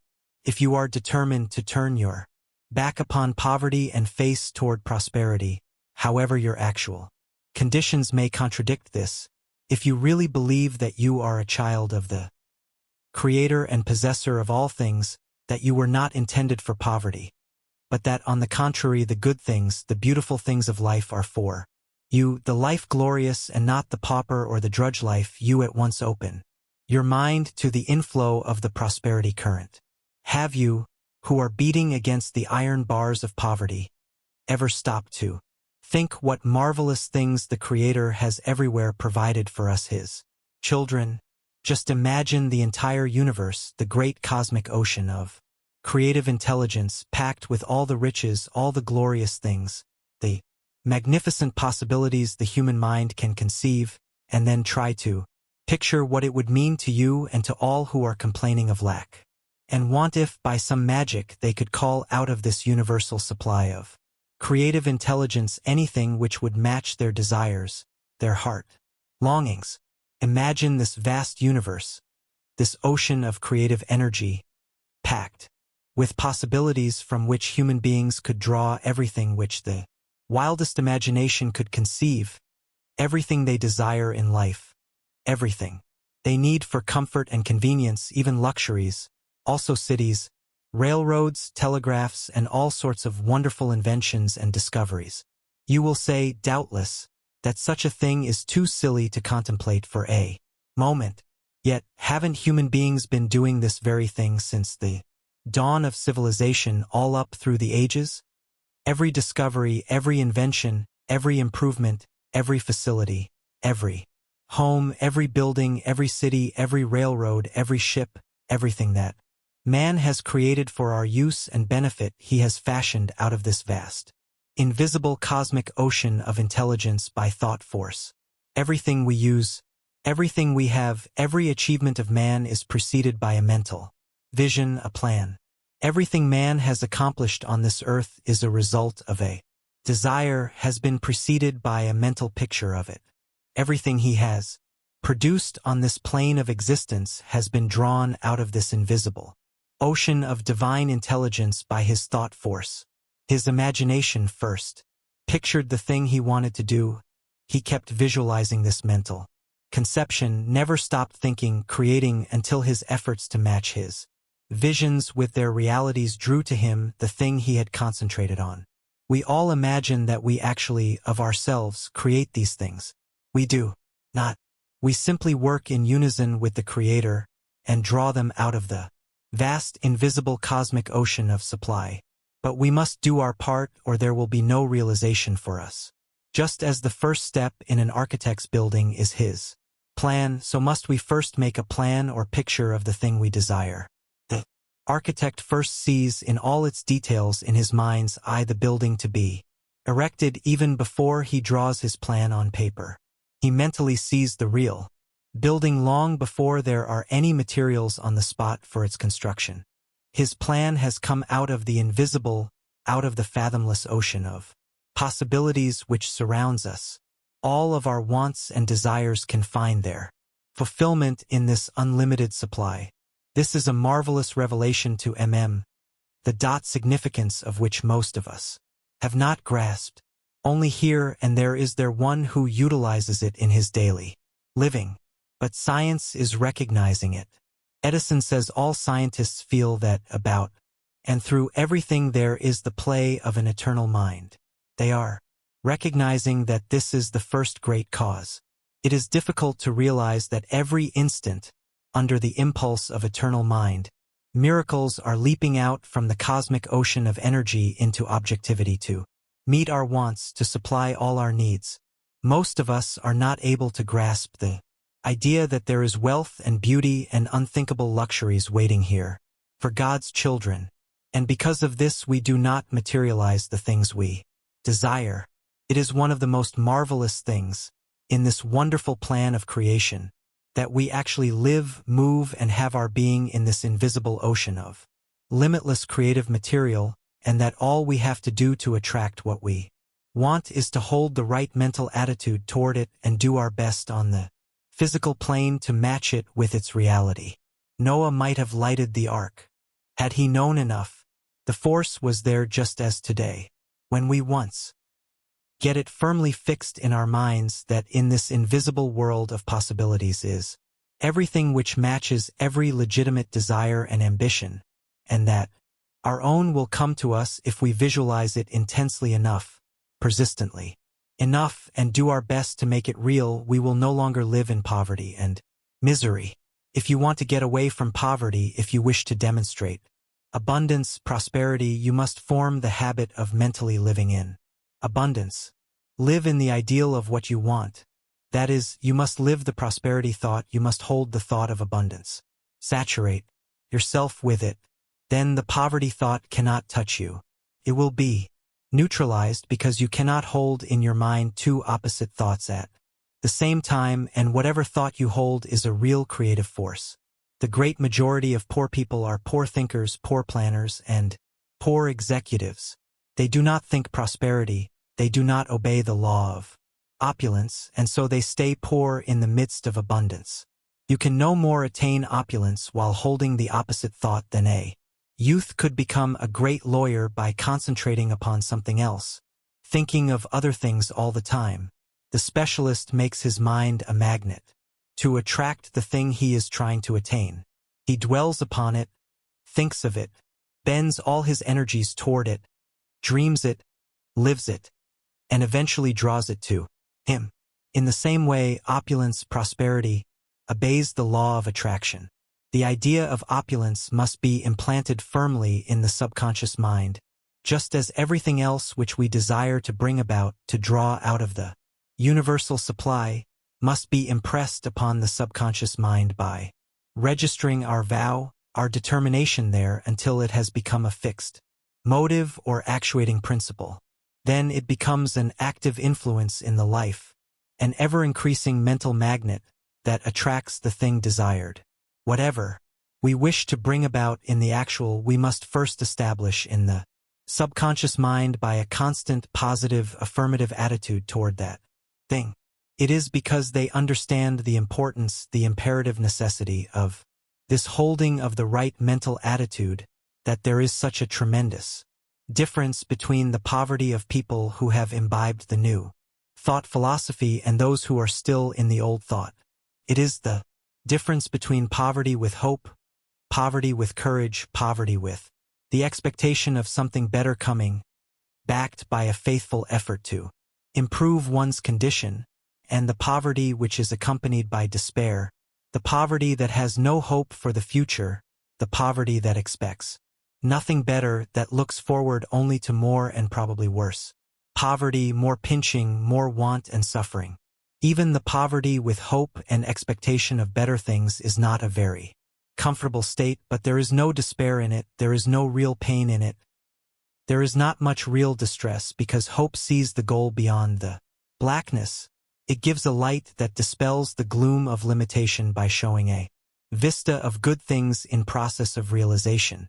It is the poverty which is accompanied by despair, which sees no light ahead and forces men and women to drudge on day after day without prospect of relief or hope of betterment, that grinds the life out of its victims. This is the poverty that kills the spirit, that destroys the buoyancy of life, the gladness and the joy, which are the birthright of every human being. The poverty of those who have seen the light, who have gotten a glimpse of something, the poverty which sees something ahead to work for, may be compared with the temporary discomforts which a family camping out in the summer may have to put up with. Knowing that their discomforts are temporary, they make light of them. They do not impair their happiness, because they know conditions will soon change. They do not worry about their situation as they would if it were permanent and could not be remedied. There are multitudes of ignorant, undeveloped people who are like many of the squatters on the desert in the arid lands of the West. These squatters build shanties and cultivate little patches around them, raising a few domestic animals to help them eke out a living. They barely exist, and yet the very soil from which they hardly get a living is rich with vast potencies, possibilities of bounteous harvests and the production of great wealth. If these people knew enough to mix brains with the soil, or if they would only settle somewhere near a supply of water so that they could irrigate their farms, they might live in luxury. There is nothing lacking in the land, but it must have water and intelligence to develop its resources. These would make the desert fruitful.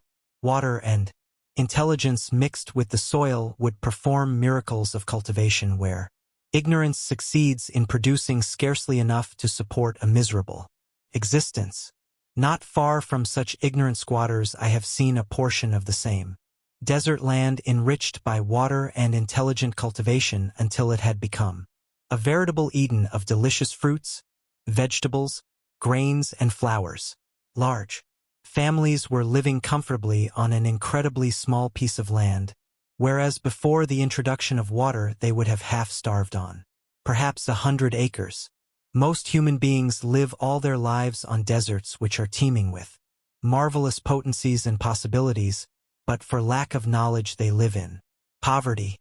Their mental resources yield nothing because they have not yet been developed. Some of us get a little irrigation into a corner of our lives and raise a few vegetables. Some of us cultivate a few flowers, and now and then one will get water and inspiration and ambition enough upon a little larger section of his mental desert and produce something worthwhile. But very few human beings ever cultivate their entire resources. The new philosophy teaches us how to get hold of our resources and how to use them so as to get just what we want. Teaches us that the source from which all things spring is in the great cosmic intelligence which fills all space, and that in this vast cosmic ocean riches inconceivable are waiting to be objectified and utilized by man. Teaches us that all these things will respond to the right thought, the right motive, and that we can call out everything we desire from this all supply.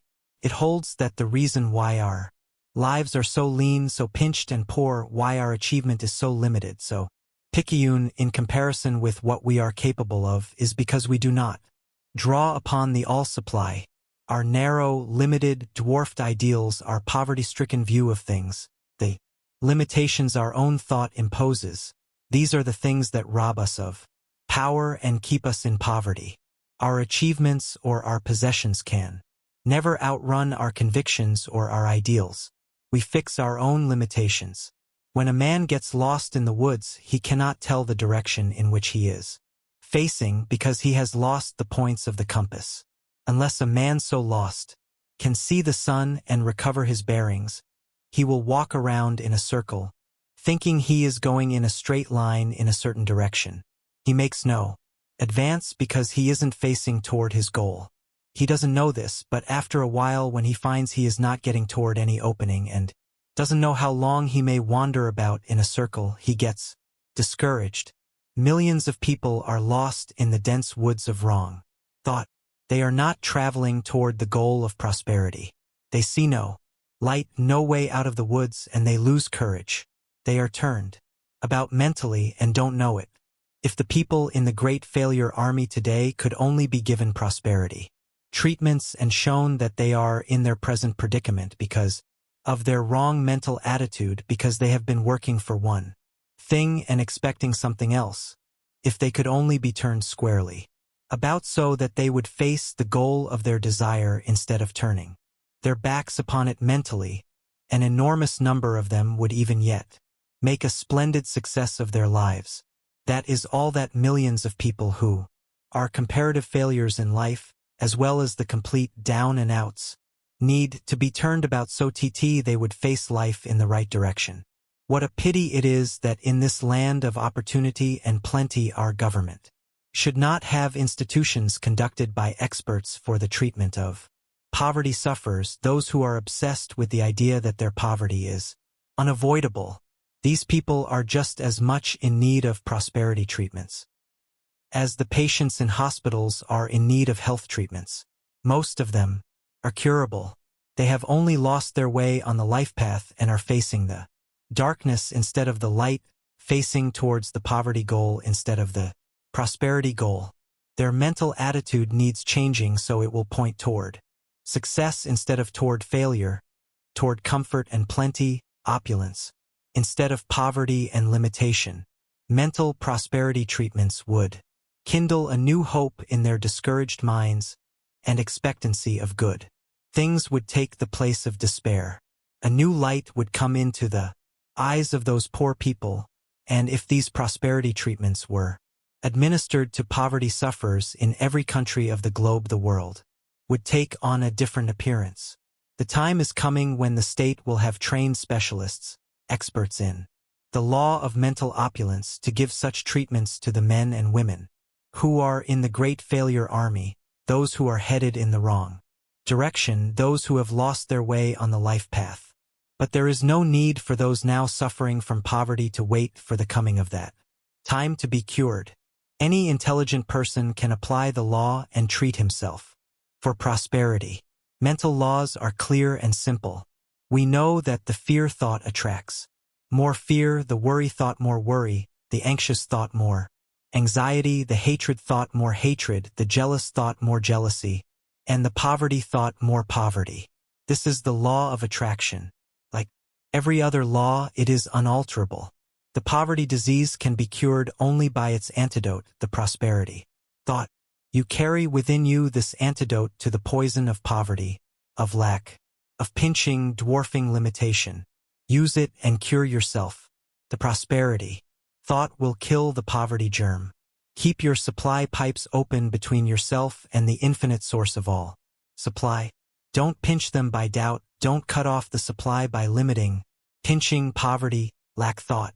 Keep your supply pipes wide open by the consciousness of your oneness with the one, your connection with the all supply. Abundance follows a law as exact as that of the law of mathematics. If we obey it, we get the flow. If we pinch it, strangle it, we cut off the supply. Suppose a youth who had decided to study medicine and become a doctor should say to himself, I cannot picture myself as a success because I don't know anything about what may come to me. Perhaps I haven't the qualifications that make a successful physician. I may never become one. May be a failure. I doubt if I am fitted for it, but I'll try anyway. Do you think such a timid, doubting, negative attitude would ever carry anyone to the success goal? Of course it wouldn't.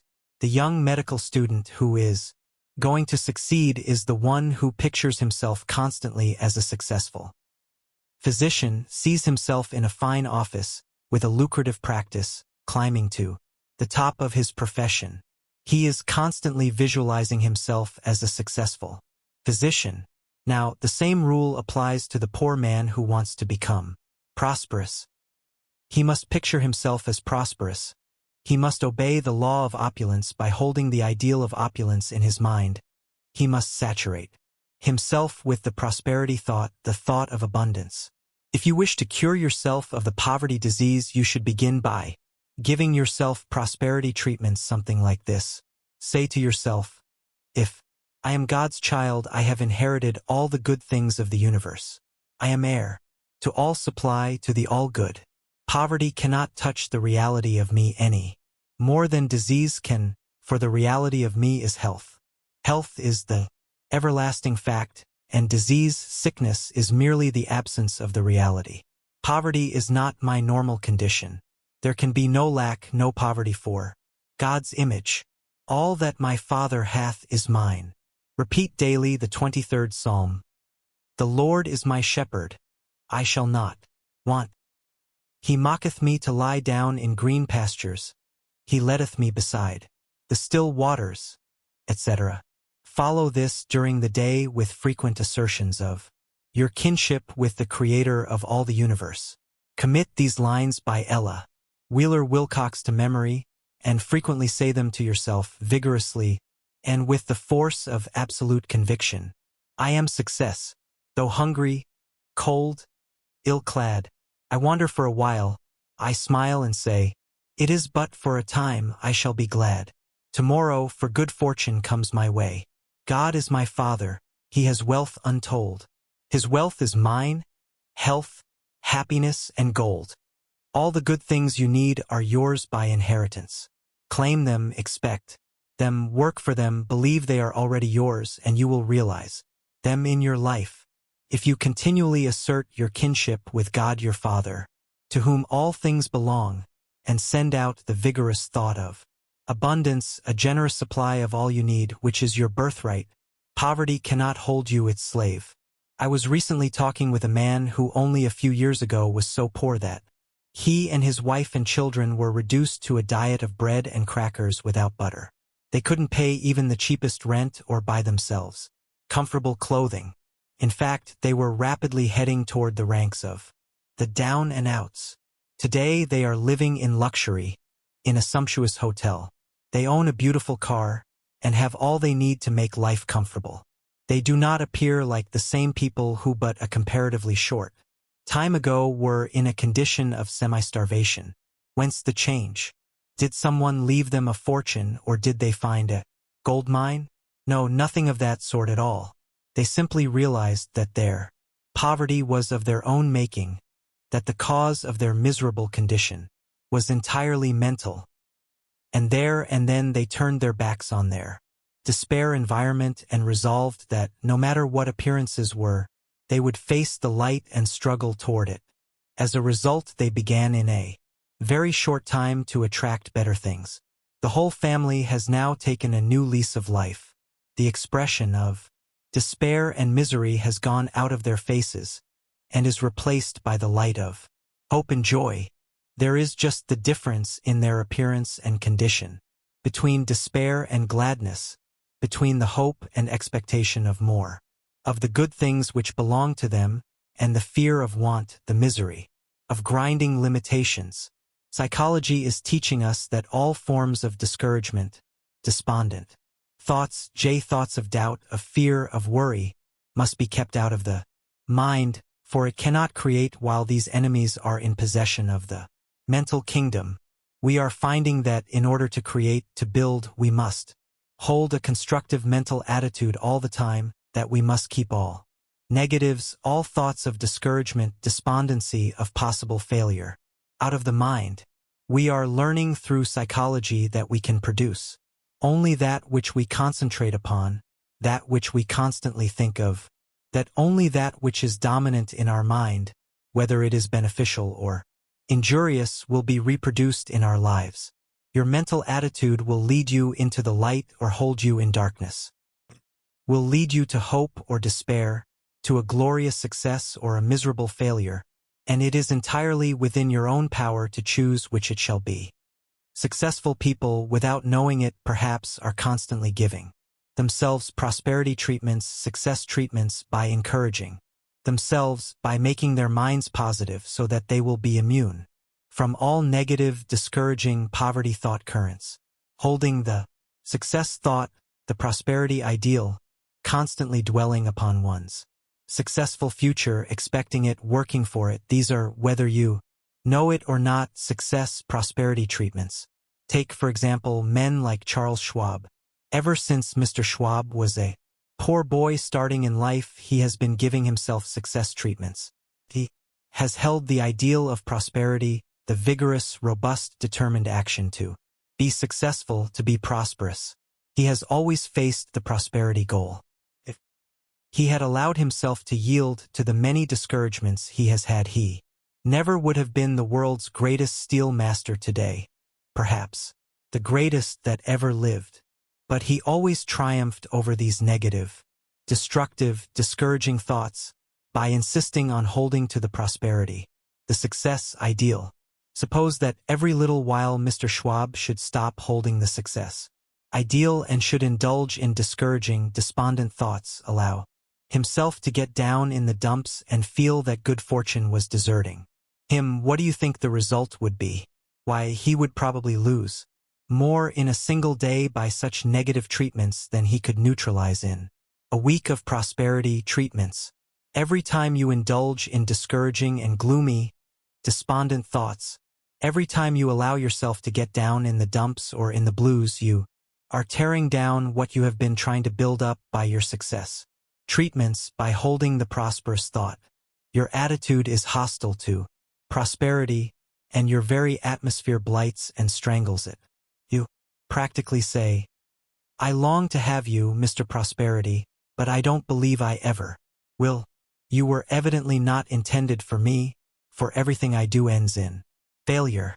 There must be some strange fate that is keeping me from the success and prosperity I want. I really never expect to be prosperous, although I am working hard to get you, Mr. Prosperity." It is such a mental attitude as this that is driving prosperity away from multitudes of people.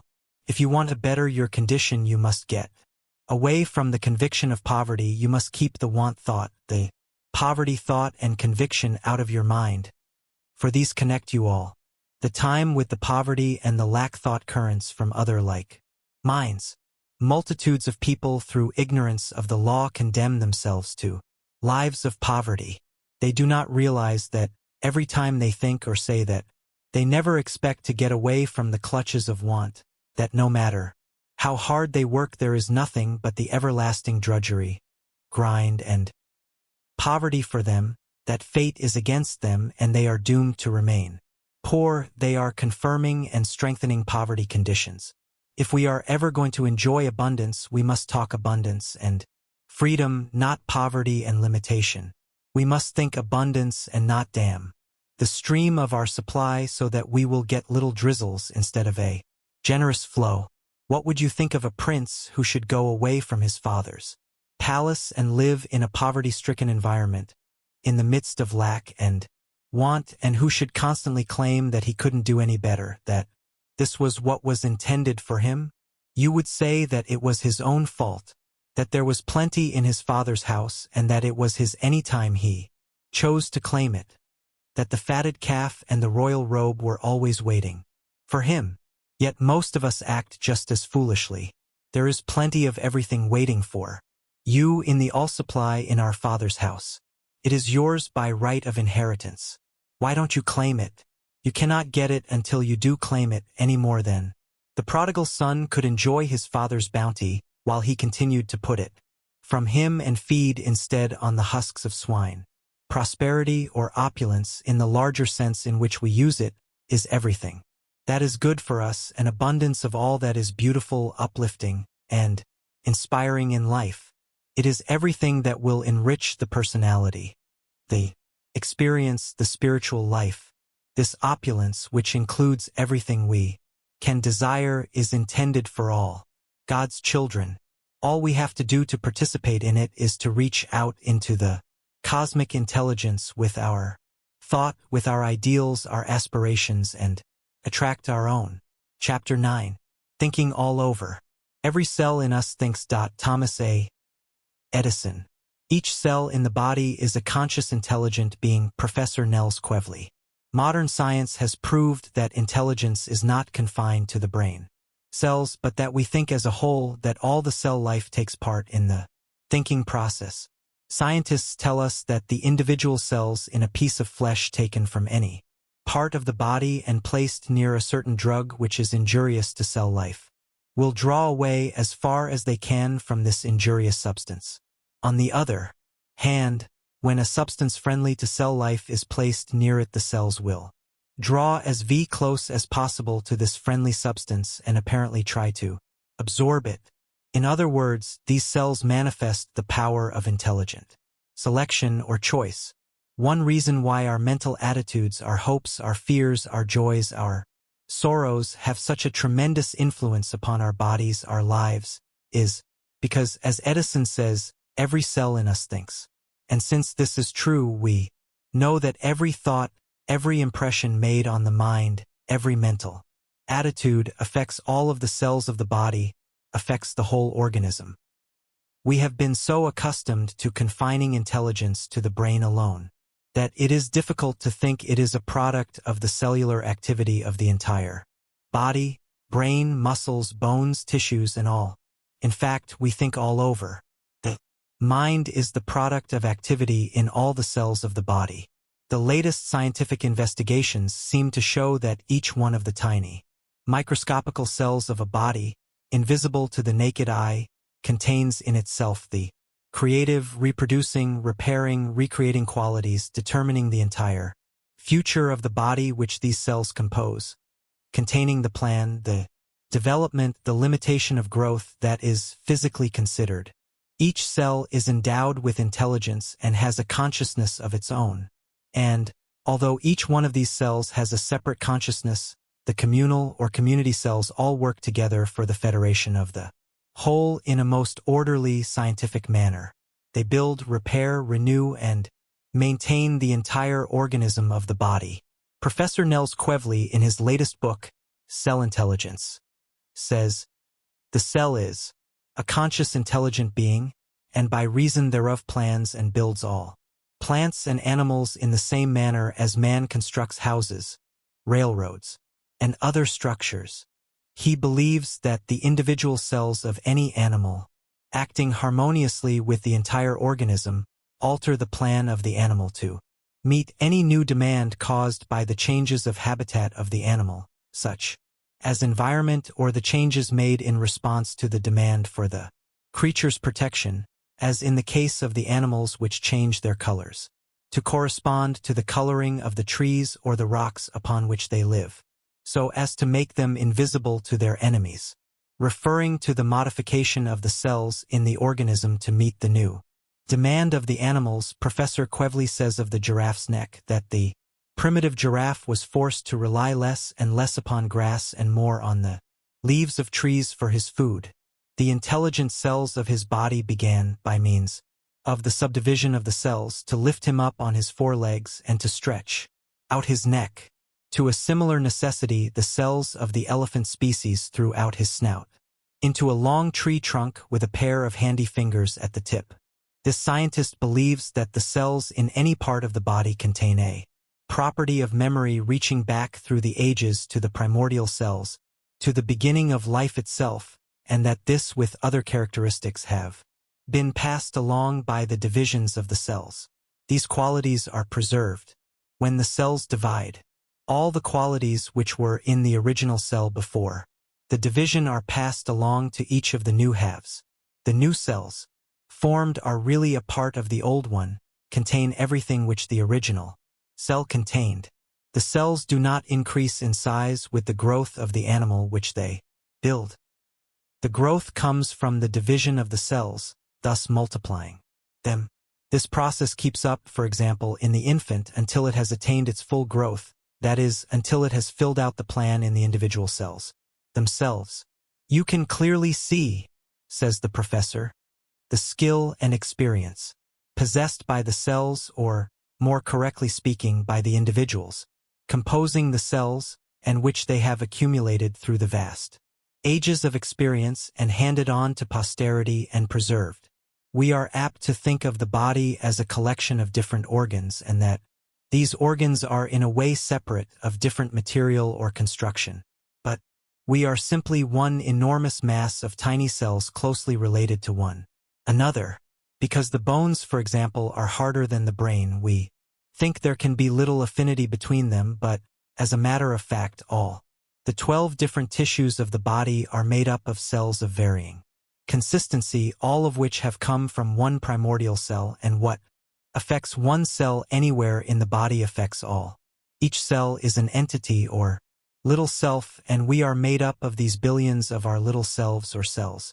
These tiny selves are like members of a great orchestra which instantly respond to the keynote given them by their leader. Whatever tune our mentality plays, they play. They become like our thought. Every suggestion, every motive that moves the individual is reflected in these cells. Every cell in the body vibrates in unison with every thought, every emotion, every passion that sways us, and the result on the cell life corresponds with the character of the thought, the emotion, or passion. The ego is the master spirit, the leader of all the little self or cell communities. All the cells of the body will do its bidding. The ego can think health into the cells, or it can think disease, can think discord or harmony into them. It can think efficiency or inefficiency into them. Can send a success thrill or a failure thrill through all of the cells, a thrill of masterfulness or of weakness. Can send through them a vibration of fear, or of courage, of selfishness, or of generosity. Can send vibrating through all the cells of the body a thrill of hope or of despair, a thrill of love or of hate, a triumphant vibration or a vibration of defeat, of failure, of disgrace. In short, whatever thought the ego or I sends out will stamp itself on every cell in the body, will make it like itself.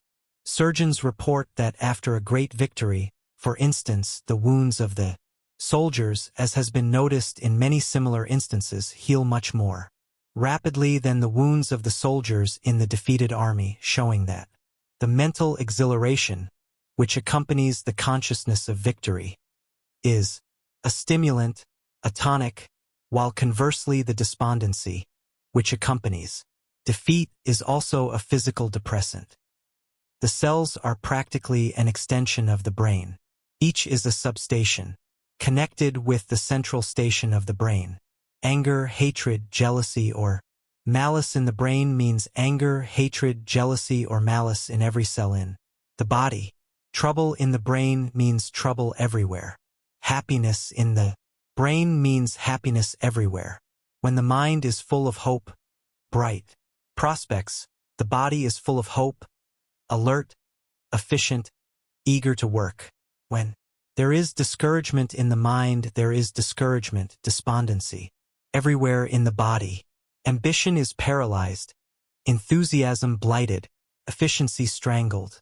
For a long time, surgeons have known that certain kinds of cancer are produced by mental influences, that not only cancerous tendencies latent in the system are thus aroused and their development encouraged, but that some kinds of cancers, even when there is no previous hereditary tendency or taint, may be absolutely originated in this way. This scientific conclusion has been tremendously emphasized by the great increase in the development of cancer in those who have been hard hit by the war, especially those who have lost relatives or dear friends, or whose loved ones have been frightfully mangled, maimed for life. Their peculiar mental suffering, the mingled worry, grief, and anxiety of these people has aggravated cancerous tendencies and originated many new cases of cancer, where no previous tendencies to that dread disease existed. A great paraspecialist, Dr. Theodore Truffler, cites a case where a patient who showed no predisposition whatever to cancer developed it after much mourning for the loss of his two sons in battle. This grief had simulated into a real cancer eruption which before had been apparently unimportant. Not only do worry, fear, and anxiety and great grief induce cancer, but hatred, grudges, chronic jealousy also originate several different kinds of cancer and very materially hasten the development of cancerous tendencies which they do not originate. Many kinds of skin disease, kidney trouble, dyspepsia, liver trouble, brain, and heart trouble are now known to result from mental causes such as chronic hatred and jealousy. These keep the blood and other secretions in a state of chronic poisoning which devitalizes the whole body and encourages the development of latent disease tendencies or of disease germs. Every physician knows that discouragement is a depressant, that melancholia will greatly increase the activity and hasten the development of physical diseases. We little realize what we are doing when we are constantly sending messages of discouragement, of fear, of worry through all the billions of cells in the body. We little realize what it means when we talk discouragement, when we give up to the blues, when we lose courage, faith, hope, confidence in ourselves. It really means panic, disorganization all through the cell life of the body. Mental depression is felt in every remotest cell. It unnerves every organ and reduces the entire organism to a state of weakness and inefficiency, if not to utter collapse. This is the reason why people sometimes fall in a faint from the shock of bad news when sudden death or a frightful accident comes to those dear to them. The painful sensation it causes is not all in the head. It is not all in the brain. The effect of the shock visits every cell in the body. They are depressed all over. The whole cell life feels the shock. Every bit of bad, discouraging news, depression, fear, worry, anxiety, jealousy, hatred. These send their disintegrating messages through all the cell colonies, all the dependencies in the body. On the other hand, good news, the expectation of better things, the renewal of hope, confidence, the upbuilding of faith in glorious things that are coming in the near future, these act like a tonic on those who are down and out. They refresh and renew the entire being. The trouble is we have been so in the habit of thinking of the body outside, of the brain itself as a sort of unintelligent matter, absolutely dependent upon the control of the brain, that it is very difficult for us to grasp the truth, that the intelligence, the planner, the builder, the repairer is in each cell. When we are wounded, for instance, we do not deliberately with our brain send a message to the cells to repair and rebuild where the damage has been done, where the tissues have been lacerated or cut away. The cells themselves do that. They are the builders. They built the body originally, and they maintain and repair it. Professor Quevely says that in each division of the cell or nucleus, a crowd of skilled workers, intelligent builders exist.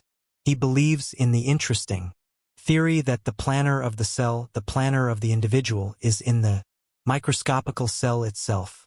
How could we imagine a force molding, fashioning, creating, modifying, changing, nourishing to exist outside of the cell life? The only sound theory is that this force or intelligence is an indestructible part of the cell life itself, that it is the great cosmic intelligence everywhere present. It is life itself. We cannot image it absent from any atom, molecule, or electron in existence, any more than we can image a spot where the mathematical law does not apply, or that 2 and 2 do not make 4. Some of our most advanced scientists believe that the cells of the different organs of the body constitute what we may term a community mind or brain, which presides over the life and functions of each particular organ. These community brains, such as the stomach, the liver, the kidneys, the heart, get their instructions from the great central station of intelligence, the brain. Every cell in the body is an energetic little worker, incessantly laboring for the community to which it belongs. Take, for example, the group of cells which form the liver. The office of this organ is to secrete bile, manufacture sugar, and eliminate poisons which might be fatal to other organs, such as the kidneys. Every cell is occupied in this important work.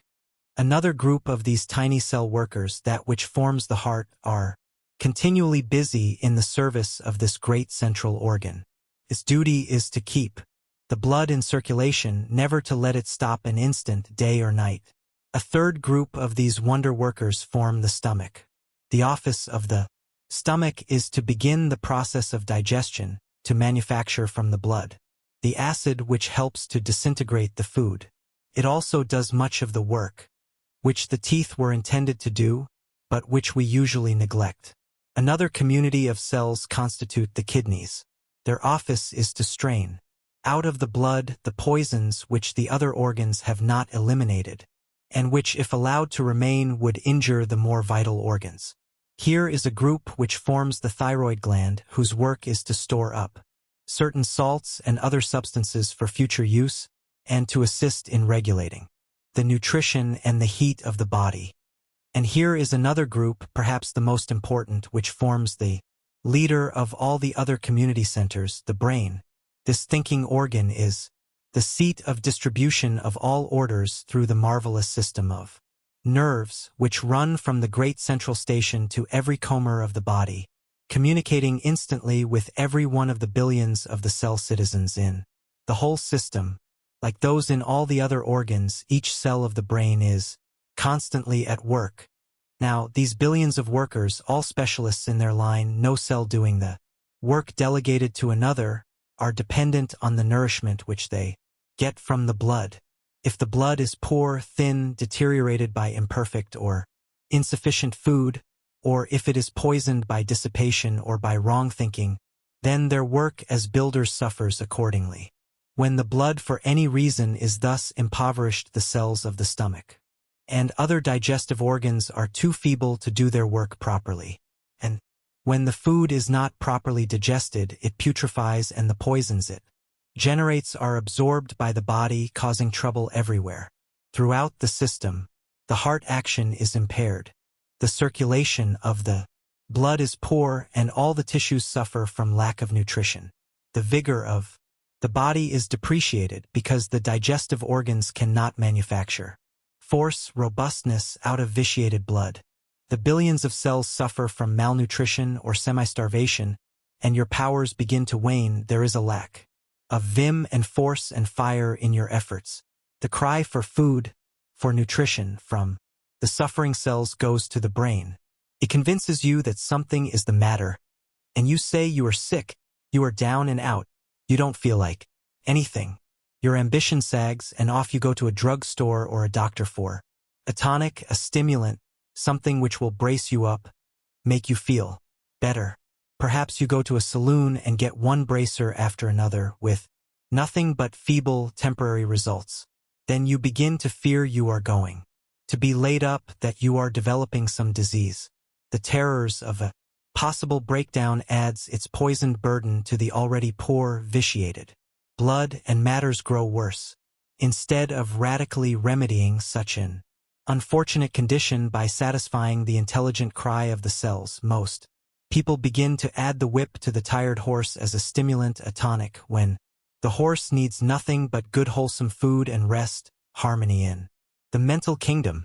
Everywhere in the body nature tries to save us from our ignorance, our mistakes, our animal appetites, our dissipations, our wrong thinking. Every cell in the body is constantly on guard, trying to help us, trying to save us from our own ignorance and sins. Much of what we call intuitive perception is due to the cell intelligence in the various parts of the body. What is it, for instance, that tells us when we have eaten enough to supply the bodily needs? The brain does not know it, because none of the food which we eat at an ordinary meal has had time to affect the brain before the appetite has been satisfied. What is the appetite? It is the demand for nourishment from the different cells of the body. It is not located in any one place. The cells call for food, and it is their intelligence that makes this call. We say we instinctively feel when we have eaten enough. We do not want any more, and our appetite declines. But this knowledge does not come from the brain alone. It is a feeling of all the cells of the body that there is sufficient in the stomach to supply its needs. The appetite wanes accordingly, but it must be intelligence back of this which makes this decision. The brain cells simply make a call for their own needs. They do not make calls for the liver, the heart, the kidneys, the muscles. The mental healing of disease rests upon the fact that intelligence is not confined to the brain, but that there is intelligence in the cells of the body. Generally, as has been proved in the case of the deaf, dumb, and blind, in their efforts at self-expression, these people have developed the intelligence of the fingertips to such an extent that actual gray matter cells, similar to those in the brain, have been found there. In other words, gray brain cells are developed in the fingertips of the blind. It is well known that this gray brain matter found in the fingertips of the blind is also found in other parts of the system, especially in many ramifications of the spinal nerves. It is found everywhere along the tract of the nervous system. Walking and all of the involuntary movements of the body are controlled by the intelligence of the local cells. We do not stop and premeditate or will. Every step. We take each one automatically without any exercise of the will. An intelligence outside the brain must also keep up the heartbeats and the breathing while the brain is unconscious during sleep, and even while we are awake, for we make no conscious effort at any time to keep up these functions. Nor does the expert pianist think of the movements of his fingers when he is playing. In fact, he may all the time be thinking of something else. His mind may be wandering, and yet he plays intelligently because intelligent cells are distributed throughout his muscular nervous system. To say that the brain educates the spinal column and the nervous branches to perform this piano miracle is no scientific explanation. The only satisfactory explanation is that all the cells of the body are intelligent, that we think as a whole. We have inherited the race belief that thinking is confined to the brain, but the fact is the difference between the brain cells and the cells in other parts of the body is not nearly so great as we once thought. Many brain accidents have shown that the destruction of large portions of the brain tissue does not materially affect the power of thought, any more than the destruction of tissue in other parts of the body affects it. Not only this, but large portions of the brain have been removed, and yet the individual has gone on with his work apparently as before. Here is an interesting experiment performed by a noted scientist which gives a striking proof of cell intelligence outside of the brain. This experiment has been tried again and again. If a drop of acid is placed on the lower surface of the thigh of a frog after its head has been cut off, the decapitated frog will rub off the drop of acid with the upper surface of the foot on the same leg. Scientists have cut off this foot after the head was cut off and the headless animal, after trying time and again to rub off the acid with the same foot as before, will finally use the foot on the other leg and continue until it succeeds in rubbing off the acid. Here we certainly have proof of intelligence combined with harmonious contractions in order to bring about certain definite results. It is a proof that an intelligent mind acts without a brain. We know that the brain carries on but a small part of the work of the bodily organism. All of our involuntary movements, the manufacture of the fluids of the body, of the bodily secretions, the changing of foods into tissues, are not affected by the voluntary brain. The work of the chemical laboratory in the body, which is simply beyond human comprehension, is all carried on by intelligent organ cells outside of the brain. The brain cells, it is true, are more highly sensitized, more responsive than the cells of some other parts of the body. They form, so to speak, a sort of mouthpiece for the other cells, and this is where they find their outward expression. There is no doubt that the billions of cells composing the body all belong to one intelligent whole. What affects one cell affects all, so that whatever passes through the brain cells passes through every other cell in the body. We know how instantaneously news, a sudden shock of any sort, received at the central brain station is sent to all the organs. The heart, the kidneys, the liver, all of them are at once affected by it. This shows how intimately they must be tied together. The entire body is evidently a sort of an extended brain. If someone should scratch one end of a piece of timber 100 feet long with a nail, and your ear were at the other end of the timber, you could hear the scratch instantly. The distance does not seem to make any difference in the transmission of the sound. In a similar way, every thought, every mood, every emotion goes instantly to every part of the body. For example, you may have just sat down to your Thanksgiving dinner with a ravenous appetite when the gastric juice is trickling from every gastric follicle in your stomach, and you suddenly receive a telegram announcing a terrible catastrophe, in which some of those dearest to you have been mutilated or killed. Instantly the gastric follicles cease to generate the gastric juice and become dry and parched, as does the tongue in a fever. The heart and the other organs feel the shock at the same time and are equally distressed, and their action inhibited. In short, the different organs and functions respond instantly to the painful news, showing that whatever enters the mind goes immediately to the entire cell life of the body. The condition of your cells, of your tissues, of your organs will depend upon the message which you send to them through your thought, through your convictions regarding them, whether of strength or weakness, of health or disease. You think clear through every cell to the farthest extremities of your body. And as you think regarding your cells, so they are. Their fate is largely in your hands. They will obey whatever orders you give them. By your mental attitude toward the cells of the various organ communities, you can make your physical organs perform their functions normally or abnormally. You can ensure health or bring about disease. You can prolong your life or you can shorten it. We know that by concentrating our thought intensely upon any part of the body, the blood vessels in that organ or locality expand, and an extra supply of blood is sent there. In other words, the blood follows the thought.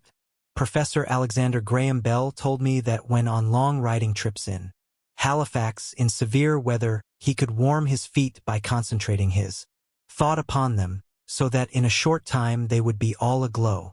This method of quickening the circulation of the blood has been tried so often that scientists no longer question it. Elmer Gates has often tried the following experiment as a proof of the power of mind in this direction. Immersing his hands in 2 separate vessels of water just even full, he would first concentrate his thought on the right hand until the water in the vessel would overflow. Then reversing, he would concentrate on the left until that vessel would overflow. These experiments give a little idea of what thought can do in stimulating or depressing the blood, on which the life of the body depends. For the blood is the life. It is well known that the fear thought, the thought, for example, that you have Bright's disease or that you have inherited and are developing tuberculosis, causes congestion in that part of your anatomy on which it is fixed. And if the fear thought becomes chronic, you will have chronic congestion there, which will aid in developing the thing you fear. Take the case of a young girl who is told by her friends that she has probably inherited tuberculosis because one or both of her parents died of that disease. If every time she is exposed to inclement weather, gets her feet wet or gets in a draft, she is reminded that she is taking great chances, she develops a fear thought. She concentrates this fear upon her lungs, causing congestion there, irritation, coughing. This increases her fear and causes loss of appetite. Then, of course, she loses nourishment and there is a general decline in her physical condition. Naturally, a loss in weight follows. This symptom frightens her still more, because victims of tuberculosis are always weighing themselves, imagining they are shrinking. Her fears cause imperfect digestion, imperfect assimilation, and hence imperfect repair and renewal of lost tissue. She begins to lose color, and then everybody tells her that she is not looking well. This loss of color is another dread symptom, and so it goes on until the fear, the conviction that she is developing the fateful disease cuts down the last remnant of her disease-resisting power, and she falls a victim to any latent tubercular germs in her system. She stamps her fear thought on the cell life of her lungs and other organs until they respond to it, become like it. Multitudes of people have tubercular germs in their system which never develop if they hold the health thought and build up a strong disease-resisting power. Disease germs feed upon the debris or broken down tissue in the body. They are scavengers and do not feed upon healthy tissue, healthy food. But when the tissues begin to break down through fear, the disease-resisting power deteriorates rapidly until the body gets below what we may call the health line. Then all sorts of scavengers or enemy germs, waiting for their opportunity, begin to feed upon the broken down tissue.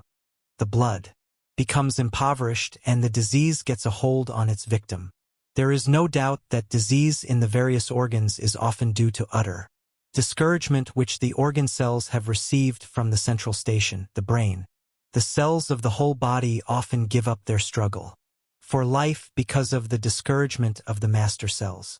Time and again, when the heart had ceased to beat, and apparently the last breath had been taken, life has been called back to a seemingly dead body just by strong, reassuring words, by arousing and restoring the lost confidence of the cells.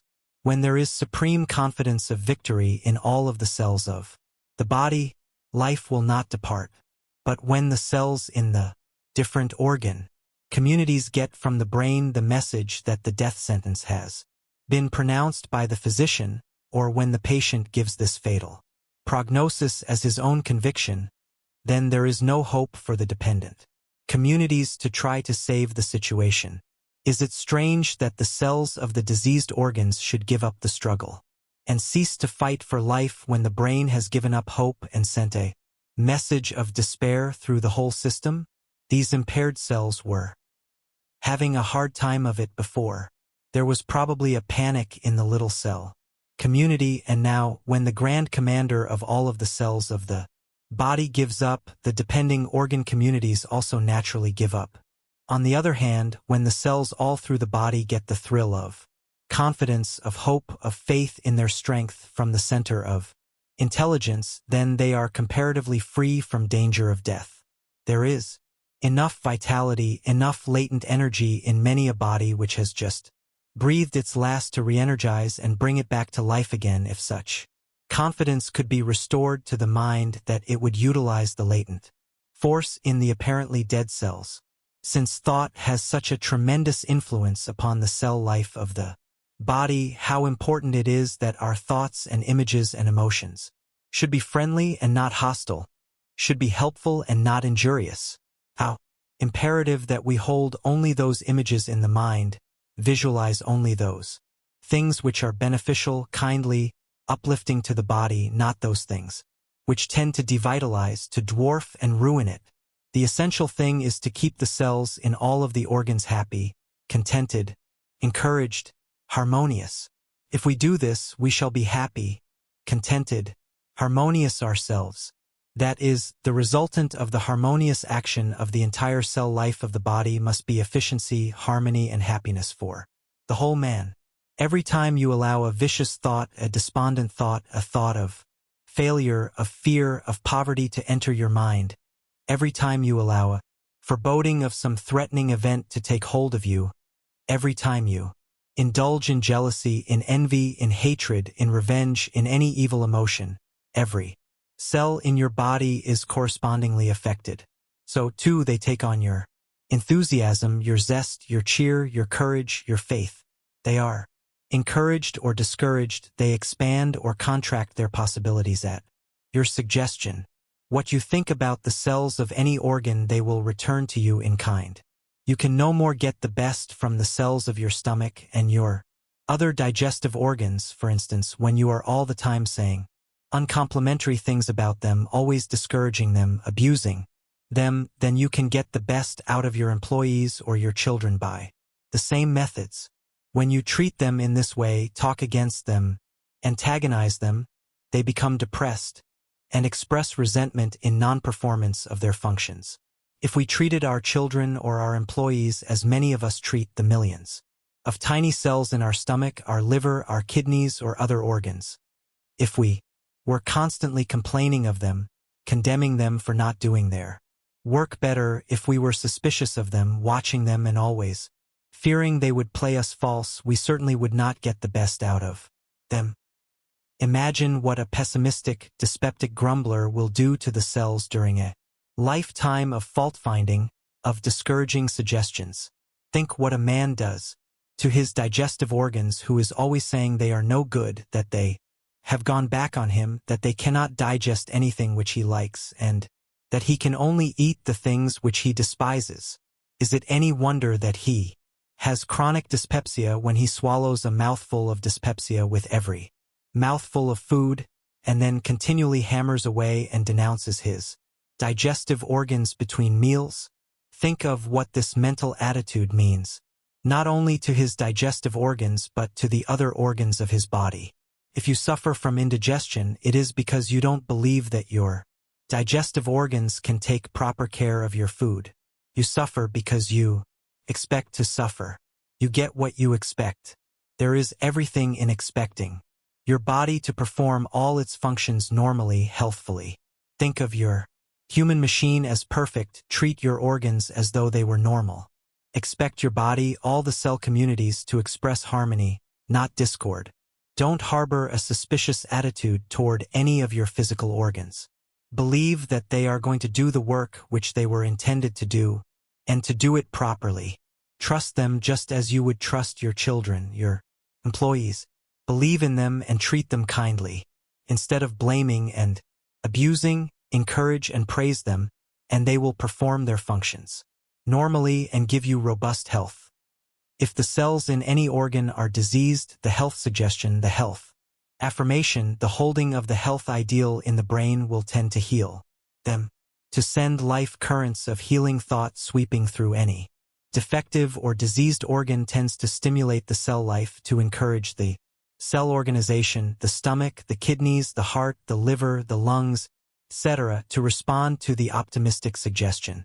In other words, thinking health, thinking life and truth into a diseased organ, tends to destroy the disease infection, to arouse latent life force in the cells, and to bring about normal health conditions. We know that we get out of the various organs about what we expect. The brain is no exception. Expect nothing, get nothing. If you have no confidence in your brain, it will return only weakness or mediocrity to you. On the other hand, if you have a firm, vigorous faith in it, if you expect great things from it, it will match your expectation. The same is true of the muscles of every part of the body. Believe in your muscles, trust them, believe they are strong and vigorous, have faith that you can lift an enormous weight or can perform great feats as an athlete, and your 500 muscles will come to your rescue and redeem your faith. This is true even of animals. When the racehorse has lost confidence in its speed, it never regains it. As long as the animal believes he can beat the others in the race, he wins. But when it has been beaten a few times, it gets the habit of being beaten and cannot regain its confidence. It believes it is going to be beaten, and it is. The art of radiating health thoughts through and through the whole system, until every nerve and fiber, every cell in the body, feels the electric thrill of the health force, is the art of arts. It means the achievement of perfect health, of perfect efficiency, and of perfect happiness. Just as we can antidote disease in the cell life by health thoughts, in a similar way we can send out from the central brain station thoughts of prosperity, of opulence, thoughts of success, affirmations of power that will antidote the poverty disease. By constantly affirming your divinity, the truth of your being, the reality of you as one with God, holding the thought that God is your health, that He is in every atom, in every electron, that He is in every cell in your body, and that His presence excludes all sickness, disease and weakness, all lack and unhappiness, you will impress the consciousness of God's presence on every cell of your being, and then you cannot be anything but well, happy, and prosperous. No colds, no rheumatism, no cancerous poisons, no tubercular germs, no fear, no unhappiness, no discord of any kind can exist in you when you are vitally conscious of God's presence in every cell in your body. While you feel conscious of your oneness with the One, that every cell in you is one with Him, because all life is the one life, the expression of the one vitality which pervades the universe, you cannot suffer in any part of your being. The consciousness of God, the consciousness that He fills every cell in our body, that there can be no discord, no disease, no weakness where God is, that where God is, all is health, all is beauty, that God is truth, and the truth makes you free because it is the truth of your being. This consciousness of your oneness with God makes you free from the enemies of your health, your success, and your happiness. Stamp this God consciousness on every cell in your body. Cling to this one thought of God's allness and everywhere-ness, that there can be nothing but God, that wherever you look, wherever you go, all is God, and that, because there is nothing but God, all is good, and there is nothing but good. Everything which does not seem to be good, having no reality, being but the absence of good. Hold this thought constantly, and you will be free from all the enemies of your being. If we would triumph over all our limitations, we must impress the triumphant thought on every cell. We must radiate through the body not only thoughts of health and strength, but also of courage, hope, confidence, expectation of better conditions.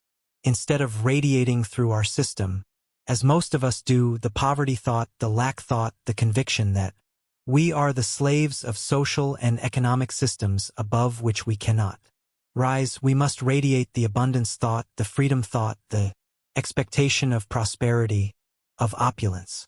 Instead of stamping the failure thought, the thought of mediocrity or incompetence upon ourselves, we must stamp upon them the conviction of superb ability, of confidence that we can accomplish what we undertake because we are in partnership with God and in close touch with divine supply. We must constantly cultivate the habit of radiating the thought triumphant, the habit of radiating masterfulness instead of weakness. After a little practice in the cultivation of upbuilding thought, the health thought, the success thought, the happy thought, the vibrations will reach every remotest cell in our bodies, and we shall feel the thrill of health, of hopefulness, of expectancy, of better things animating and energizing our whole being. What we think and believe we create. Hence, if we would always hold the ideal suggestion of everything in life, the ideal suggestion of health, the ideal suggestion of our ability, of our efficiency, the ideal suggestion regarding our career, our success, our happiness, the ideal suggestion of our destiny, it would transform our lives, it would lift us from the common to the uncommon. It would make us artists in life instead of mere artisans. Chapter 10. Heart-to-heart talks with yourself.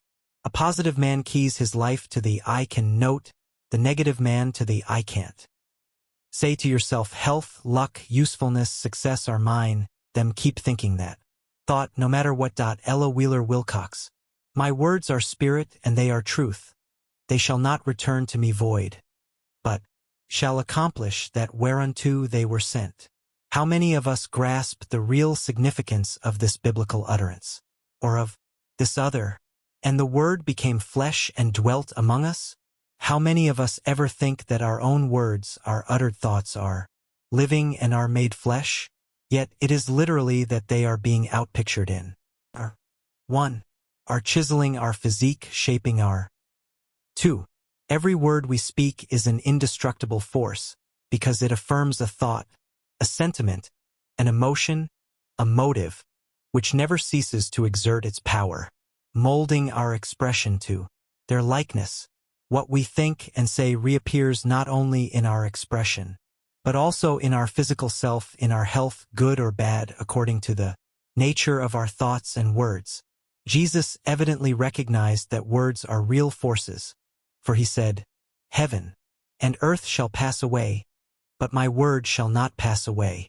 Material things might pass away, but his word was a force which could never cease to exercise its power.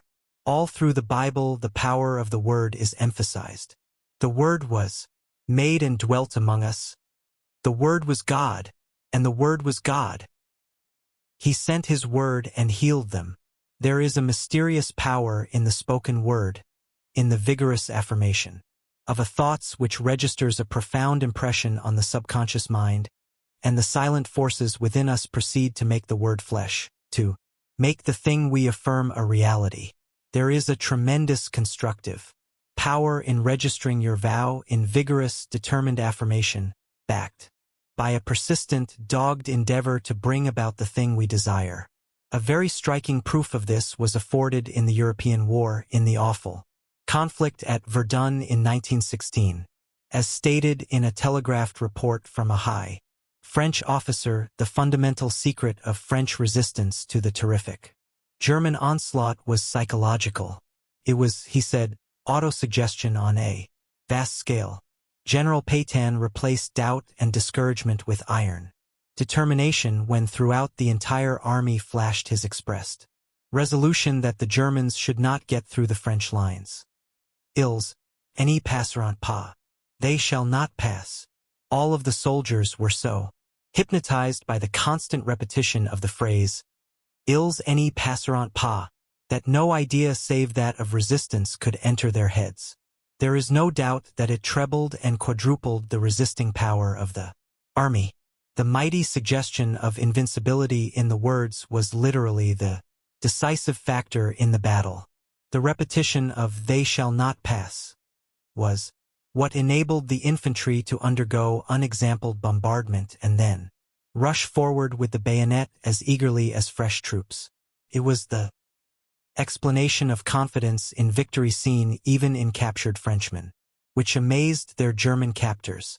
The French officer's report further stated that a surgeon in the dressing station close to the front said the most remarkable thing about the wounded was their general attitude of determination.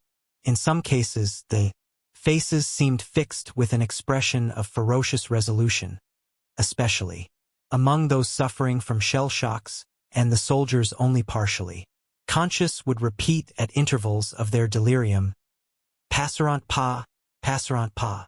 All of the soldiers at Verdun were obsessed by this one dominating idea to the exclusion of everything else. The Germans shall not pass. Correspondent at the front said, "I saw a regiment coming back to rest after 6 days in the trenches. The soldiers all seemed animated by a spirit of intense determination and iron resolution. When asked their opinion of the battle, the general reply was just this: the Germans shall not pass." And the Germans did not pass. Suppose you should register in your subconsciousness regarding the entrance into your mind of destructive thoughts, motives, and emotions, the bitter enemies of your success and happiness, a grim resolution such as the French soldiers at Verdun registered regarding the Germans. What would happen if, whenever enemy thoughts or emotions tried to get entrance to your mental kingdom, you should grimly say to them, "You shall not pass. Will not allow in my mind any enemies of my success and happiness"? Do you think it would as possible for them to get by? Why, of course they couldn't. It would be impossible. And if you should iterate and reiterate the same grim resolve regarding hindering habits, regarding every temptation that makes an appeal to you, "You shall not pass"? Why, my friend, this would revolutionize your life. Every word we speak, even uttered thought, is power for good or ill, and we must remember that it is what we put into the word that gives it its meaning and determines its quality and its force. Words themselves are the clothes for our thoughts. We can take a word and think love into it, think service into it, think friendliness into it, and it will create a corresponding feeling in the one it is addressed to. Or we can take the same word and think hatred into it, think jealousy into it, think envy into it, and hurl it out and arouse antagonism, jealousy, hatred, or envy in another mind. We know that we can do the same thing with a dog, and he will feel the thought, the love or the hate, the anger or the contempt which we put into the word.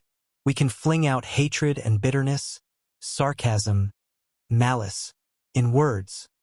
We can arouse the anger which kills, or we can call out love, admiration, sympathy, friendship. Everything depends upon the thought behind the word. It is the mental attitude that gives the word its real meaning. And your words are messengers of life or death to yourself and to others. Words have put civilization where it is today. The word wedded to the thought has built everything that man has achieved. He speaks and it is done, just as God spake and the earth was created, man and every living thing was created. Everything is made out of God's thoughts, out of God's ideas, and he speaks through man. There is a force in spoken words which is not stirred by going over the same words mentally. When vocalized, they make a more lasting impression upon the mind. You know how much more powerfully you are impressed and inspired by listening to a great lecture or sermon than you would be if you read the same thing in print. We remember the spoken word when we forget the cold type which carries thought to the brain. It makes a deeper impression on the inner self.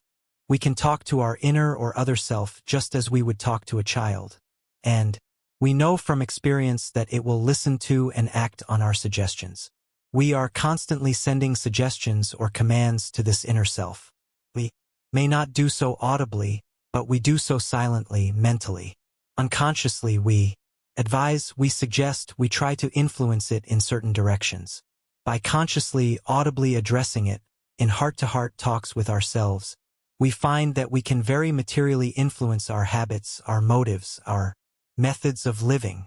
In fact, the possibilities of influencing the character and the life by this means are practically limitless.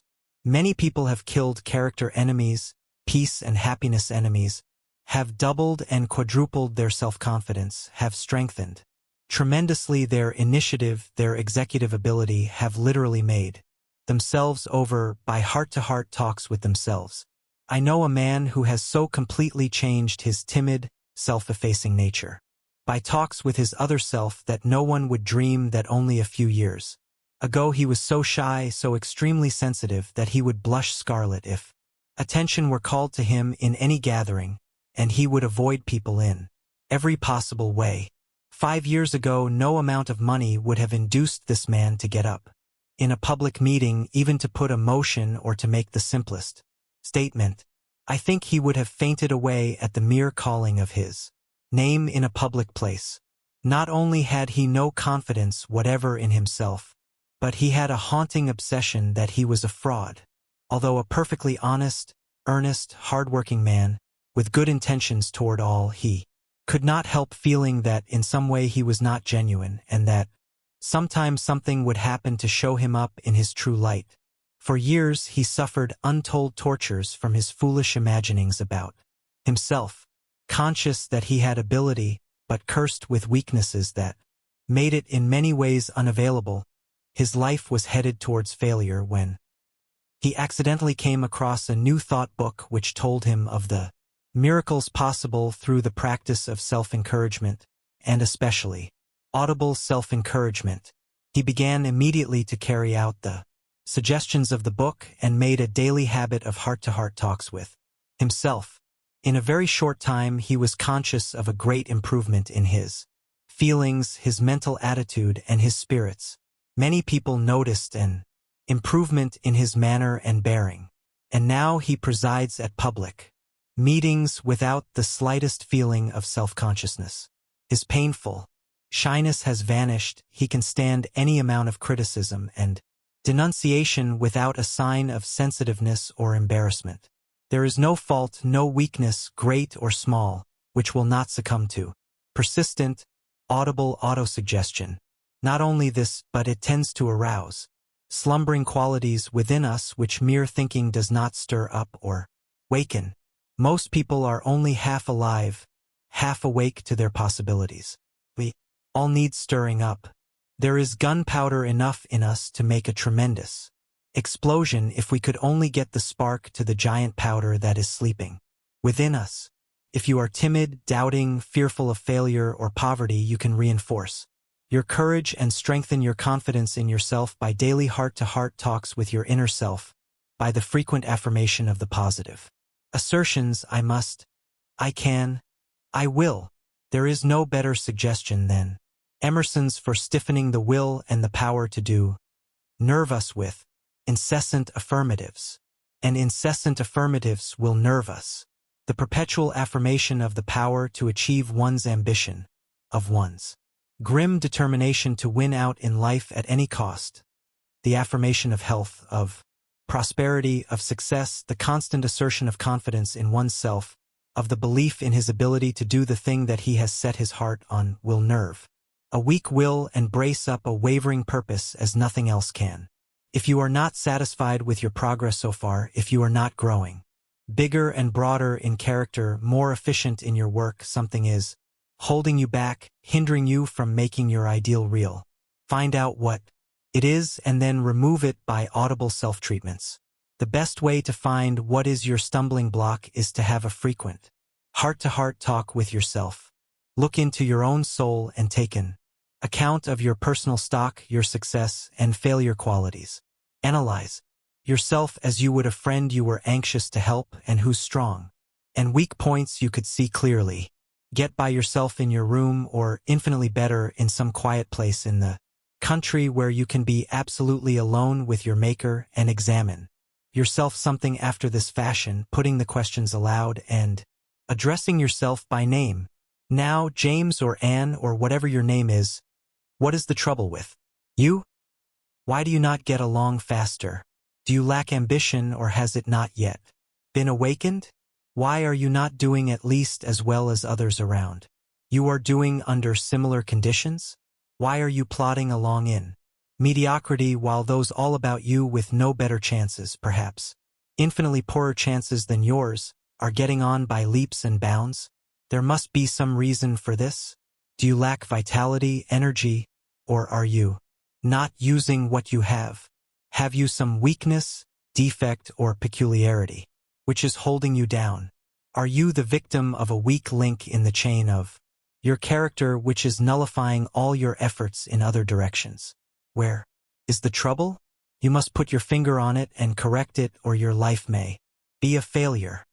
Write out a list of the qualities that make a strong, courageous, successful character and their opposites, those that make a weak, timid, unsuccessful one, and examine yourself to see what is your rating in the list.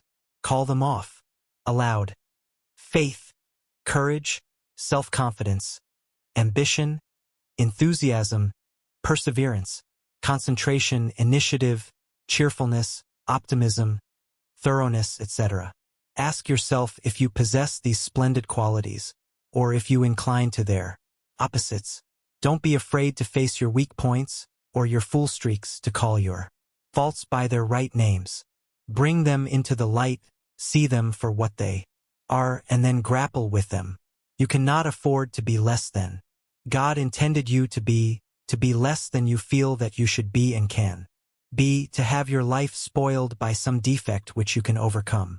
When you have gone over the specific character qualities, ask yourself these broader questions, always visualizing and addressing yourself by name. What are you here for? What do you mean to the world? What message does your life, your career, bring to it? What do you mean to your community? What do you stand for? What do you represent? Do you realize that you were sent here with a message for humanity? Are you delivering it? Like a man, like a woman, patiently, persistently, determinately, without grumbling, whining, or shirking? What are you giving to the world? Do you mean much of anything to anybody but yourself? Is your sole aim self-aggrandizement, to get more reputation, more money, more comforts for yourself? Does your ambition, as far as possible, shut others out of your life? Are you always going to do the kindly deed, going to help others in the future, when you get on a little further, when you are better able, when all your own wants are satisfied? Are you dreaming of the big thing you are going to do tomorrow, or are you doing the little things which you can do today, giving yourself as you go along? Giving, if you have nothing else to give, encouragement, inspiration, helpfulness to those on the way with you? Would your community miss you very much if you should drop out of it? Probe yourself in this manner until you get a good line on yourself, a fair estimate of yourself, until you know both your strength and your weakness, until you can see with clear eyes the things that are keeping you back, the lack in your nature that is handicapping you, the weakness that is cutting down the average of your ability by 10, 20, 50, or even 75%. Then vigorously attack your enemies, the enemies of your success, of your efficiency, of your happiness.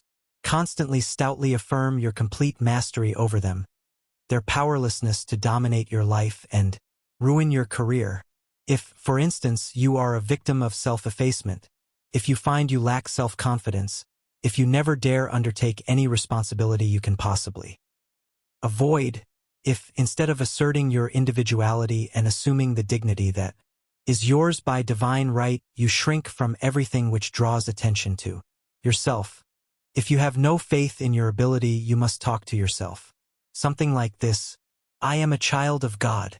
I am made in His image and likeness. I am a partaker of all His divine qualities. Therefore I have divine power. I have strength and ability to do what I long to do. I am strength. I am ability. I am self-confidence. I am success. I can do what I will to do, and will no longer suffer this cowardly timidity to rule me. I will never again by self-depreciation and self-effacement deny my divine fatherhood. It is a sin against my father and myself to belittle my heritage from him. I am the son of an all-powerful king, and henceforth I will act the part. I will walk the earth like a prince. I will never again shrink from assuming any responsibility which comes to me. Have plenty of ability to do what I long to do, to be what I long to be. I will no longer go about as if I were inferior to others. I am not inferior, and from now on I shall express my opinion and assert myself whenever and wherever necessary. I am now facing life with a self-respecting, confident attitude, with a hopeful outlook, for I know that as a child of God I am victory-organized. Self-depreciation is a crime, a reflection upon my Creator who pronounced everything he made good. Lack of faith in myself is nothing but lack of faith in him. I will cut it out of my life, for I am that which I think I am. I can be nothing more, nothing less. As a child of omnipotence, of the all-good, I am bound to make good in every detail of my life. I owe this to my Father and to myself. By heart-to-heart talks of this sort with yourself you can change your whole nature, revolutionize your career. Whether it is faith, courage, initiative, cheerfulness, whatever it is you lack, assume the quality you wish to possess, affirm positively that it is already yours, exercise it whenever possible, concentrate on it, and you will be surprised how quickly you can acquire the desired. I am a great believer in the building power of affirmation, in the possibilities, in persistently affirming the thing I am determined to do, in strengthening qualities in which I am weak, in building character, in making life noble. The following strong, positive affirmations by C. D. Larson are very suggestive and would make a splendid daily exercise. I will become more than I am. I will achieve more because I know that I can. I will recognize only that which is good in myself, that which is good in others. I will be more determined when adversity threatens than ever in my life to prove that I can turn all things to good account. I will wish only for that which can give freedom and truth, which can add to the welfare of the race. I will always speak to give encouragement, inspiration, and joy. I will work to be of service to an ever-increasing number, and my ruling desire shall be to enrich, ennoble, and beautify existence for all who may come my way. When you assert yourself, assert the spiritual I, the God image in you, not the physical I, the flesh of you. This would be mere egotism, and it is not asserting your egotism that will benefit you. This will only hurt you. But asserting the reality, the divinity of yourself will do everything for you. Your divine or real self is your potential self, your creative self, and when you assert the reality of your being, not the outward or bodily personality, you are simply asserting divinity. You are asserting omnipotence, omniscience. You are asserting a power that can do things. If we could only realize the creative power of affirmation, of assuming that we are the real embodiment of the thing we long to be or to attain, not that we possess all the qualities of good, but that we are these qualities. With the constant affirming, I myself am a part of the great creative, sustaining principle of the universe because my real, divine self and my Father are 1 inch. What happiness it would bring to Earth's children. Affirmation is a living, vital force. The Bible owes much of its strength to this force. It is a book of affirmations, of strong, positive I statements. But for this fact, it would long ago have lost its power. There is no parleying, no arguing, no attempt by the sacred writers to prove the truth of what they say. They merely affirm dogmatically that certain things happened and that certain other things would happen. Had they attempted to prove the authenticity of what they wrote, endeavored to convince the reader that they were honest men making genuine statements, they would have aroused doubts. But there is no appeal to sympathy, no appeal to the reader's credulity, no appeal for confirmation, no posing for effect, only unrelenting positiveness, persistent affirmations. They simply state facts and affirm principles. Every line breathes dominance, superiority, and confidence. In this lies their tremendous power. There is no sentimental imploring even in the Lord's Prayer. It demands. It is, give us. Lead us not. Forgive us, etc. In your talks with yourself, be like the biblical writers. Don't wobble or think or hope. Say stoutly, I am, I can, I will, it is. Constantly, everlastingly affirm that you will become what your ambitions indicate as fitting and possible. Do not say, I shall be a success sometime. Say, I am a success now. Success is my birthright. Do not say that you are going to be happy in the future. Say to yourself, I was intended for happiness, made for it, and I am happy now. Say with Walt Whitman, I myself am good. Fortune.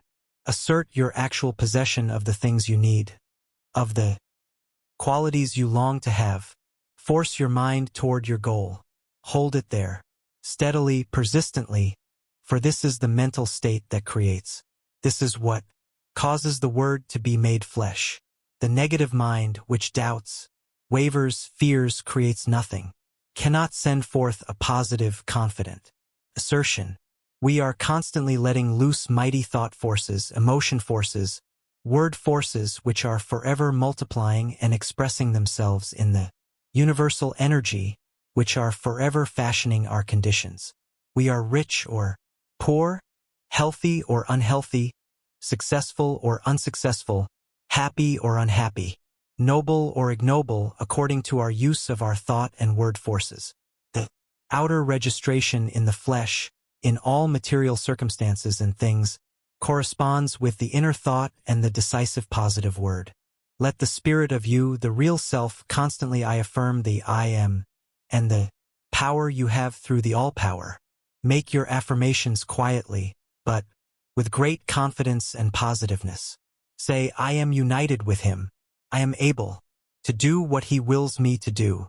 It is my duty to obey the inner urge of my being, that divine ambition to measure up to my highest possibilities, which ever bids me up and on. I will never again allow anything to interfere with the free and full exercise of my physical, mental, and spiritual faculties. I will unfold all the possibilities that the Creator has enfolded in the ego, the I of me.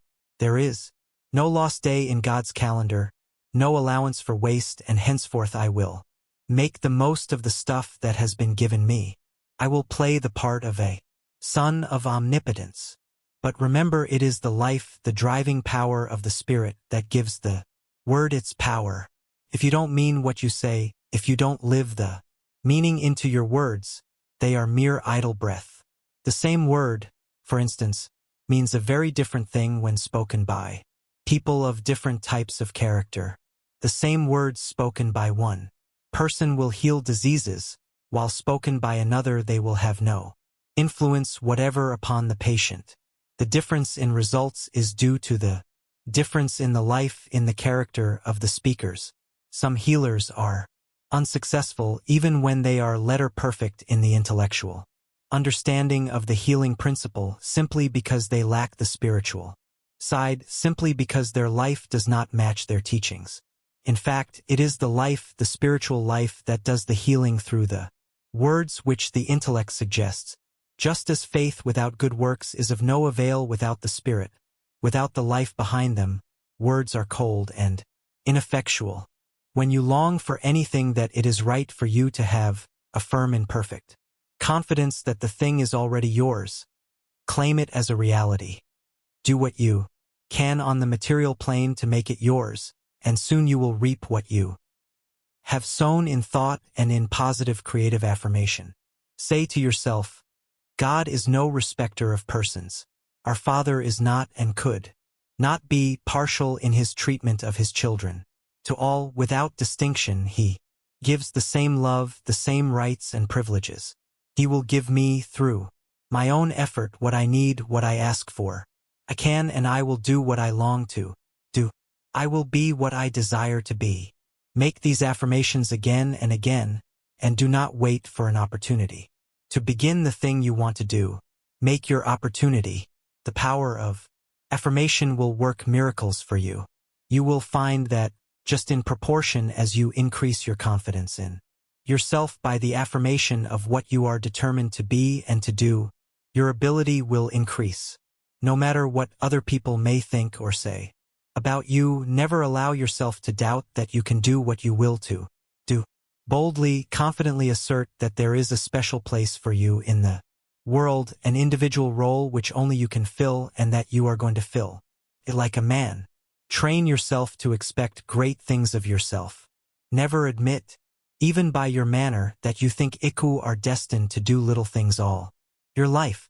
The way to get the best out of yourself, to make the most of your life, is to put things right up to yourself, to handle yourself without gloves, and talk to yourself as you would talk to a very dear younger brother or sister, or to a son or daughter of whom you expect great things and whose welfare is as dear to you as your own, one whom you long to help to get on and up in the world. You can do this with marvelous results in correcting bad habits or overcoming temptations or dangerous tendencies. In telling how he resisted the temptation to drink when the boys wanted him to take a drink, Edison said, "I thought I had better use for my brain. I wanted all the brain power I could get. I wanted to increase the efficiency of my life and not diminish it, not demoralize and benumb it. I did not want to take into my mouth an enemy to steal away my brain. I wanted to do the things which would increase, not diminish, my brain power, which would increase, not lessen, my possibilities, which would increase and not destroy my resources. Something which would increase my powers of investigation, of discovery.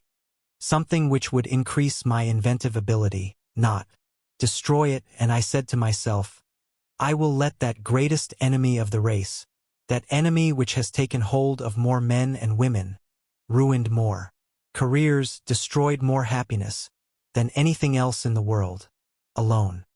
If you are in danger of becoming a victim of drink, or if it has already laid its grip on you, say to yourself what Edison said, I will let that greatest enemy of the race, that enemy which has taken hold of more men and women, ruined more careers, destroyed more happiness than anything else in the world, alone. I cannot afford to give up even a small % of my ability to whiskey. About the only success assets I have are inside of my own skin. Haven't anything to throw away.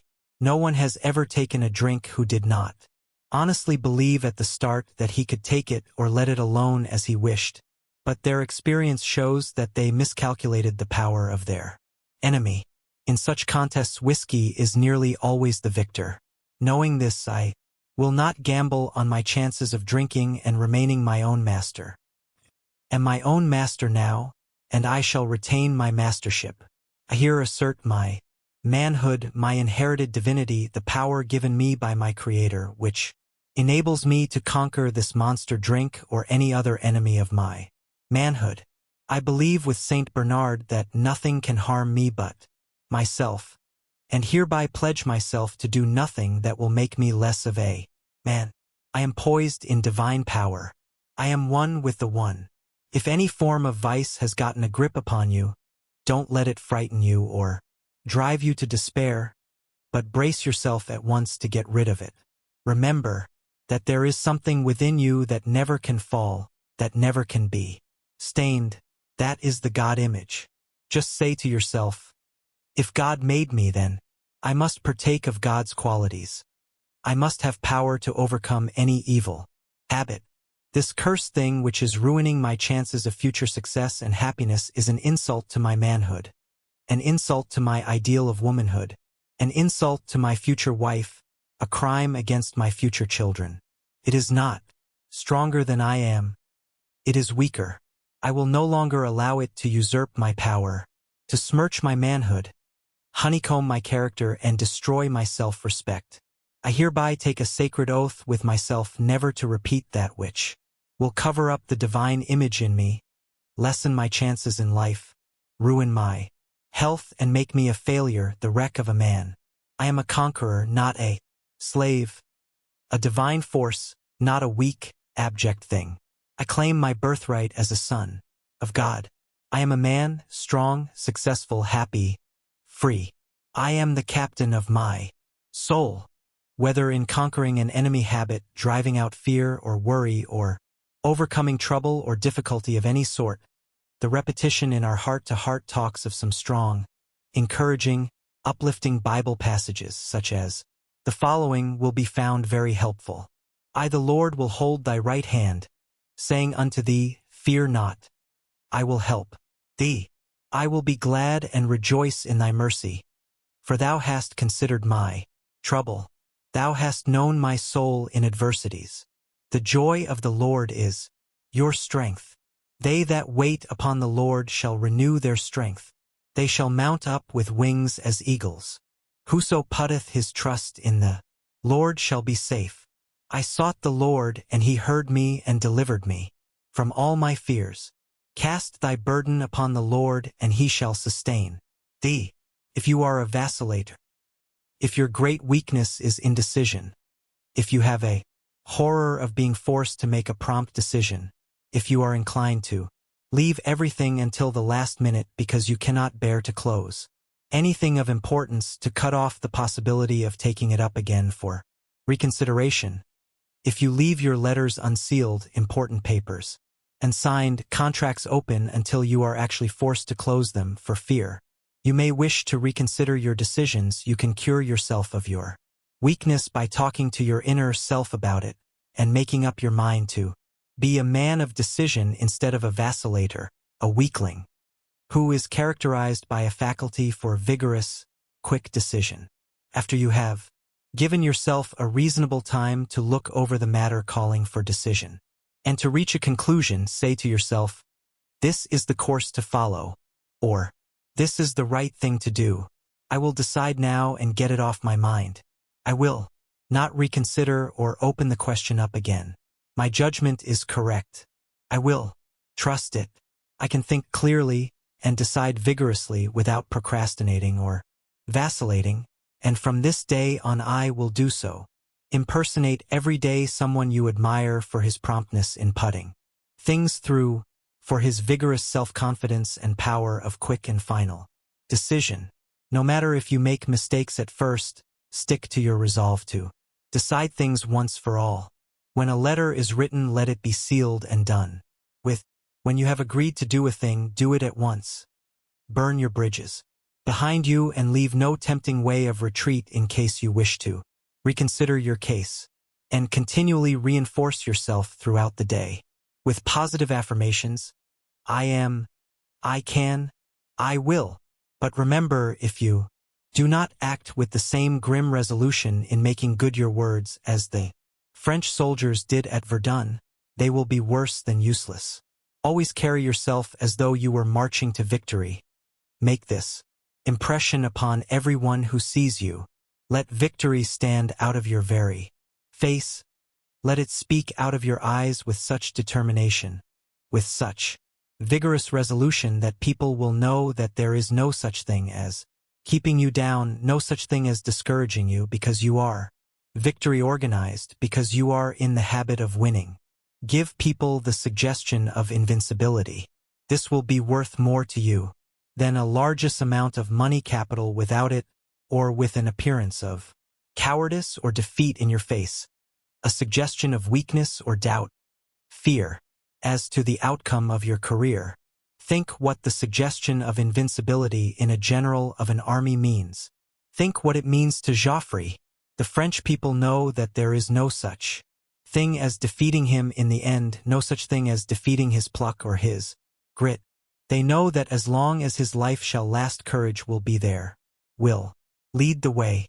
They know that his grim resolve will never yield. Think what such an appearance of invincibility would mean to you. These heart-to-heart talks are merely suggestions or models of the self-treatment method of overcoming bad habits or defects of character, for acquiring strength and developing the qualities that make for nobility, success, happiness, righteousness. They may be adapted to meet the requirements of different personal needs, and if practiced faithfully every day several times during the day if possible and just before retiring at night. They will, if backed up by earnest effort to make your words true, do wonders in bringing about the desired results. Talking to yourself may at first seem silly to you, but you will soon get accustomed to it and feel its beneficial effects. You will think more highly of yourself. You will have more self-respect, more self-confidence. You will believe more in yourself. You will have more assurance, more confidence in your ability. You will stand higher in your own estimate in every way.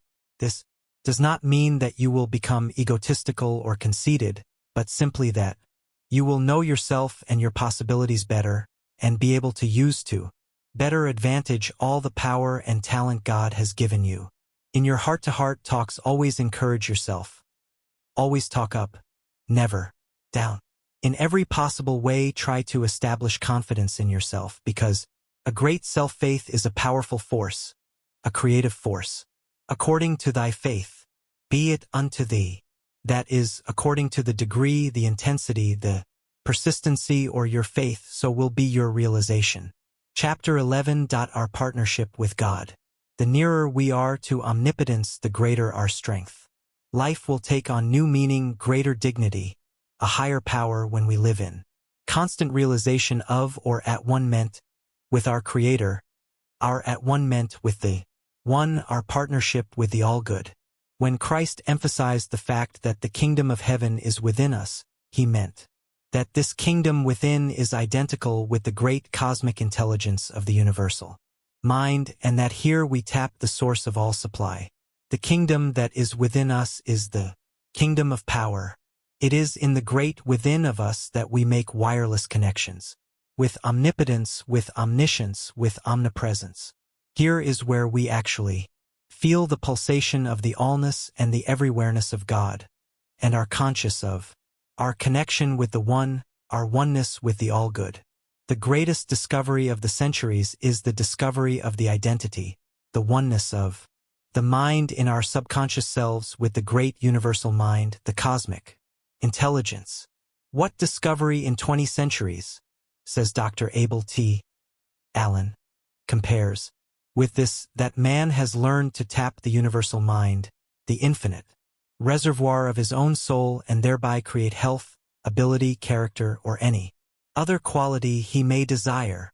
The idea that man can control and adapt to his own growth and enlargement, the cosmic intelligence which flows to him through his subconscious self, that by his own power of choice and will this cosmic creative intelligence everywhere present can be utilized by man as a creative force, is one of the most astounding truths that has ever come to the human mind. Years ago, Henry Ward Beecher said that thinking is creating with God. Yet, how few of us realize even today that we cannot think without creating, and that if we think helpful thoughts, unselfish thoughts, love thoughts, we are creating with God.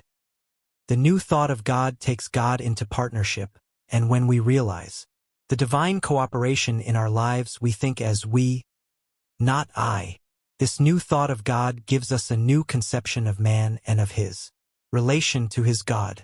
Teaches us that we are a vital, inseparable part of deity, that we are a part of the great creative mind, and that we are creating every day, because we cannot think, we cannot feel, we cannot act without creating something. The new philosophy of life teaches us that there is something in man that is inviolable, something that was never born and will never die, something that cannot be contaminated, that cannot sin. It teaches us that there is a divinity within us which is never impaired, that no matter what happens to the rest of us, this divinity, the God in us, is untarnished, inviolable. A human being's power depends very largely upon his God consciousness, upon his conscious partnership with his Creator. The closer the relation, the closer the man's God consciousness, the consciousness of his oneness with the One, the more power he can express, because he draws upon the limitless resources of his infinite partner. Many people seem to have an idea that the creative intelligence out of which everything we know has been created was in the beginning localized somewhere in a creator's mind, but we now know that this great creative Intelligence or force is everywhere. We know that it exists in every cell in our bodies and in every created object.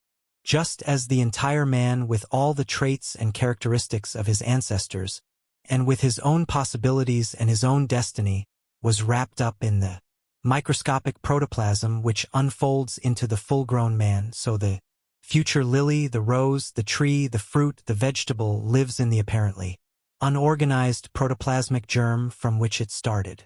In these microscopic germs, creative intelligence dwells. Every atom, every electron in the universe is the home of the divine intelligence which creates and sustains all things. This intelligence is not fragmentary in the atom or electron, any more than certain parts of the oak are fragmentary in the acorn.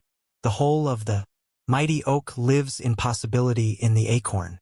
There is nothing added to the oak, which was not an amplification of the cell life in the acorn.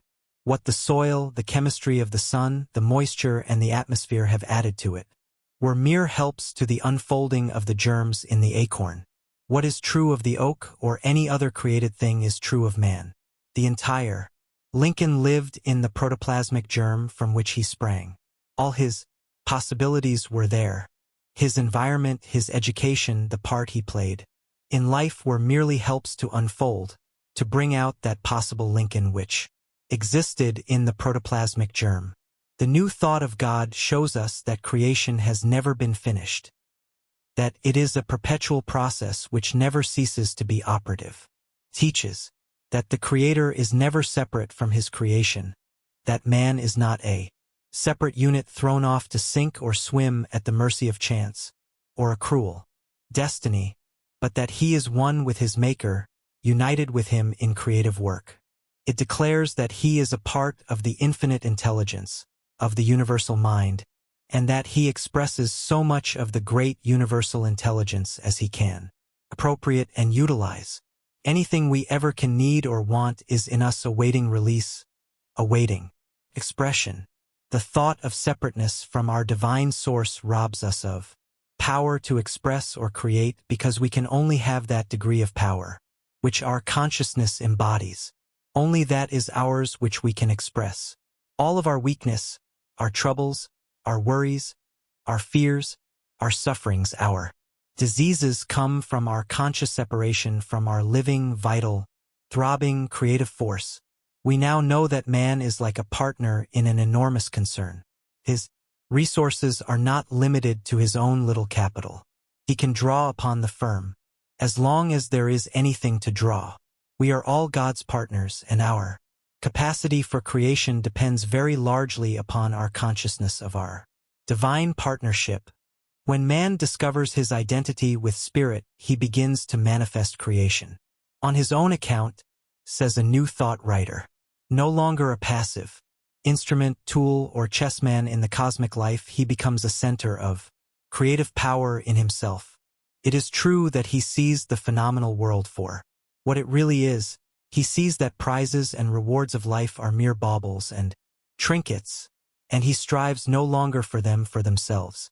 But, in place of the old illusion, he sees a creative purpose in the cosmic activities, meaning in the universal becoming, and he smiles and takes his place again on the stage of life, playing his part willingly, cheerfully, confidently, and understandingly. His peep behind the scenes does not interfere with his characterization and the portrayal of his appointed part. On the contrary, he plays his part all the better by reason of his knowing. When we have taken God into partnership, we are conscious that we are God polarized, that we are in the current which runs Godward. The consciousness of God, of being reinforced and buttressed with infinite power, supported by infinite wisdom, gives a wonderfully increased sense of power. When you realize your divine partnership, it will enlarge your life and multiply your effectiveness because it will take away from you all sense of uncertainty, all feeling of inability to buffet the storms of life, all sense of hopelessness in the presence of overwhelming odds. It will give a new meaning to living because you will know that you are not a victim of fate, but that your life is founded upon infallible fundamental principles. When you take God into full, complete partnership, you will never fear. Your life's venture cannot end in chagrin. You will never suffer lack or want, because you will then know that if you want success, prosperity, or anything needful, you must take the material into your mind, which will create what you desire. You will head toward your ideals, toward the material which you hold in your mind, and this is the stuff life is made of. You will be led in green pastures and beside the still waters, and you will fear no evil, no pestilence can touch you, because you are God-polarized. You are immune from all of the ills of the flesh, holding steadily in mind the ideals of the things you want to bring to pass. The ideal of the man you want to be and the things you want to accomplish is actually necessary to the further process of creating. Think of the miracles man has wrought by holding his ideal in mind and working in cooperation with his God. Compare, for instance, our fruits and vegetables of today with the same kind of fruits and vegetables as they were before man focused his mind upon improving them and lifting them to higher levels. Compare the luscious Indian River orange today with the sour, gnarled, bitter wild orange, the best that nature, unassisted by man, could give us. We know, of course, that man alone, without the creative power implanted in him by God, never could have evolved the luscious fruits and succulent vegetables of all sorts which we enjoy today out of the original inferior products as unassisted nature left them. The marvelous improvements man has made upon the earth in lifting the things which God originally created to higher and higher and ever higher levels can only be accounted for through his copartnership with his Creator. It is the God in man working with the God in the great cosmic intelligence which has lifted them to such heights. The work which man has accomplished in a multitude of different ways proves that he is one with God, that he is a co-creator with him, and that together they can do what neither could do alone. They are working together for the betterment of the race. Without the God power which, consciously or unconsciously, is flowing through him, man could do nothing. Alone he would be powerless. And yet it is a strange thing that some of our greatest inventors and discoverers have been skeptics, unbelievers in God, when it was the God in them that helped them to make their inventions or their discoveries. As a matter of fact, when a man invents or discovers that which benefits his fellow men, whether he acknowledges it or not, it is because the creative force in him is cooperating with the divine force in the universal intelligence, which is everywhere present. It is the creative force of divinity in Edison that has produced these marvelous inventions and facilities for eliminating drudgery from and beautifying life, which Edison and his maker together have given to the world.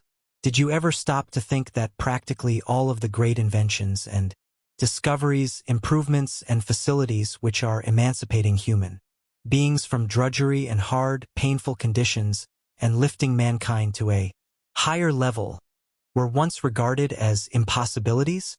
Did you ever realize that at one time those who attempted to make these impossibilities realities were ridiculed, called cranks or insane?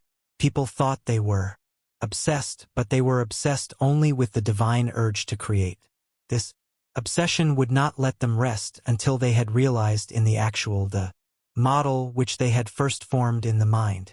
Think of the innumerable things man has accomplished even within the past century, how he has triumphed over the obstacles that to the great majority seemed insuperable and succeeded by his creative energy in literally bringing the ends of the earth together.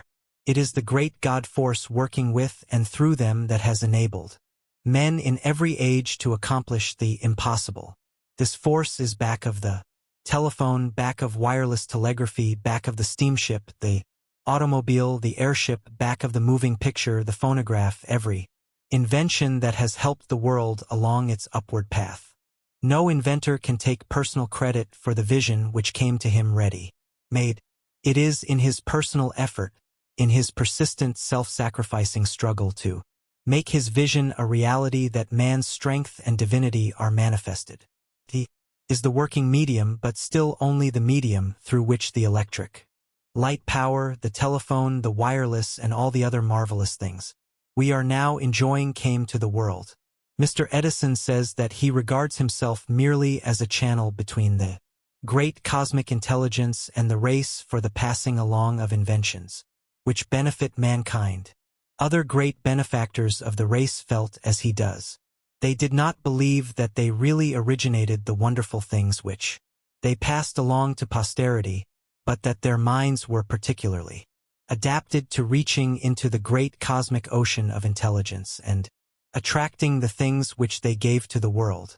They felt, like Edison, that they were mediums for the transmission of special blessings to man. It is man working with God, the divine force, the God in man working with the great creative divinity, that is lifting the race, improving mankind. Man is not doing this as a separate unit. There is a power in him back of the flesh, but not of it, working with the divine intelligence in the great cosmic ocean of thought, of cosmic intelligence. This power is everywhere operative and is destined to lift every created thing up to the heights of its greatest possibility.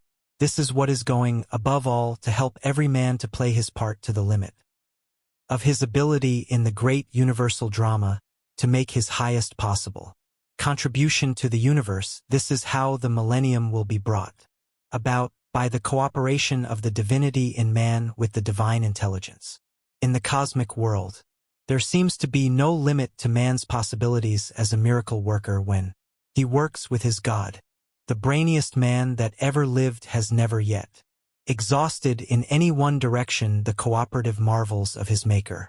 Who can imagine what our fruits, our flowers, our vegetables, our cereals, our animals will be after another 1,000 years of the cooperative effort of man with God? The chrysanthemum which takes the prize at flower shows today is a miracle of size and beauty compared with the tiny, scrubby chrysanthemum from which it sprang centimes ago. The same thing is true of the rose, the carnation, the pansy, and all garden flowers. At the same rate of improvement, who can foretell what these things will develop into even 100 years from now? The marvelous creations which Luther Burbank, cooperating with his God, has produced in the kingdom of flowers and plants are but indications of what the future will bring. Nature unaided fails is the dictum of science. Luther Burbank is a partner with his Creator. Together they are doing what neither could do alone. Man is a necessary instrument in the creative process. The Creator alone never has produced such wonderful things as Burbank and the Creator together have produced. Nor are Burbank, Edison, and other noted men exceptions in this respect. We are all co-creators with the great Creator of all.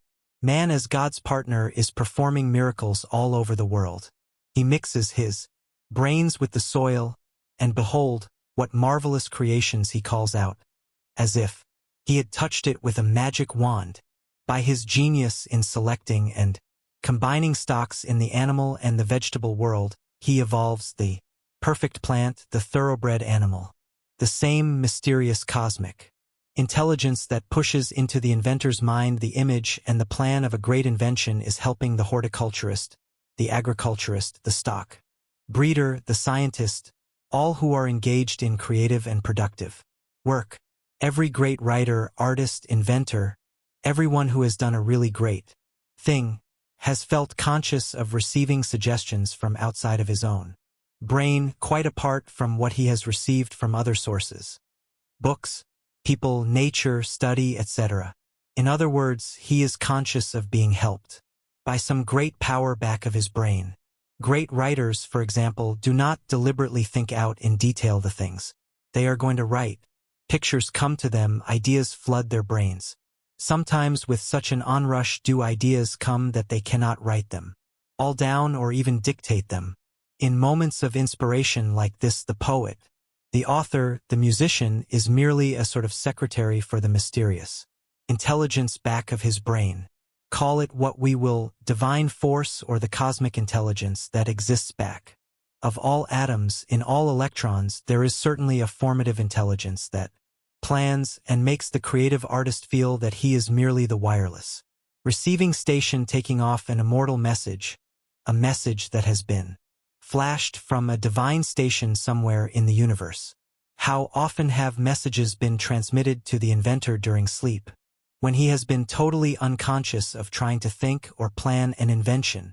How often has the poet received in a dream, as by a flash of illumination, the line or the words he needed to complete a poetic image? Whence come these things?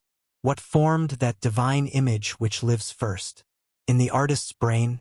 He did not deliberately plan that picture which came to him full-orbed, perfect. His own brain did not fashion the idea. He merely reproduced it on canvas. Whence came that model in the sculptor's brain, which his imagination holds, until with chisel and mallet and deft hand he calls it out of the marble in a wonderful statue that all but breathes and lives. The sculptor did not deliberately make his mental model, it came to him. He used it to help him call his ideal out of the block of marble. Without it there would be no statue. There is no other explanation than that it came to him through the great creative mind. All of these things go to show that man and God are one, that they are working together, that they are partners, co-creators, that everywhere they cooperate in producing, creating, improving, uplifting. No one is a real success until he takes God, good, into partnership, until his own purpose and ambition are squared with the divine plan. That is, a man's vocation must at least not run counter to the purpose of the universe, which is based on the unity of all things, which means teamwork.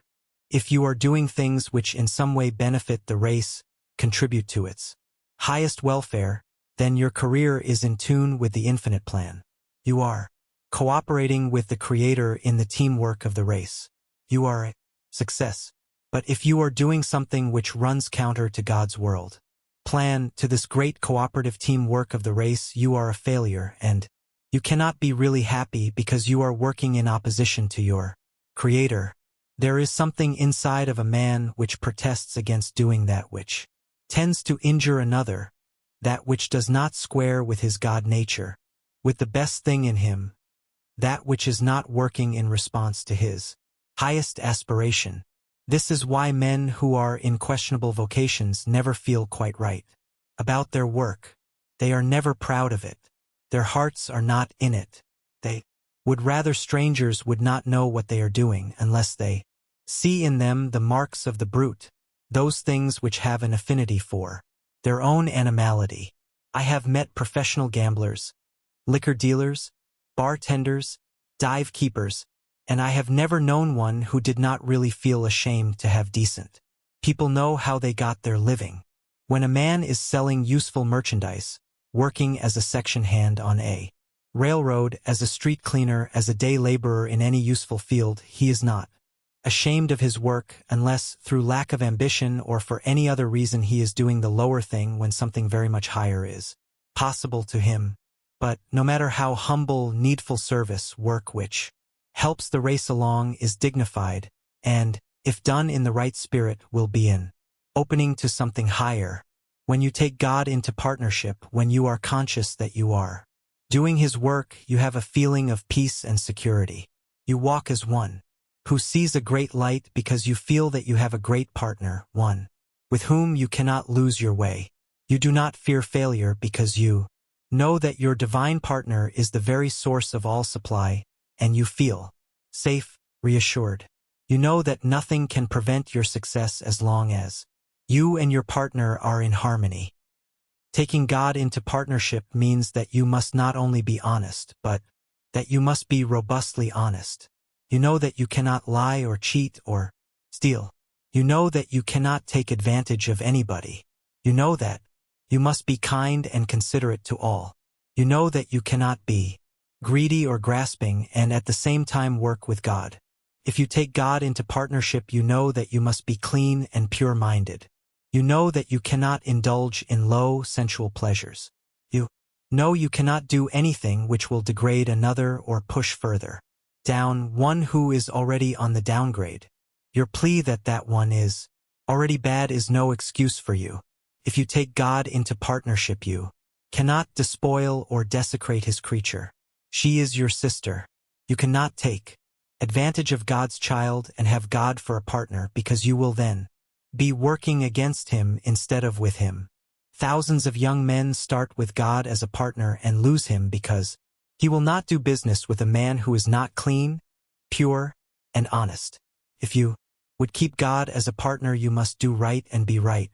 I am the life and substance of the greater mind, says Paul Ellsworth. And the recognition of this truth frees me from every false desire. When you realize that you are one with the greater mind, you will naturally take God into partnership and work in perfect harmony with him. This will give a new meaning to your life and will turn you around completely so that you will see the things that are really worthwhile. You will see a new world.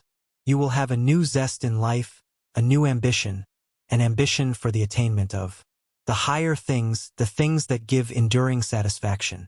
You will lose interest in that which before you thought essential imperative to your happiness. The things you drop will not be wrenched away from you.